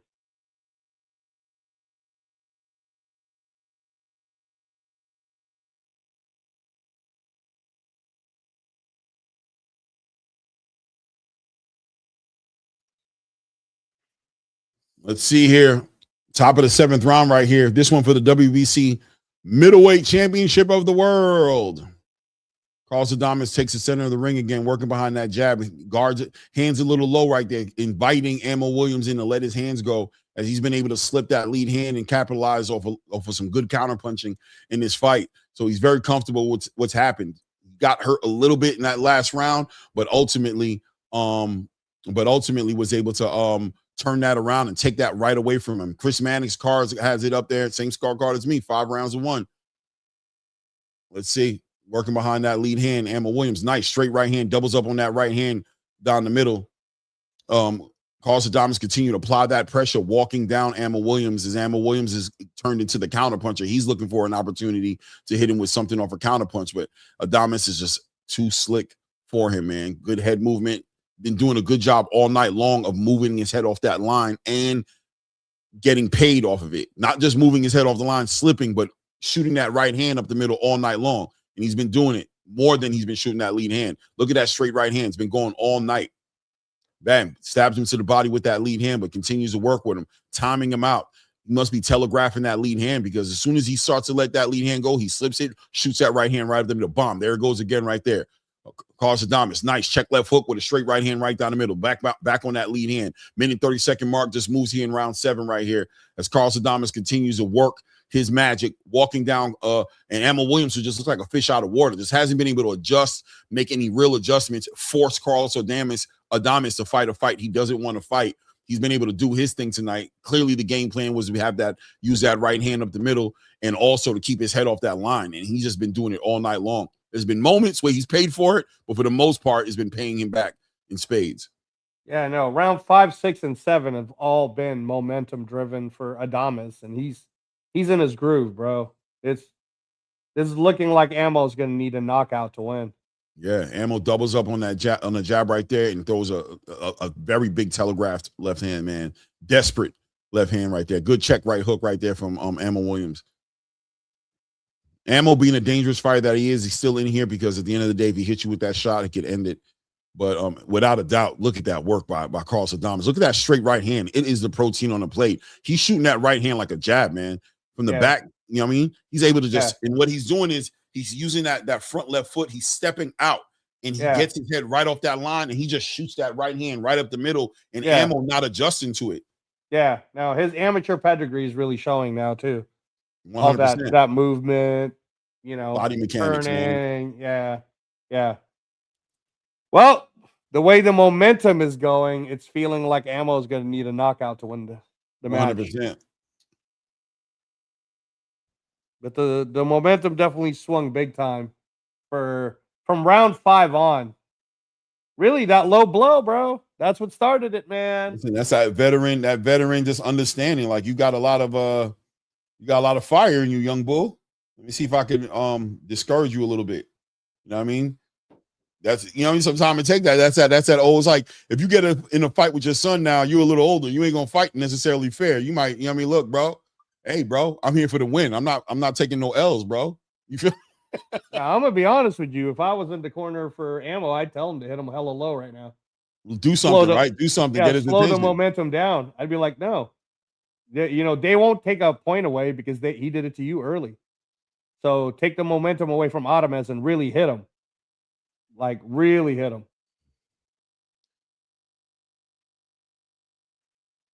I think this round right here, we got to see if Ammo can get his legs up under him. Use a little bit more movement in this round, man. Get your head off that line. He's hitting you with that straight right hand. Coach Cunningham, man, what are you telling him about that right hand? Good straight left hand catches Adames right there. Forces Adames to kind of good work right there. He's trying to be first now. That's another thing. Be first, man. Be first, man. Stop letting this dude just work you back with that jab and that right hand because he's, boom, look at that. Oh, man, good counter punching from Carlos Adames right there. Catches him with a 1-2 right back. Don't back out with your head straight back. Good work to the body by Ammo. Ammo, once again, just trying to force feed the game plan. He's like, I'm going to throw more jabs in right and left hands now. But you need to move. You need some movement. Yeah, no. And Adames, again, the experience that he has, he's gonna eat him work up right here. Martinez and Aleem in the ring right now. 4th round right here. I'm not too sure how the scoring's been going on this, but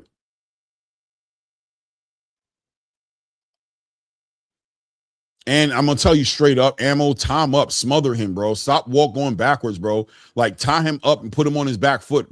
Do your best to get him on his back foot. You can't just keep letting him walk you down. You have no power going backwards. Not as much as you would have going forward.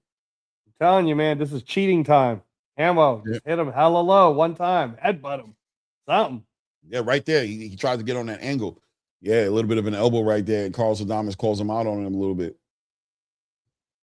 Beautiful jab by beautiful work by Carlos Adames, man. Shoots that right hand and rips the right hand to the body, man. Just fundamentally sound. Big right hand lands for Carlos Adames again. Good lead hand leads for Ammo Williams lands. But once again, that aggression, also walking him backwards like that. The judges are probably reading it accordingly. Yeah, for sure. Minute mark getting ready to pass here in round 8 right there. Nice straight right hand to the body from Carlos Adames. Rips a right hand straight right into the midsection of Ammo Williams, who's sitting in that high guard. Carlos Adames able to get that respect from Ammo Williams now, hitting him with enough shots. So when Ammo's just having a hard time walking him down the way he wants to. There we go. Doubles up on that jab, spins him, hits him with a right hand. Good work by Carlos Adames. Hits him with a 3-punch combo right there. But here comes Carlos Adames right down the middle again, man. Behind that lead hand, straight right hand. Good work. Doubles up on that jab, slips that lead hand, boom, slips the backhand. Gets right up in there. Good work right there. Good short left hook lands for Ammo Williams right there. Ammo Williams continues to try to find something in here, but Carlos Adames walking him down behind that jab, just taking his time. Yeah. Ammo's just standing right in front of him as well, man. Ammo's just not, he curls up. As soon as he sees him getting ready to throw a shot, he tightens up into that high guard. He doesn't grab him. He doesn't move off the line. Yeah. Good check left hook. Good hard left hook from Ammo Williams towards the end of that round. But still, I'm telling you right now, with only 4 rounds left to go, Clay, the veteran, I mean, I don't know. Ammo's being too nice, bro. He needs to hit him hella low, hella hard. Stop the momentum. Because the way the momentum is riding right now, given the last 4 rounds, 5, 6, 7, 8, Adames has been so not only physically dominating, but mentally dominating. He's doing the movements. He's doing the angles. He's using the ring. It's like, bro, his momentum is what you have to stop. That's not necessarily what he's scoring on you, but you got to stop his momentum. If I was on Adames' side, I'd be telling him just box the rest of the way because you already won it.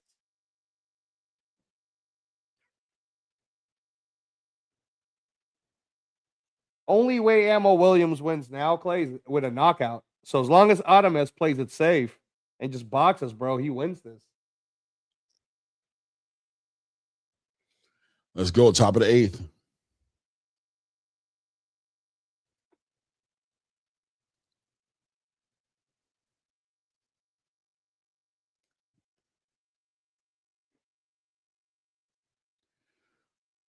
Now Ammo Williams working behind, doubling up on that jab and trying to set up that left hand, shoot that left hand after he doubles up the jab right there. Nice work right there. Shoots a very short lead hand, that right hand uppercut, and then tight with that left hook. Well, Adames does a good job. Look at the work to the body by Adames. Wow, bro. Great work to the body right there. Brings it right up top. That was a great work to the body by Carlos Adames. Short, tough, tight punches.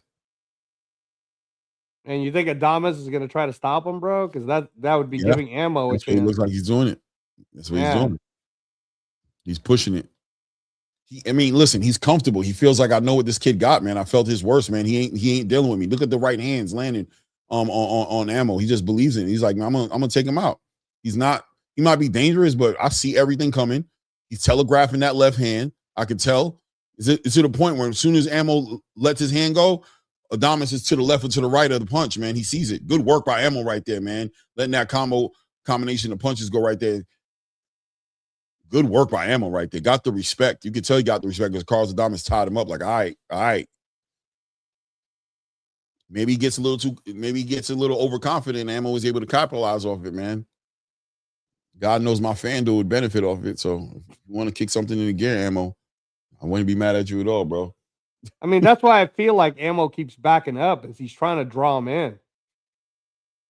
Boom. Playing possum a little bit, right, Clay? Mm-hmm. Look at that telegraph left hand. Telegraphed it.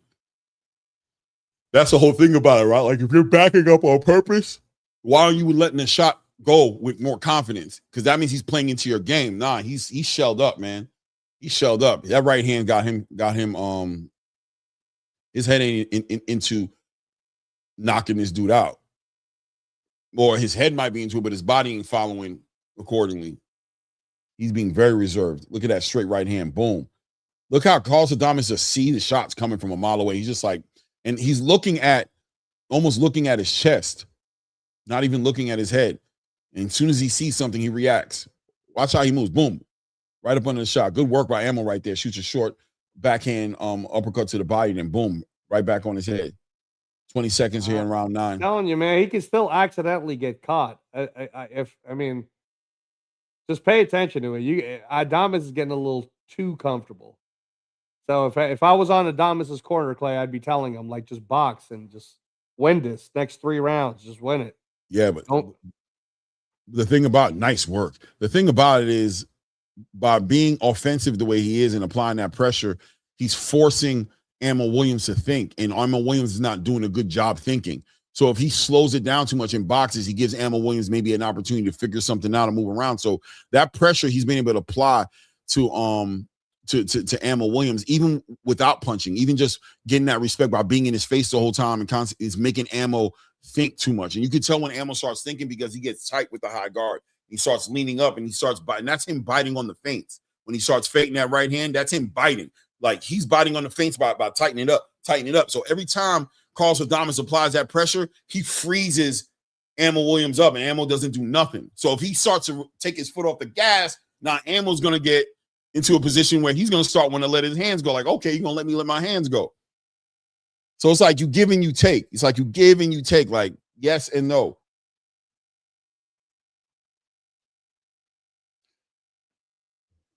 Shout out to everybody in the building, man. Hit the like button, subscribe to the channel, share the channel, all the above.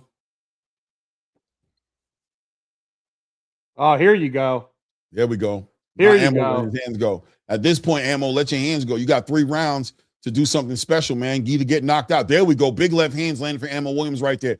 Big shots right there. Big check right hook. Another left hand lands for Ammo. Oh, he's walking him back. Let's go, Ammo. Let's go, Ammo. Get me my money. Get me my money, Ammo. But Carlos Adames right down the middle with his own right hands right now. Straight right hands. Ammo backing up. The thing about it is Ammo blows his load, man. The conditioning is in question.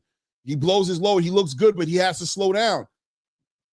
I'm telling you, man, that groin shot, Don't bro. have a snot coming out his nose, Lord child. That man, that mucus is built out straight right hand, man. Ammo gotta let his hands go, bro. Go for it, bro. You might get knocked out, or you might knock him out. Go for it. Well, he won. He's winning the round so far. Adames hasn't done anything yet. Facts.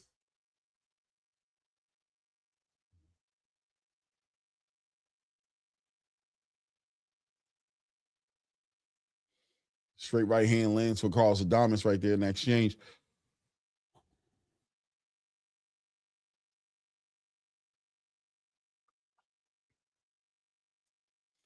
Good work. Carlos Adames got the conditioning of Ammo Williams is going to be part of the conversation about what this fight looks like when it's over with. When he lets his hands go, like he looks all right, but then he got to breathe. He can't breathe. I wonder if he's if he had like any kind of flu or any type of, upper respiratory type of situation he's trying to deal with. Nah, it's because his balls is in his throat, bro. But I mean, the snot coming out his nose. You know what I'm saying? Oh, that snot coming out his nose, bro. That's why I'm saying that. I'm telling you. Like, look at Ammo. He got a lot of snot coming out his nose, bro. Like straight up white snot. That's mucus, bro. That's like that stuff you make your kid cough up. You know what I'm saying? When he was young, bro. You remember when you were the baby, you had to put the little nose plunge thing in his nose and you pull all that snot out? That's what's coming out of Ammo's nose, bro. Oh, bro. I bet you watch. Let's see. I bet you something comes up later about him. I don't know. I have to find out the scientific study on what happens when your balls get pressed to your. That part too.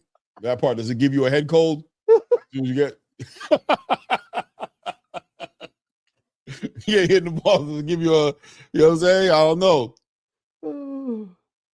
Oh man, yeah. Shout out guys who said Ammo probably smoked. Yeah.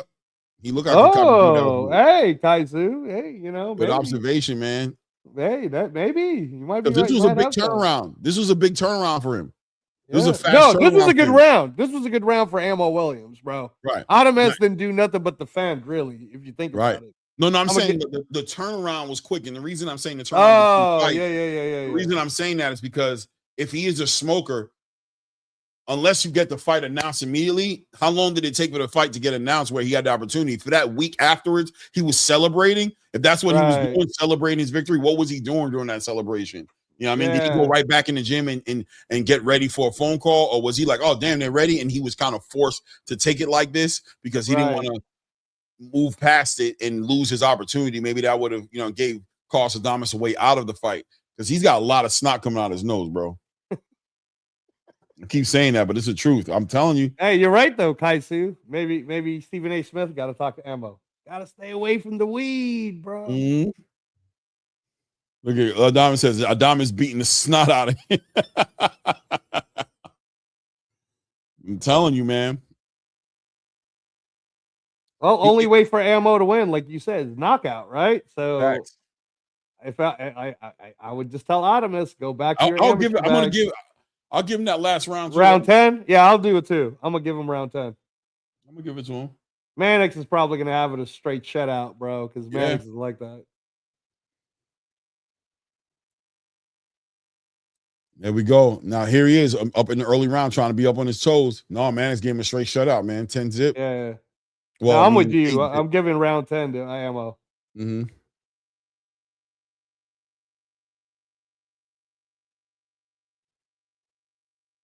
Working behind that jab, man. Walking him down.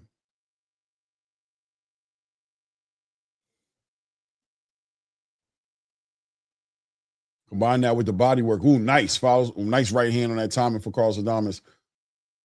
Ammo on that on his feet right now, on the balls of his feet, trying to hit him with that lead hand, trying to be Mr. Move around the ring, Mr. Slick. I'm surprised Adames keeps moving forward because he's gonna get caught, bro. Listen, he feels like he can see it. He sees him. He's like, I see the punches coming. He's telegraphing. He's tired. I can see the punches coming. Nice straight right hand. Oh, did he hurt him? Oh no. Was that the referee just moving out the way? I don't know what happened. It was a little moment right there, right? I don't know what. It was a little moment, bro. I told you. I don't know why he keeps moving forward. He's gonna get caught. Back on that jab, keeping that pressure on him. Boom. That jab is starting. Boom. Straight right hand. Boom. Big right hand lands for Carlos Adames. Another big right hand lands again. Ammo's on his bicycle for sure. On survival mode. Minute and 13 seconds. He's trying to get up out the way. He don't want to mix it up with him right now.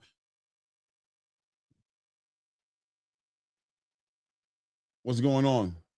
I'm telling you, man, that ball, that low blow though affected him way early. Quite possible, man. Part of the game, man. You gotta go working behind that jab. Another straight right hand to the body from Carlos Adames. Continue to walk him down. Working behind that jab. Doubling up on that jab. No, straight right hand right down the middle. I agree with you, Ill Will. Man, Ammo's chin is really strong because Adames has hit him with everything Big and check, the kitchen big sink. backhand. Look, a lot of blood come out of his mouth. Another straight right hand by Carlos Adames. Big check left hook with another straight right hand.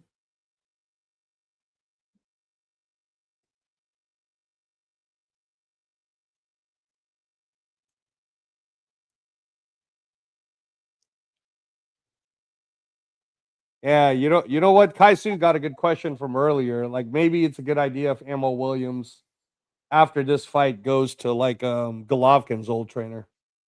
You know, go to Big Bear, go train with him. Because Ammo got a chin, bro. Ammo got a good chin. He got power. Mm-hmm. He's still young, but technically, I don't know.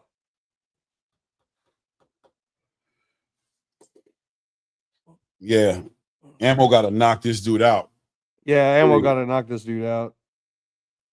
Well, will Adames be willing to go toe-to-toe?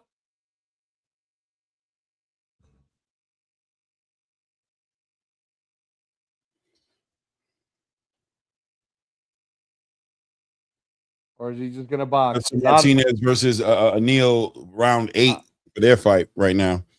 Wow, that was fast. Aleem. Yeah. I wish Lester Martinez could speak to us about that little weird ponytail he got hanging on the back of his head. What that mean? I'd love to know what the hell that's all about. I bet you it's a Guatemalan thing, though. I bet you it's like, you know how the Indians, or my bad, the natives got stuff like that, you know? There we go. Ammo. See Ammo having that moment in the beginning of the round, but then he blows his load. Boom, boom. Nice work to the body. Ripping. There we go. Big uppercut. Big straight left hand. Ammo pushing him back, being physical. But there goes Carl Adames. Turns him around. Ammo needs the Max Holloway moment right here. He needs Adames to just go toe-to-toe with him. Nice straight right hand to the body. Breaking down Ammo. Another big right hand to the body from Carlos Adames. Damn, he almost hit the ref with that back I heel. don't know, bro. You didn't think that was low? Nah, it definitely wasn't low because he didn't get called for it. So, what's going up under his arm right? Is that a tattoo? Might be a His tattoo. left arm.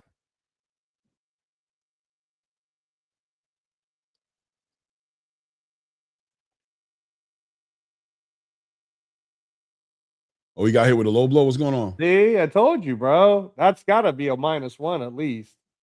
Yeah, he's gonna take it away from him.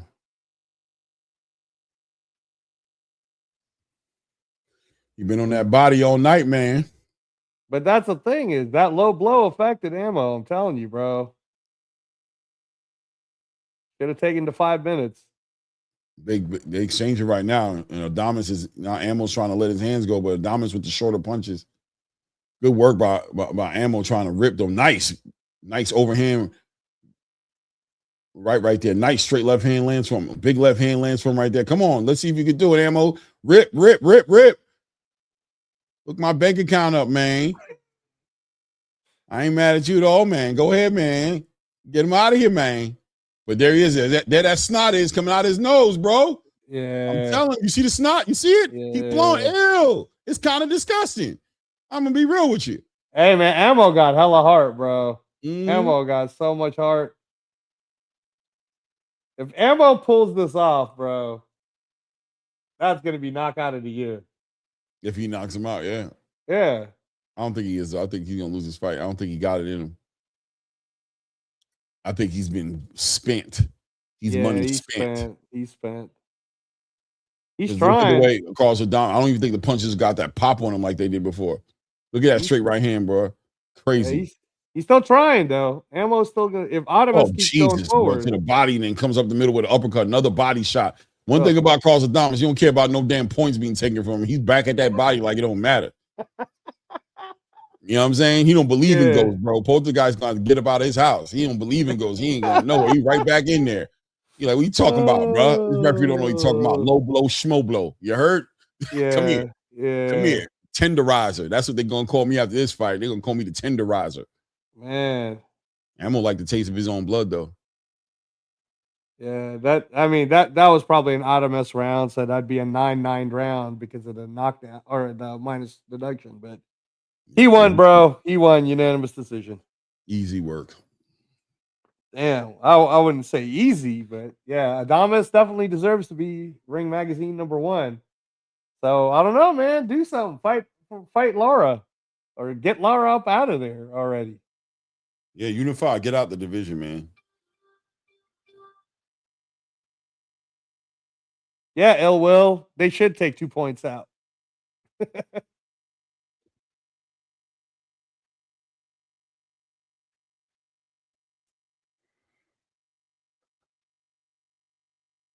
Yeah, majority decision, possibly. I gave round 1, 3, 4, and 10 to Ammo Williams, but it's not going to help him that much because 5, 6, 7, 8, 9, 11, and 12 were all Adames, and then that round 2, 10, 8. So it's either going to be 118, 109 or 119, 108.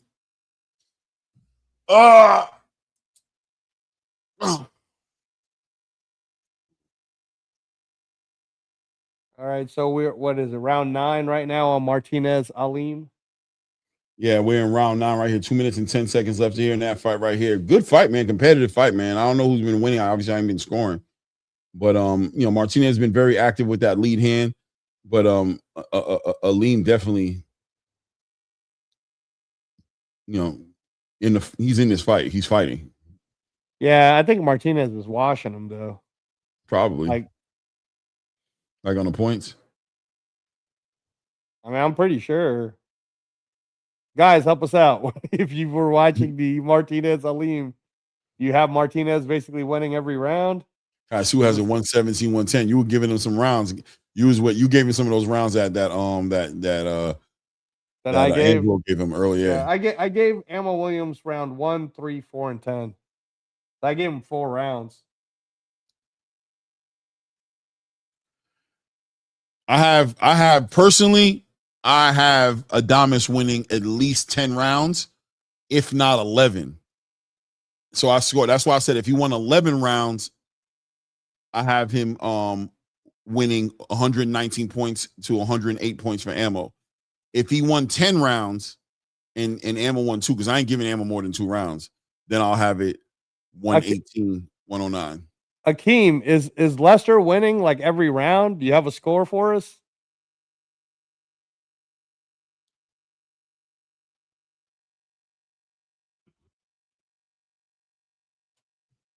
Let's see what the judges say.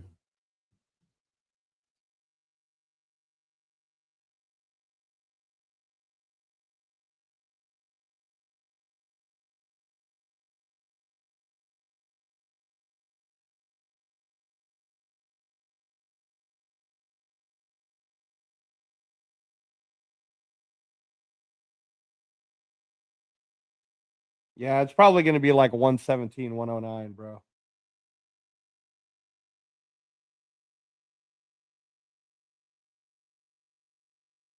Yeah, so they had it 118, 108. One judge had 118, 108.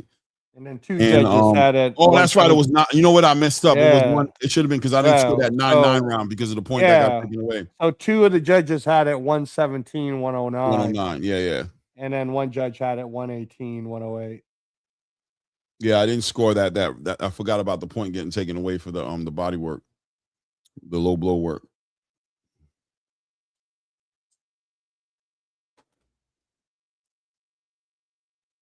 I forget. So round 10, we're going into round 10. Championship rounds for Lester Martinez. Hey, Yeah, round Martinez 10. Speaking of round 10, Clay. Hello. Round 10. Round 10 always brings the heat, guys. Round 10 always brings the heat for Pro Box. Shout out to Pro Box.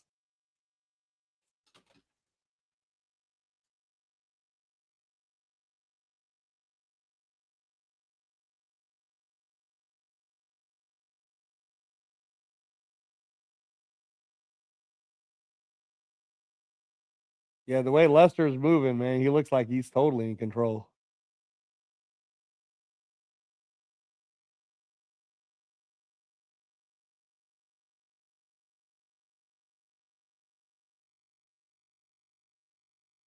Yeah, bro. They're showing the punch stats.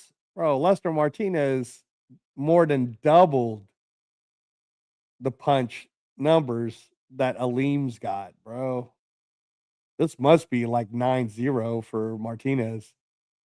Damn, Martinez is just chopping his ass up. What's the time you got on yours, Clay? What time frame are you at on Pro Box?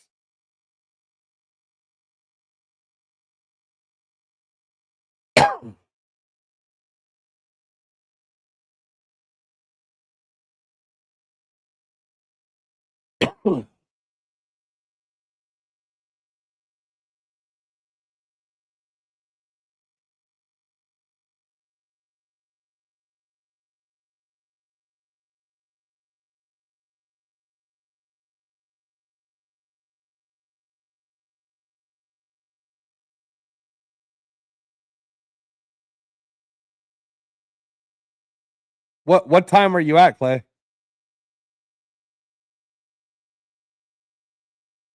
Can you hear me?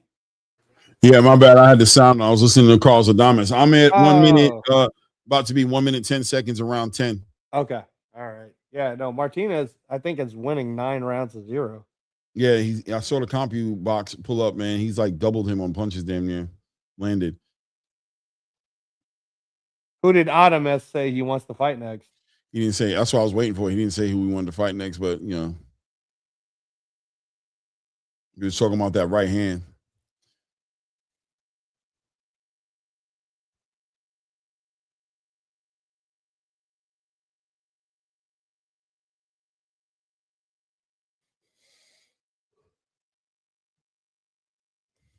Shout out to everybody in the building. We got about 80 people in the building. Hit the like button, subscribe to the channel, man. Support the channel, man. Hit the like button. Yeah, if you guys, and by the way, if you guys haven't seen on our video section, check out the last video. We got almost like, I think 2,000 people rewatch that debate. It's about 15-minute debate. If you guys haven't seen it yet, check it out. A lot of people liked it. A lot of engagement. We appreciate all our Australian fans, Polynesian fans, everybody who's engaged. Let me see what this dude is doing, man. Yeah, Lester Martinez, it's about to go to the 11th round now, but man, Akeem's saying it's been a wash. So he's saying Lester went nuts in the beginning, but then took his foot off the gas, probably because Bomac telling him to. Bomac's probably like, you don't need to be Carlos Adames. You don't need no knockout. Just win, just win this.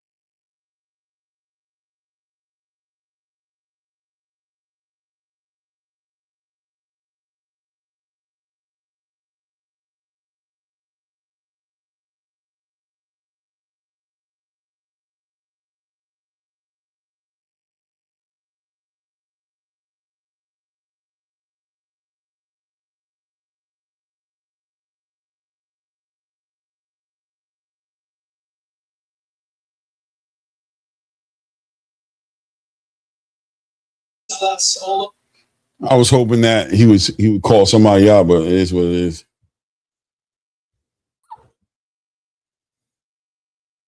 Here we are in the 11th round here. 2 minutes and 20 seconds left here in this fight between Lester Martinez and Aleem. Aleem walking down, trying to apply some pressure, but Lester just doing a good job of just counterpunching him. I'm just seeing him very effectively counterpunching Aleem. Aleem trying to tie it up. There we go, right there. Back on that jab. Lester Martinez doubling up on that jab on Aleem. Aleem continuing to try to apply that pressure. Check left hook, followed up by a little quick double jab by Lester Martinez. Nice backhand uppercut right between the guard. Both guys get tied up from each other. Referee looks like he's going to have to get up in there and split them up. There we go.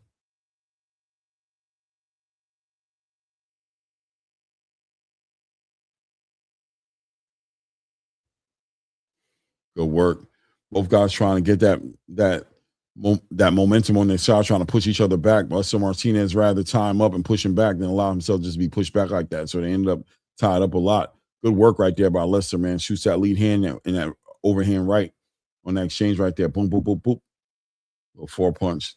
2 triples up on the jab and follows up with right hand. Boom, 1-2 right down the middle for Lester Martinez. Check left hook, followed by right backhand uppercut by Lester Martinez. There we go. Nice right hand down the middle, followed by another lead hand. There we go. Big uppercut by Lester Martinez. Continuing to work Aleem right now. Just past the minute mark right there. Aleem lands a nice little short check left hook, but Lester Martinez responds very quickly with his own.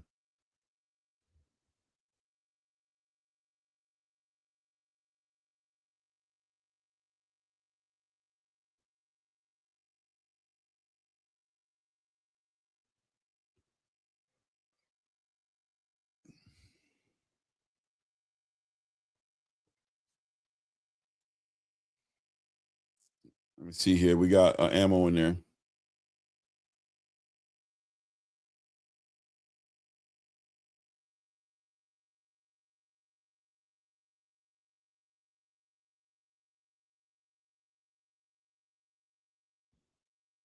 Yeah, this looks like a clean slate for. So Adames says he can go to 154 and fight anybody, Really? or stay at 160. He ain't talking about going up, man.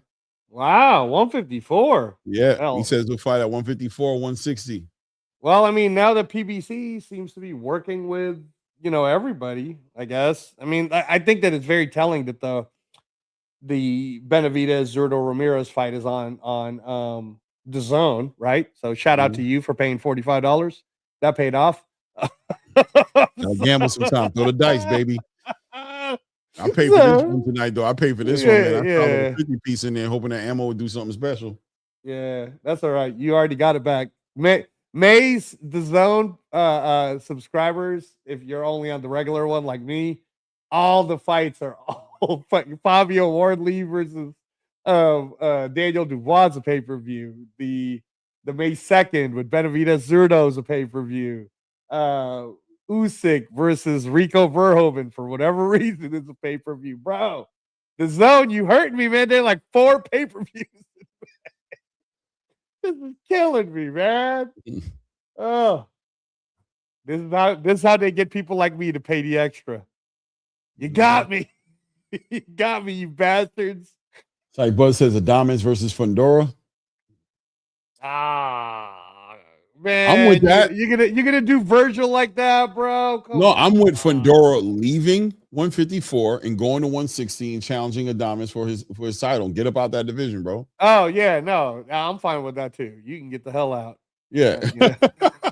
Go to 160. Go to 160. Yeah. And go. You know what I mean? Go fight. Hey, Adames. you know what? You know what would be a good ass fight right now? PBC, do this. Let Adames fight Jermel Charlo.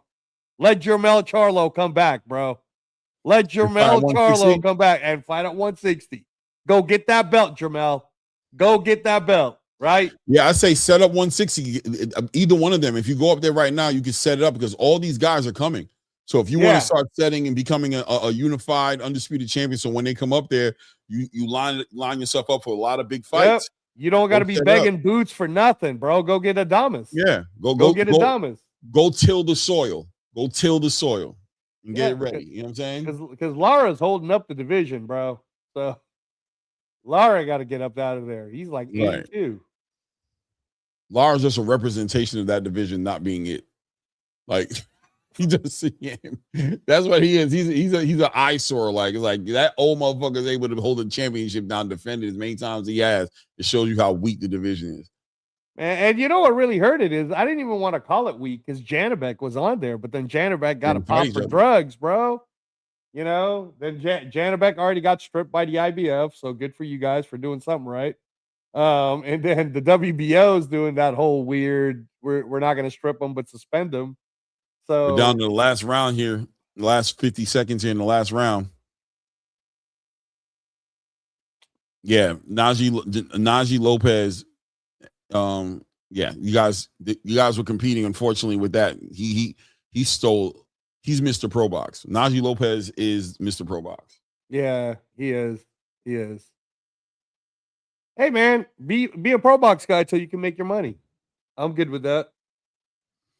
Pro Box has been doing a good job. I agree. I mean, the problem is like even this. You guys have the YouTube on. I can't see it, but there's probably less than 100,000 people watching this. Oh, this is a little venue. This is an Apex too. Yeah, but yeah, it's in San Bernardino. But my point is though, viewership wise, Lester Martinez went.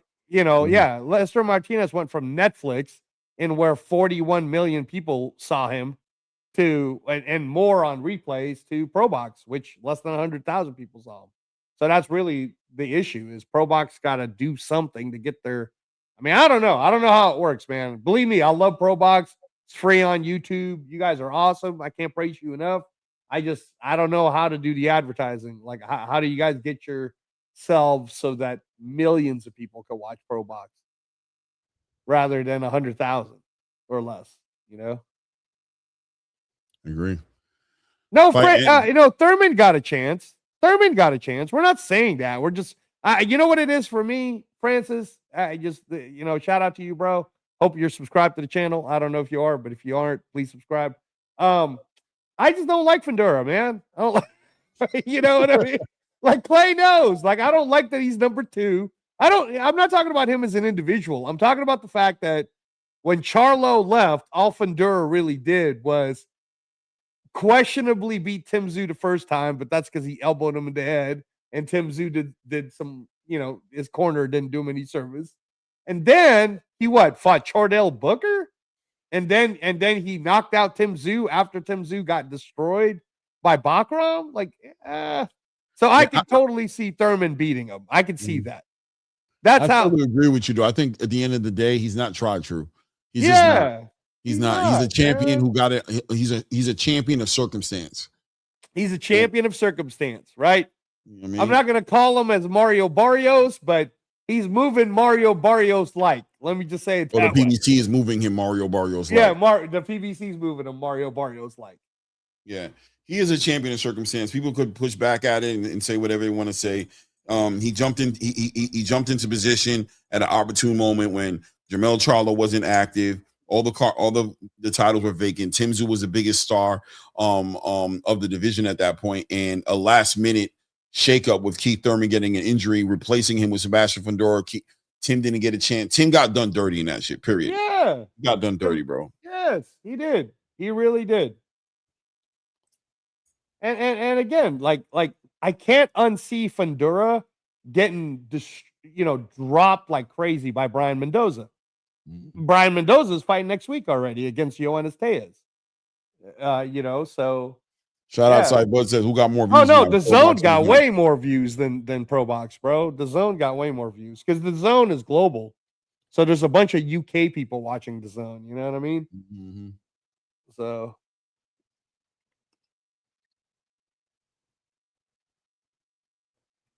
Yeah. If Pro Box was like on a regular TV type of network, like I don't know how they could do it with DirecTV or something. I think they could have gotten more viewership, but the YouTube count I think is under 100,000. Mm-hmm.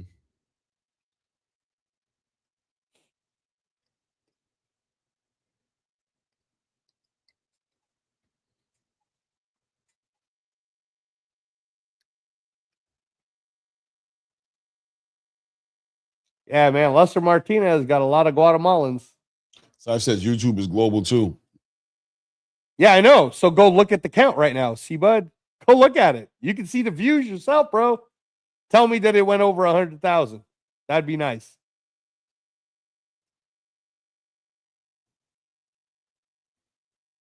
Keith don't like being touched. That body. Guys, who says I agree 100% Reyes, but Fundora really could be an underground predator. You can't deny his potential. The performance and Tim Tszyu too displayed dominance. Dominance in the first one? Well, I'll tell you what it is, Kaisu, that upsets me about Fundora. Why'd you drop the WBO belt? Who does that? The moment you had a chance to be tried true, you walked away from it. You had a unification. You already had both belts. That's literally worse than how Zurdo keeps avoiding Jai Apataya, Kaisu. That's literally worse. Because that would be like if somehow the WBO forced Ramirez to have to fight Jai, and then Ramirez, Zurdo said, nah, you know what? I'm just going to vacate it. Got a belt. That's what Fundora did. He was like, you know what? I'm good. I'm just going to vacate it. Like, come on, bro. Come on, man. Yeah, you got to be honest, man. Well, hopefully Lester, according to Lester's mouth, said he was going to fight the winner of Canelo and Bealey. But we'll see if Canelo and Bealey happens for September in Riyadh.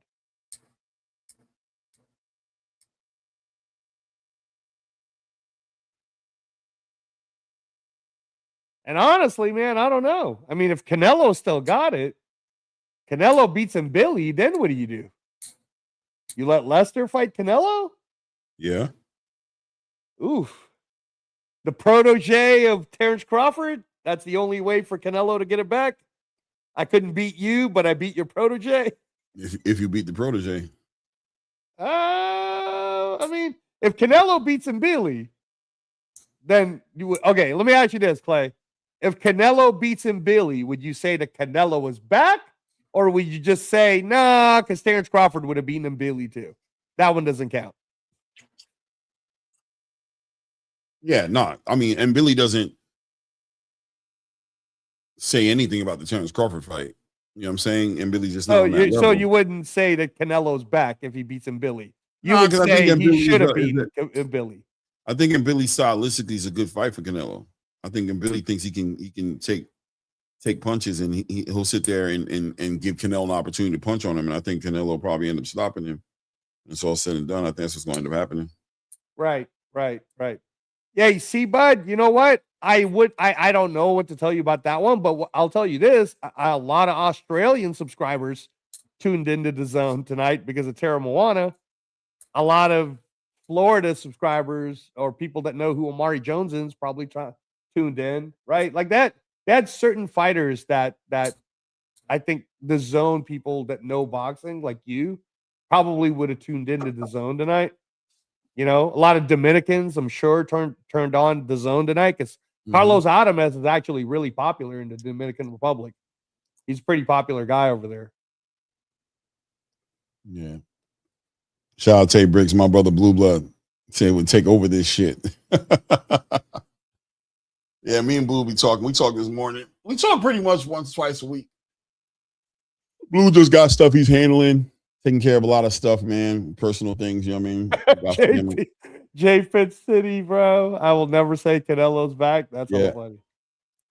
Yeah, that's what I'm saying. That a win on and Billy doesn't say that to me, but and Billy's a good win. I don't want to say it's not a good win. It's a good win. But does that do anything with the Terrence Crawford conversation? No. Right. You know what I mean? So we got a new interim WBC title holder in Lester Martinez, man. He's holding himself a WBC title right now. He's got the mic in his hand. He's talking to his people. Is he talking in English or is he talking in Spanish? Because he's talking in Guatemalan, bro. It's the Guatemala Spanish.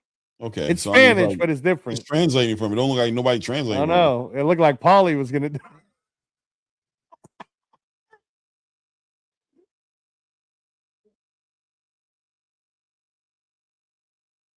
Yeah. See, Pro Box got to be better than this, bro. It's a translator.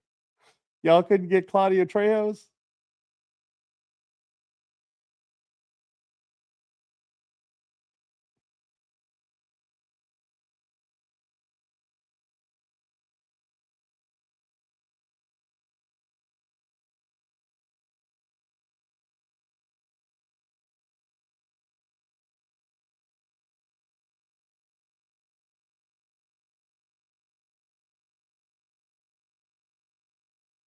Wow. I mean, you're technically not the world champion, though, because you're the interim champion, but I get it, though, Guatemala. I get it.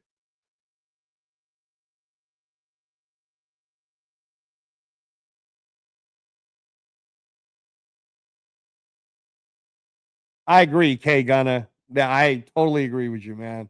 I don't know why the WBC is playing these weird games. Weird ass games. I ain't no damn champion. He said Guatemala, we got a champion. No, the hell you don't. Yeah.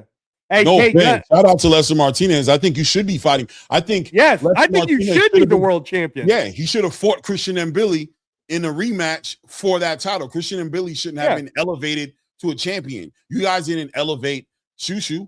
Yeah, you know exactly. Very good. Very good example. You didn't elevate Shushu. What the hell are we talking about? This is you didn't. You sure as hell didn't elevate Javier Herrera. Nope. You did him dirty.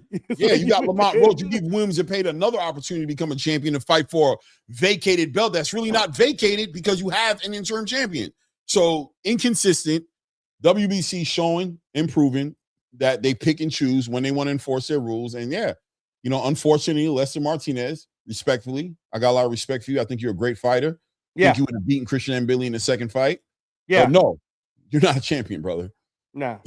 I'm sorry. And by the way, hey, K Gunna, check it out, man. I was telling our listeners earlier today, if you guys go to Dan Rayfield's Twitter, go check out his retweet of, I think it's like Fight Companion or something.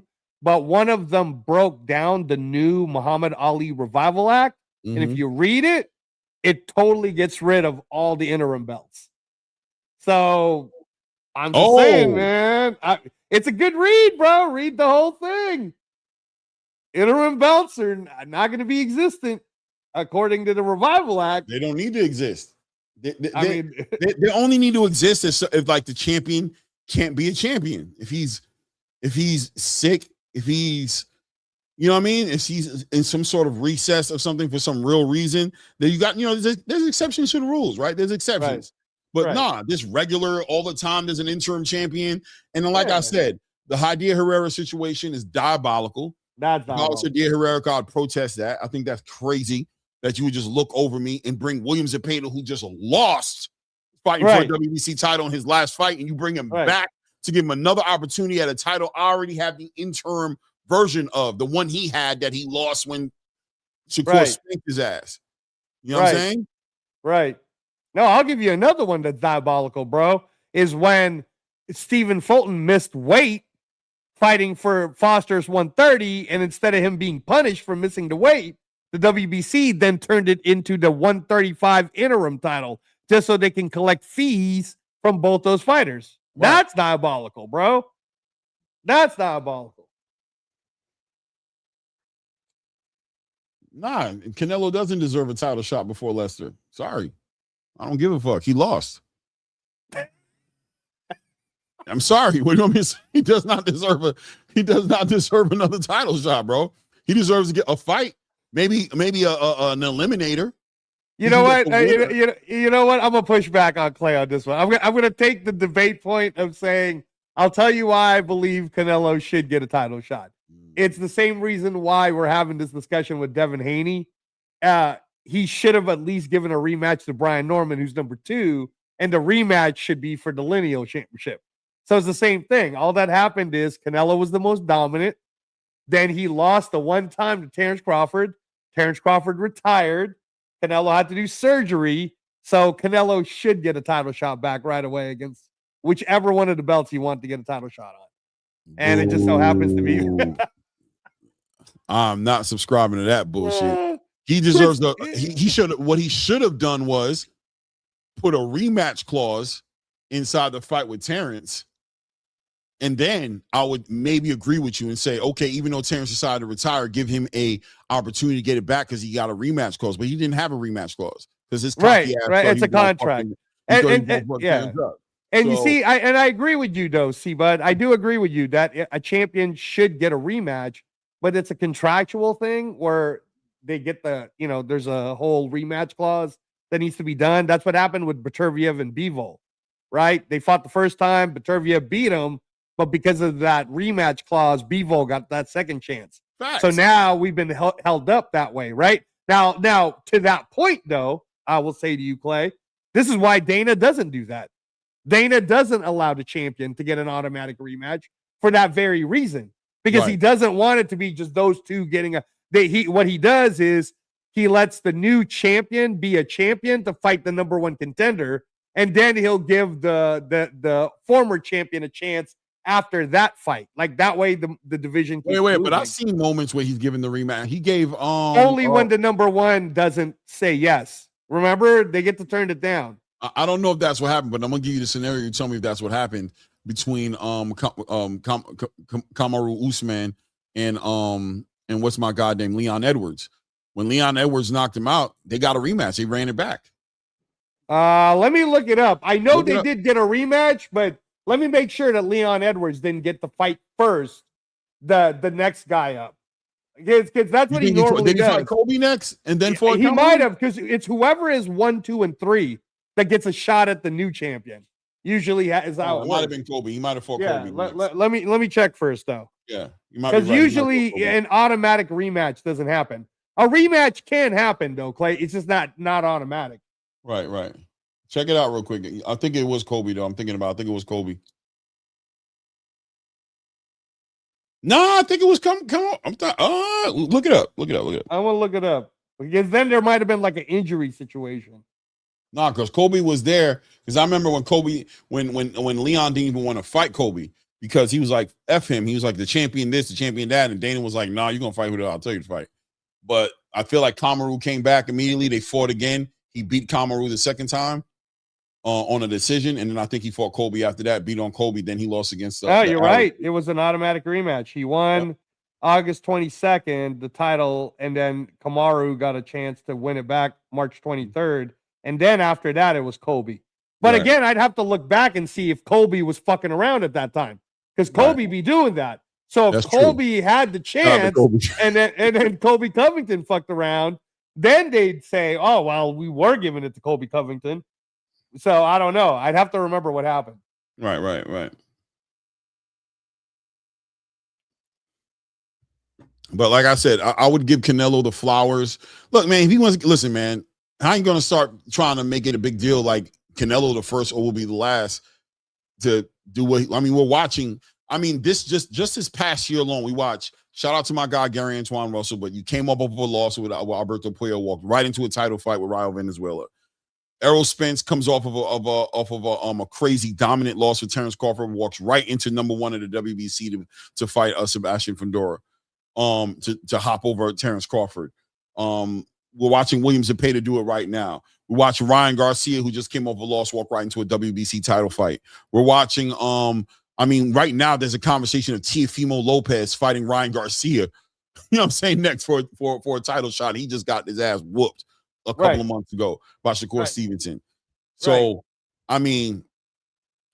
it's nonstop, and conveniently enough, most of them are WBC conversations outside of the Gary Antoine situation, which is a WBA situation. Yeah, so, and here's the thing too, right? Since me and Clay, we talk UFC at times also, right? So, Akeem, you're right, because look at how the UFC works. I'm just going to talk about the division Clay was just talking about, right?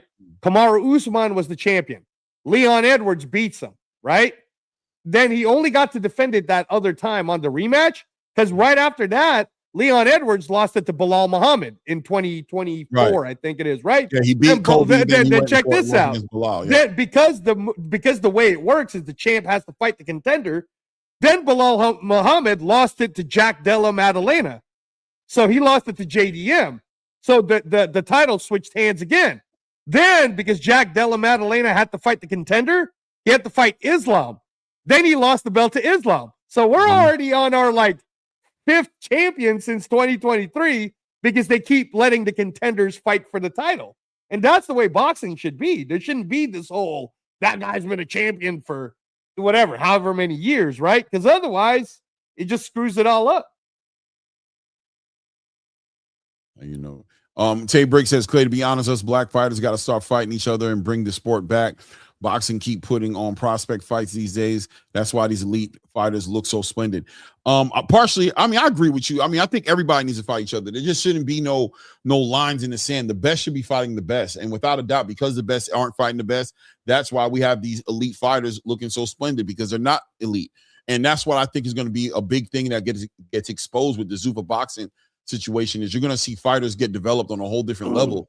And when we finally start seeing these Zuffa fighters, these Zuffa champions start clashing with the traditional space on the re-out cards, you're going to start seeing a lot of quote-unquote upsets, but they won't be upsets to the people who've been watching Zuffa. The people who are watching Zuffa are going to go into these fights going, nah, bro, the Zuffa guy going to win. And they're going to be like, what are you talking about? He's up in there. We're going to be like, yeah, no, he's going to win. He's better. That guy's been getting his career cherry-picked and moved in a certain way. It ain't going to work. He ain't going to get development. And I'm going to tell you why I know that's going to happen. Because the Eastern Europeans have made such a run in boxing. And they've been the ones who've highlighted and exposed this American boxing space that's been watered down, diluted, and misrepresented and artificially flavored. Because when they get in the ring with these guys, they have their hardest fights. Even the great Terrence Crawford had his hardest fights against an Eastern European. Madrimov. What's my guy's name? Posto, Victor Posto. Those Victor were his hardest fights. Those were his most difficult fights. You know what I'm saying? That's true. That's true. And the same thing, obviously, when you're watching Vasily Lomachenko, Alexander Usyk, when you look at all these fighters like the Stanionis, even the Serhii Bohoczuks, these Eastern European fighters that come out of nowhere with crazy amateur backgrounds and give these fighters a run for their money or beat their ass.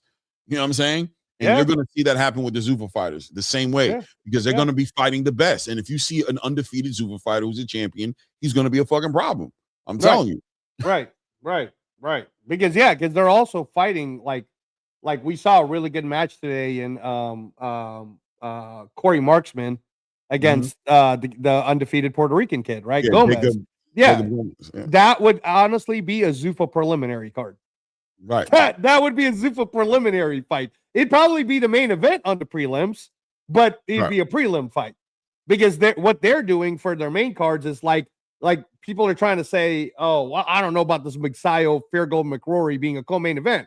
First of all, Magsayo is the former world champion to beat Gary Russell. I know Clay doesn't feel a certain way about it, but it happened. And secondly, Fairgold McRory is the guy who Lamont Roach had to fight or defend the title against up in DC. So, two world title level people fighting each other as a co-main event. What's wrong about that? And the main event being Andres Cortez versus Garcia.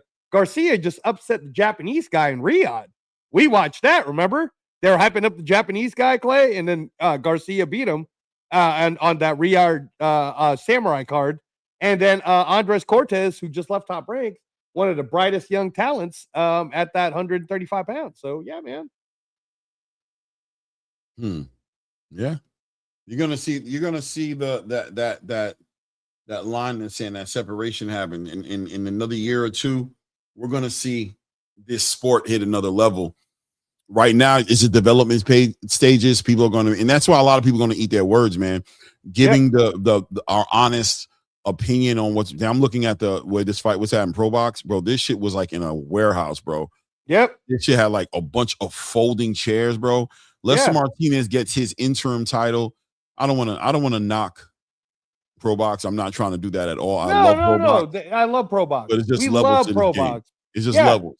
Yeah, because the production level was way better for Zuffa, right? The promotion is way better for Zuffa. I mean, they're promoting it on the WWE, they're promoting it on the UFC. Like, there's just more exposure, right? And man, again, man, the ring looks better. I was there. The event venue looks way better, Clay.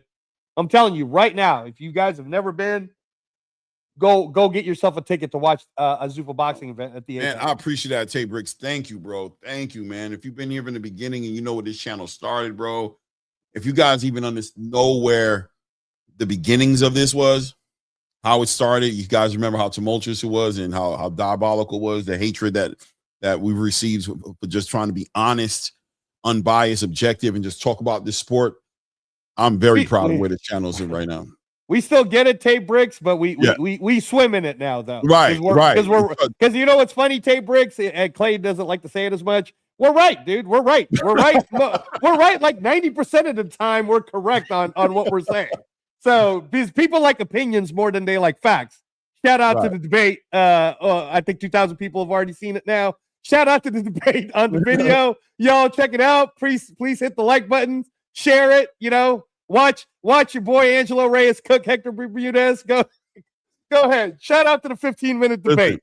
Listen. That's what a knockout looked like, by the way, Ammo. That's what a knockout looks like.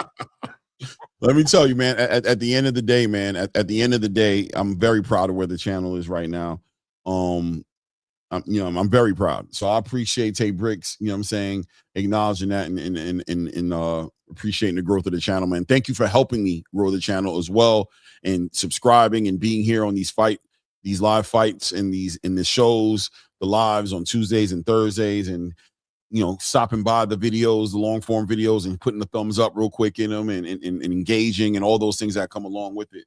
I think we are definitely on a path to be one of those channels. And I think in the future, in another year or two, just like I did, I'll pat myself on the shoulder and tell you guys, I called a lot of this shit. My takes of Age Like Wine, whether it's my view on Turkey, whether it was my view on Terrence and Canelo, whether it was, the future of a Jerron Boots Ennis or just any of those little takes that people just crucified me for, or Tank not fighting the fights that y'all kept wanting him to fight. I told you guys that they weren't going to happen, and the reason why they weren't going to happen. And where we are today, man. Yeah, man. I'm proud we stood on business. I'm proud we bet on ourselves.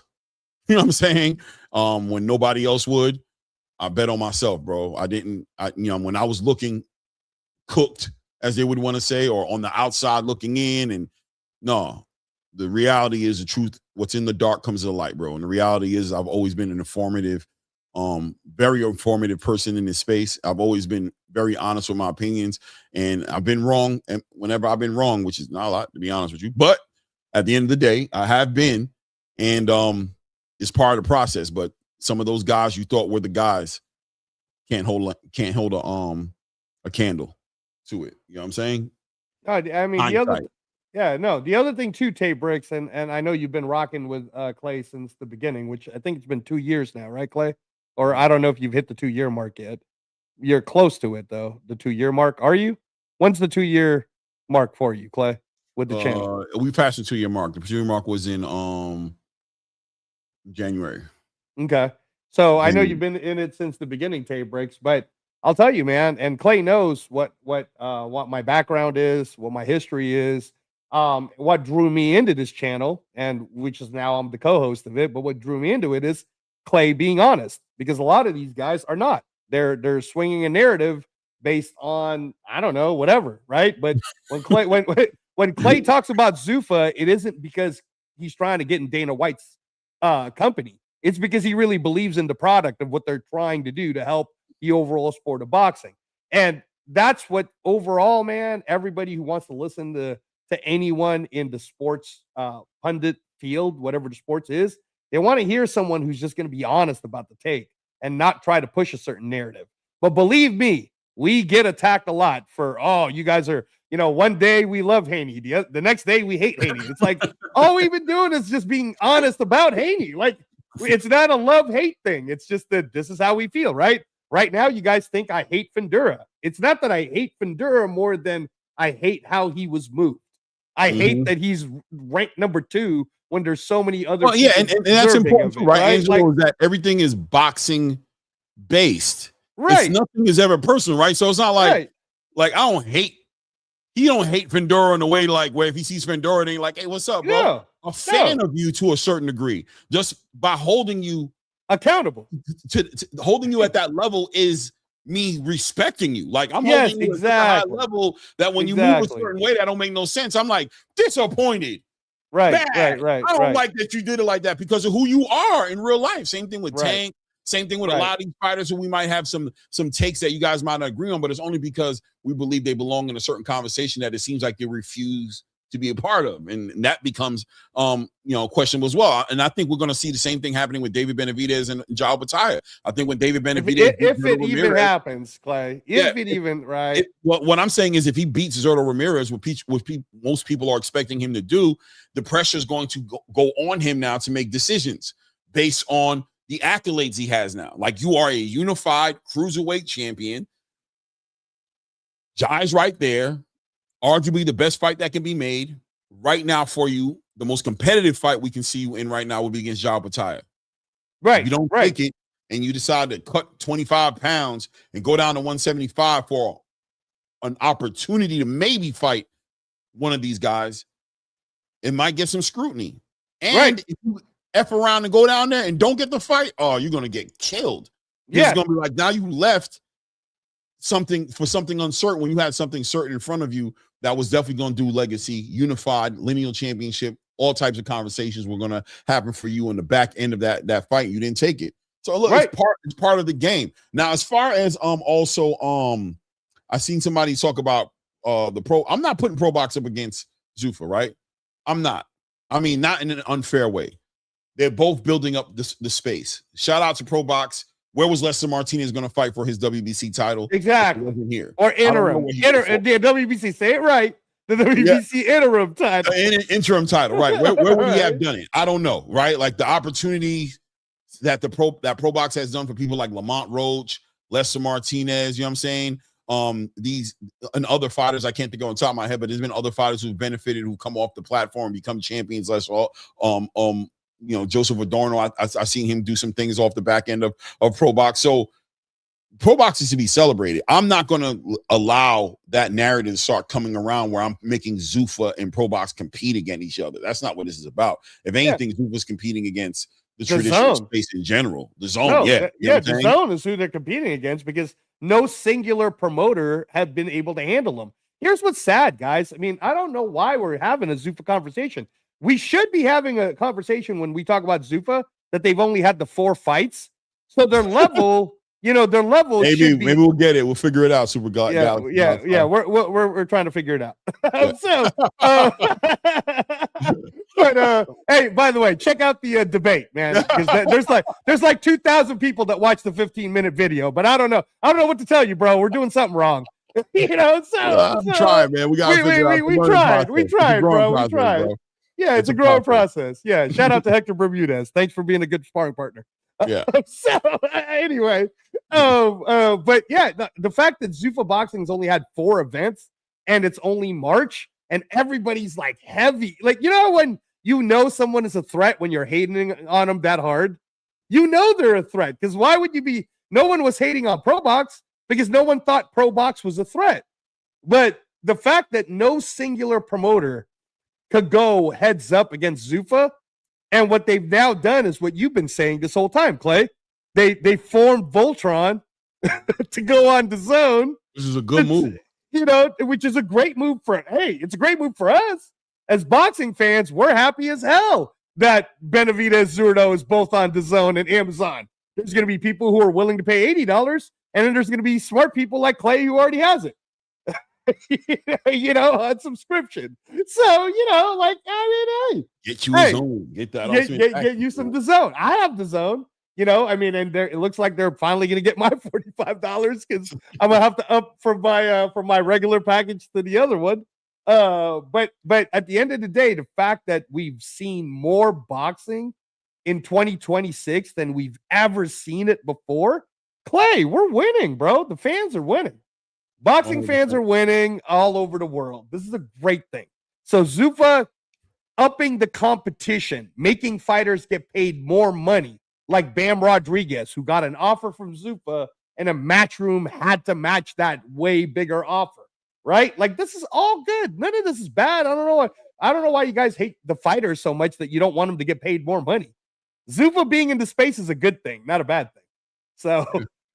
No, it is, and it's also the impact of what it's actually doing is just bigger than what, you know. It's not about. That's why I'm not going to put them in comparison to Pro Box and make it about that, because Pro Box is doing what they're doing, but Zuffa is you know, like just with the Muhammad Ali Act, with coming with their own belt, with the way they're going to war with the sanctioning bodies, it's a different conversation. Whereas Pro Box is great, and it's continuing the tradition of boxing in the way that a lot of us have been accustomed to and can appreciate. They have the best, fighting the best as much as they can. They don't play those games as much as a lot of other promotional companies play. But the Zuffa conversation is just a little different. It just is. It's not to make them better, but different. It's just different. It's a league. It's the idea of what they're trying to do. They're trying to make a league. They're trying to do it like the NBA, like the NFL. Like, I don't think people can really wrap their mind around the vision of what Zuffa's trying to do. You know, they're trying to add something to it that makes it better for a fan like me personally. Maybe not everybody else, but for me personally, a league where the best have to fight the best, where the next up is the next up, where it's all merit based. It's not about negotiating deals. And I don't know, man, your people call my people. Let's see if we can make something happen. No, bro, it's your turn. It's my turn. I did it. It's my turn. I fought that guy. I'm fighting you next. Like, that idea, just like sports and any other sports, you know what I'm saying? The schedule. Hey, you're active. You're fighting the next guy up. You win. You're fighting the next guy up. I like that personally. And it's going to be interesting to watch how Zuffa develops this league, because that's what it is. Yeah. It's a league. It's different than everything else. The traditional space isn't a league, right? It's like look at how the Ryan Garcia and Devin Haney situation is going around. Look at how Ryan Garcia and Shakur thing is going. Look how the Virgil and the Jerron Boots Ennis situation is going. Pete, that's not going to happen in Zuffa, right? Like, you're not going to be dealing with I don't have to fight you. I can fight this guy. Go fight that guy. You got to do it 60-40. 50, 70, 30, 85, you do A side, me, B side, you. Otherwise, I don't need to do it. I can go fight this other guy for nothing. You know what I'm saying? And make a whole bunch of money. That whole shit is like, that's entertaining within itself. But I'll be honest with you, that's promoter politics bullshit, right? Like, that's, if you're into promoters, if you're into promotional companies, if you're into that kind of stuff, then you'll find the entertainment in that. But I'm interested in what's going on inside the ring. So when it doesn't manifest into what I want to see in the ring, it becomes futile. I'm not into, you know, a lot of these channels, a lot of their content is all based off of outside the ring shit. Very rarely is it about inside the ring shit, because there's not that much inside the ring shit going on. So what are we talking about? People going to jail, catching cases, not fighting, you know what I'm saying? Doing different things, fighting, you know, we deal with that a lot. So this is a boxing channel who's interested in boxing, but how are we going to have a boxing channel where boxing's not happening, when it's all politics, when we're doing shows on a clapback Thursday instead of a fight? Right. You know, or we're talking about a lawsuit to keep Virgil Ortiz from fighting Boots Ennis, rather than talking about a date of when we're going to see Virgil Ortiz versus Boots Ennis. Like, nah, man. Nah. Yeah, bro. It's a way. And I think the worst part about it, Angelo, is we miss fights when they're supposed to happen. Because then when we see them, these guys are aged out, or they're not able to make the weight no more, or all these different politics, like Devin Haney and Tank Davis in the same division. Devin Haney's an undisputed champion at 135, but can't fight Tank because he doesn't have to, right? Because Tank don't have to fight him. And then right when he leaves, oh, why are you leaving? Why don't you stay? That politics of the idea that your game plan is to age this man out, to make it to where this man can't make the weight no more, then all of a sudden you become interested in the fight. Those type of politics, Zuffa's going to eliminate that. This space that we're in, the traditional space, will always be around. And the guys that want it that way, who enjoy it being that way, who like the A-side, B-side politics, you'll always have somewhere to go and find your recreational pleasures in, right? But there's a larger space, in my personal opinion, and I think time will tell. Hindsight would say that there's always been a larger space of fans who are going to appreciate a league structure around the sport. And it's going to bring in a lot of casuals in. It's going to make the sport a lot bigger. The networks have bought into it. The networks got out of the traditional space of boxing, right? The Showtimes, the Fox Sports, the ESPN, Sky Sports even got out of this. They're like, we don't want no parts of this. We ain't interested in this. But when they saw a league be introduced and that idea being introduced, all of a sudden all of them are interested again, because it makes sense. This is what sports is all about. This is what sports is all about, man.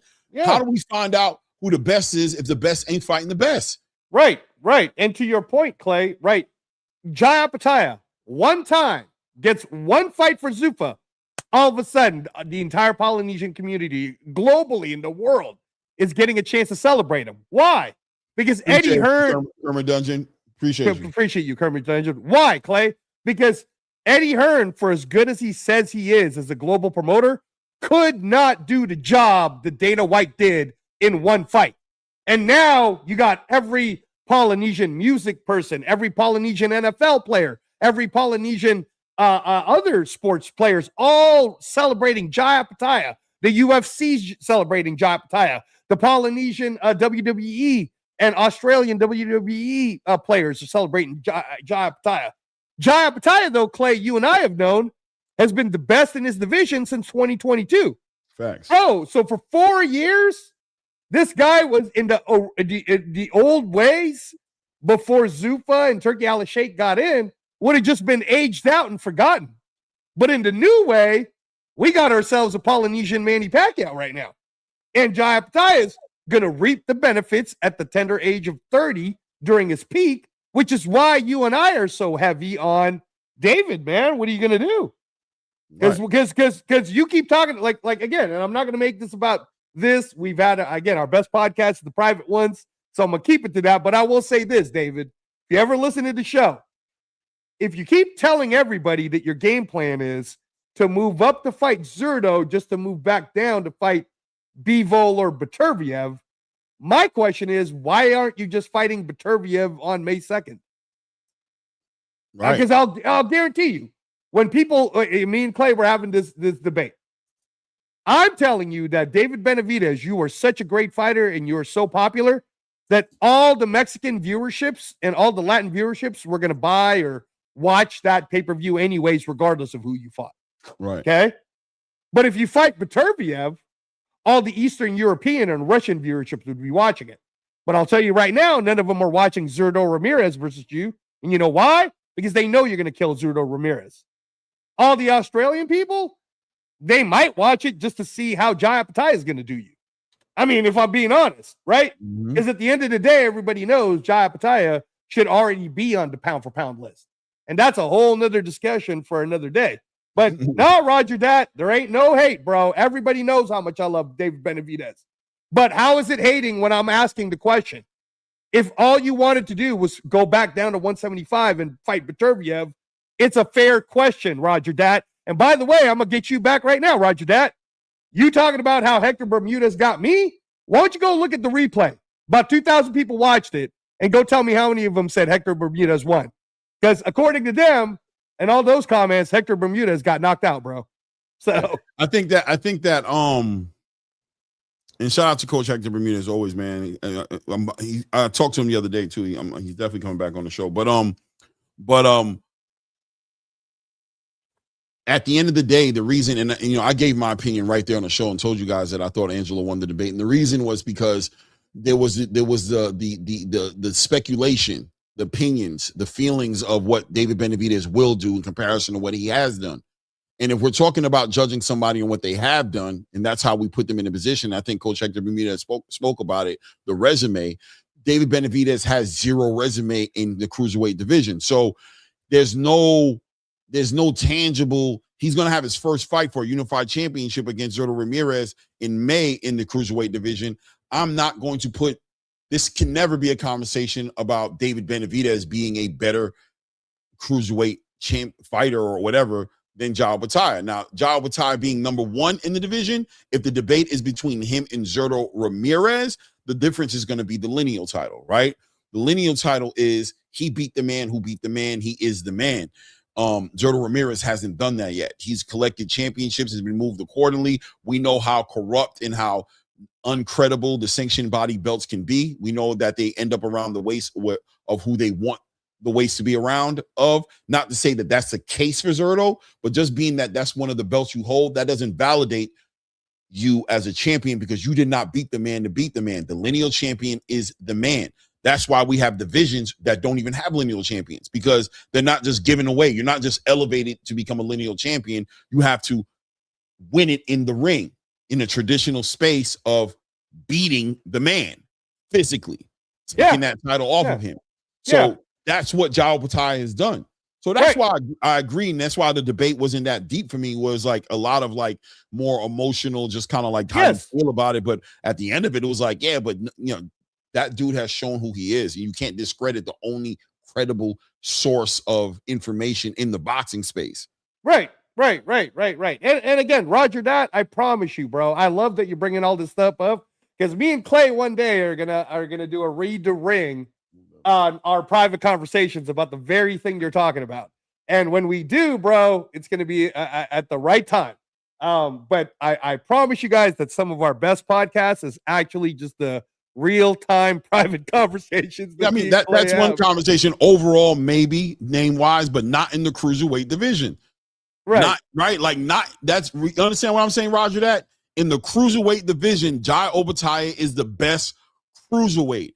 Pound for pound talk and all that, and accolades and what he's in the whole career coming up to this point, that could be a different conversation. But we're talking about who is the best cruiserweight in the world. It's Jai Obataya.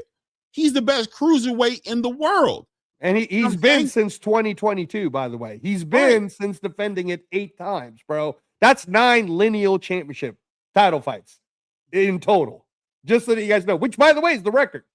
More than Evander, more than David Hay, more than Alexander Usyk. So if Jai keeps dominating because everybody keeps avoiding him, and all Jai keeps doing is putting people out, knocking them out, sending them to hospitals, doing them dirty, like how he dominated Brandon Glanton, who, by the way, was the Ring Magazine ranked number 10 guy, right? I'm just saying, like, Jai Bataya, like it or not, man, Jai Bataya is coming, and he's going to become even more popular by 2027, because the Polynesian community is a very strong global community. Shout out to all the Australians, the New Zealand, the Samoans, all the Polynesians that rock with Jai. I'm glad you guys are finally getting a chance to see him on, I think last time I counted what Dana said, they're now in 30 territories, Clay, because they just got Ireland and the UK and the Philippines, I think, and Asia is part of it now too. So I think that Zuffa Boxing is now on 30 territories. Remember when the year started, they were only at 16, bro? Remember that, Clay? They've already doubled the territories, and it's only going into Zuffa 5. That's crazy. They're moving very aggressively. News coming out that this Jerome Boots Ennis and Xander Zayas fight is looking like it's just about, like, it's looking like it's already done, man. Like, it's damn near already made, bro. They're aiming for a date already in June. Chris Mannix reported that the talks fight between Jerome Boots Ennis and Xander Zayas have advanced significantly.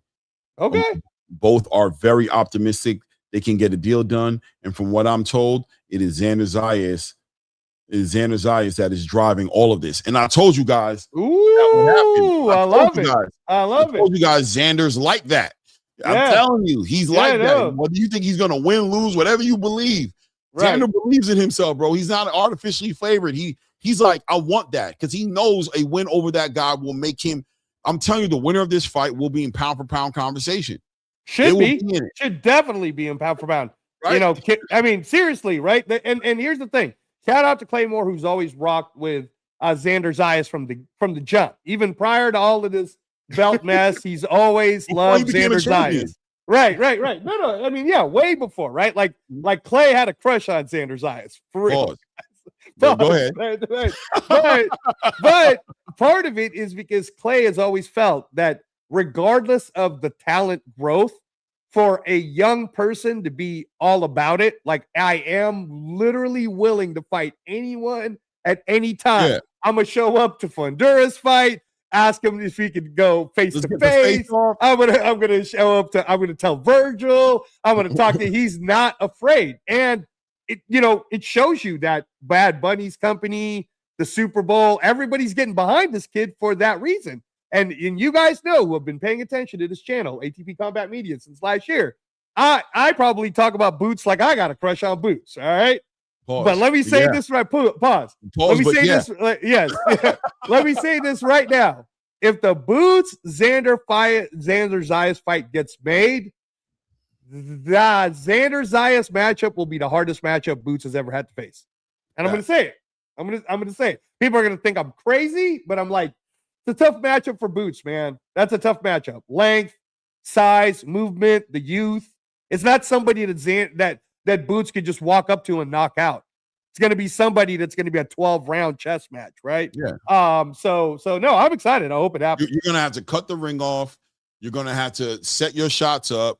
You're going to have to deal with adjustments.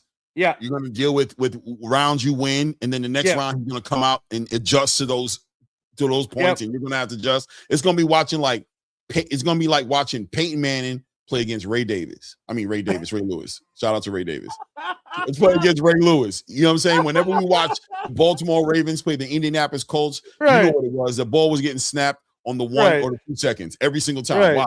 Because Peyton Manning was up in there like, hell no. Hey, adjust. Hey, audible. And then Ray was like, oh, you think you slick? Nah, bro. Pull the linebackers back. So, you know what I'm saying? And then finally was like, and it was snapped and the play was going, right? So there's going to be adjustments every play damn near. And like I said, I don't see Xander stopping Boots. No. In a 12-round fight, can Xander win the lion's share of 12 rounds? He might be able to steal a couple. He might be able to steal a couple of rounds too. Like as it gets near the end, right? Yeah. I don't know. Can he? I think he can. Think about it this way. Xander versus Boots Ennis, if it happens, would be the peak young version of Hagler versus Sugar Ray Leonard. Did you hear what I said, Clay?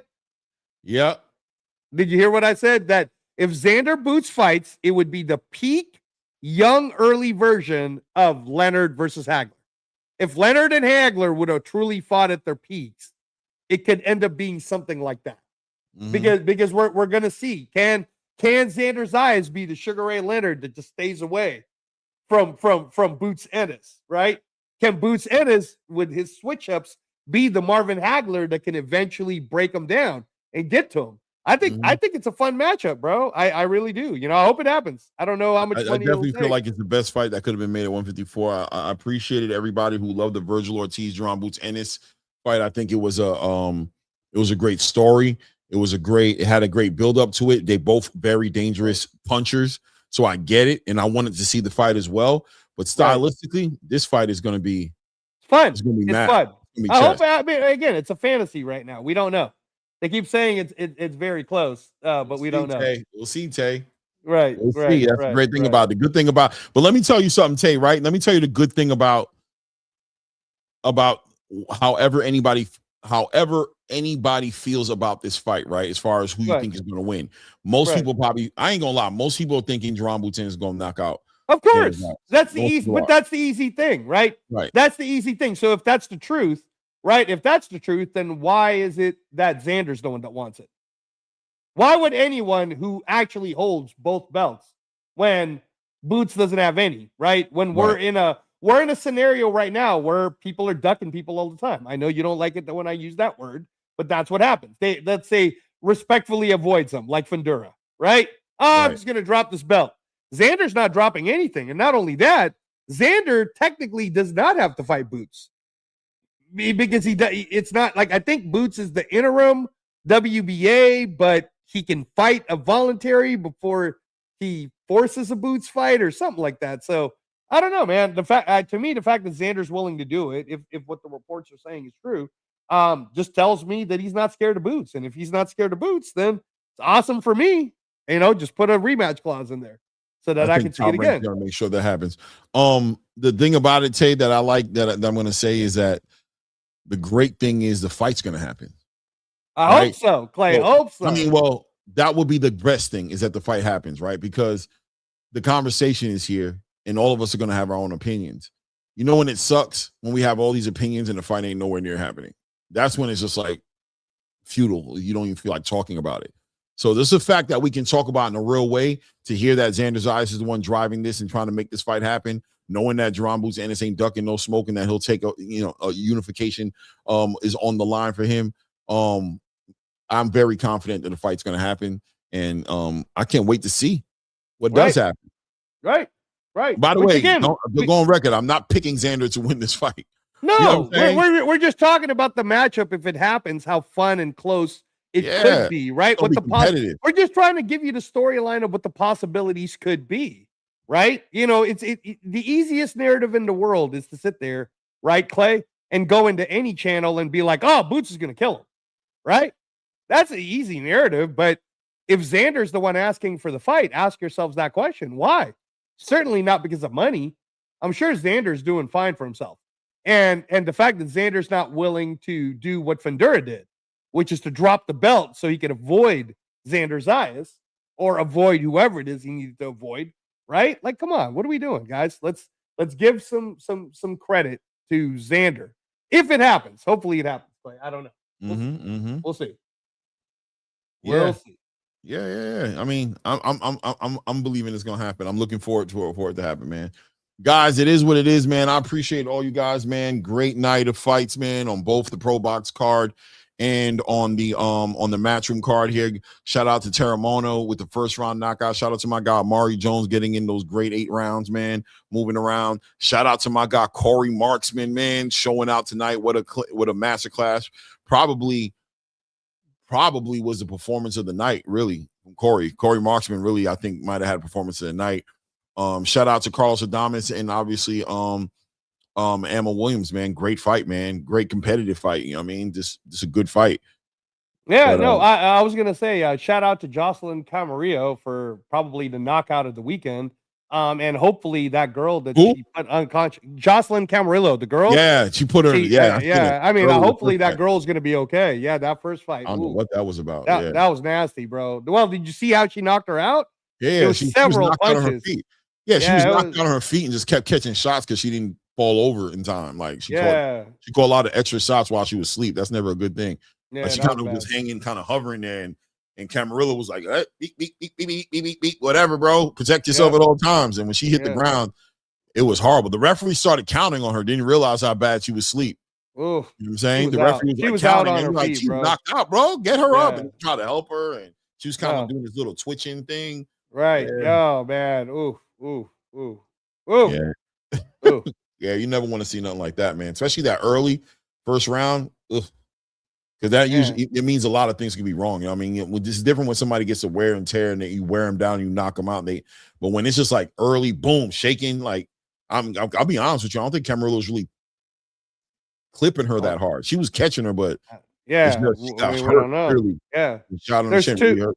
Yeah, hopefully the California State Athletic Commission are checking on her and checking on that one dude that they stopped the fight because of his headache. Remember, Clay? Right. He kept saying, so hopefully that guy didn't have like a brain bleed or something weird. Because that happens, man. So hopefully both they stopped that fight for a headache. That man goes, and they were like, stop, like, something's up. Yeah, no, that's no good. That's no good. Hey guys, check out the Read the Ring series. If you haven't seen it yet, we finished episode 6. Me and Clay are going to get episode 7 out here. Hopefully, maybe tomorrow. We'll see. And Very then possible. Very yeah. If we get it taped correctly, then yeah, it'll be premiering tomorrow. And then check out that for all of you guys who haven't seen it yet. You know, that debate, man, it trended, Clay. The debate trended, bro. Might be one of our favorite videos right now. Is I mean, a lot of engagement. A lot of people got a lot of feelings. More than views, the engagement is what impressed me. Yeah. How many opinions, you know what I'm saying, came out on that, and people who just speak on that, you know what I mean? Yeah. It is what it is, man. Shout out to everybody in the building, man. Thank you guys for popping in. Shout out to all the new subscribers. If you haven't subscribed to the channel yet, don't leave without doing it. Go ahead and subscribe to the channel. Hit the like button, support the channel, man. You already know what it is. It's at ATP Combat Media Show. I'm your host, Claymore Rain. There he is, Angelo Reyes. And at this point, we out.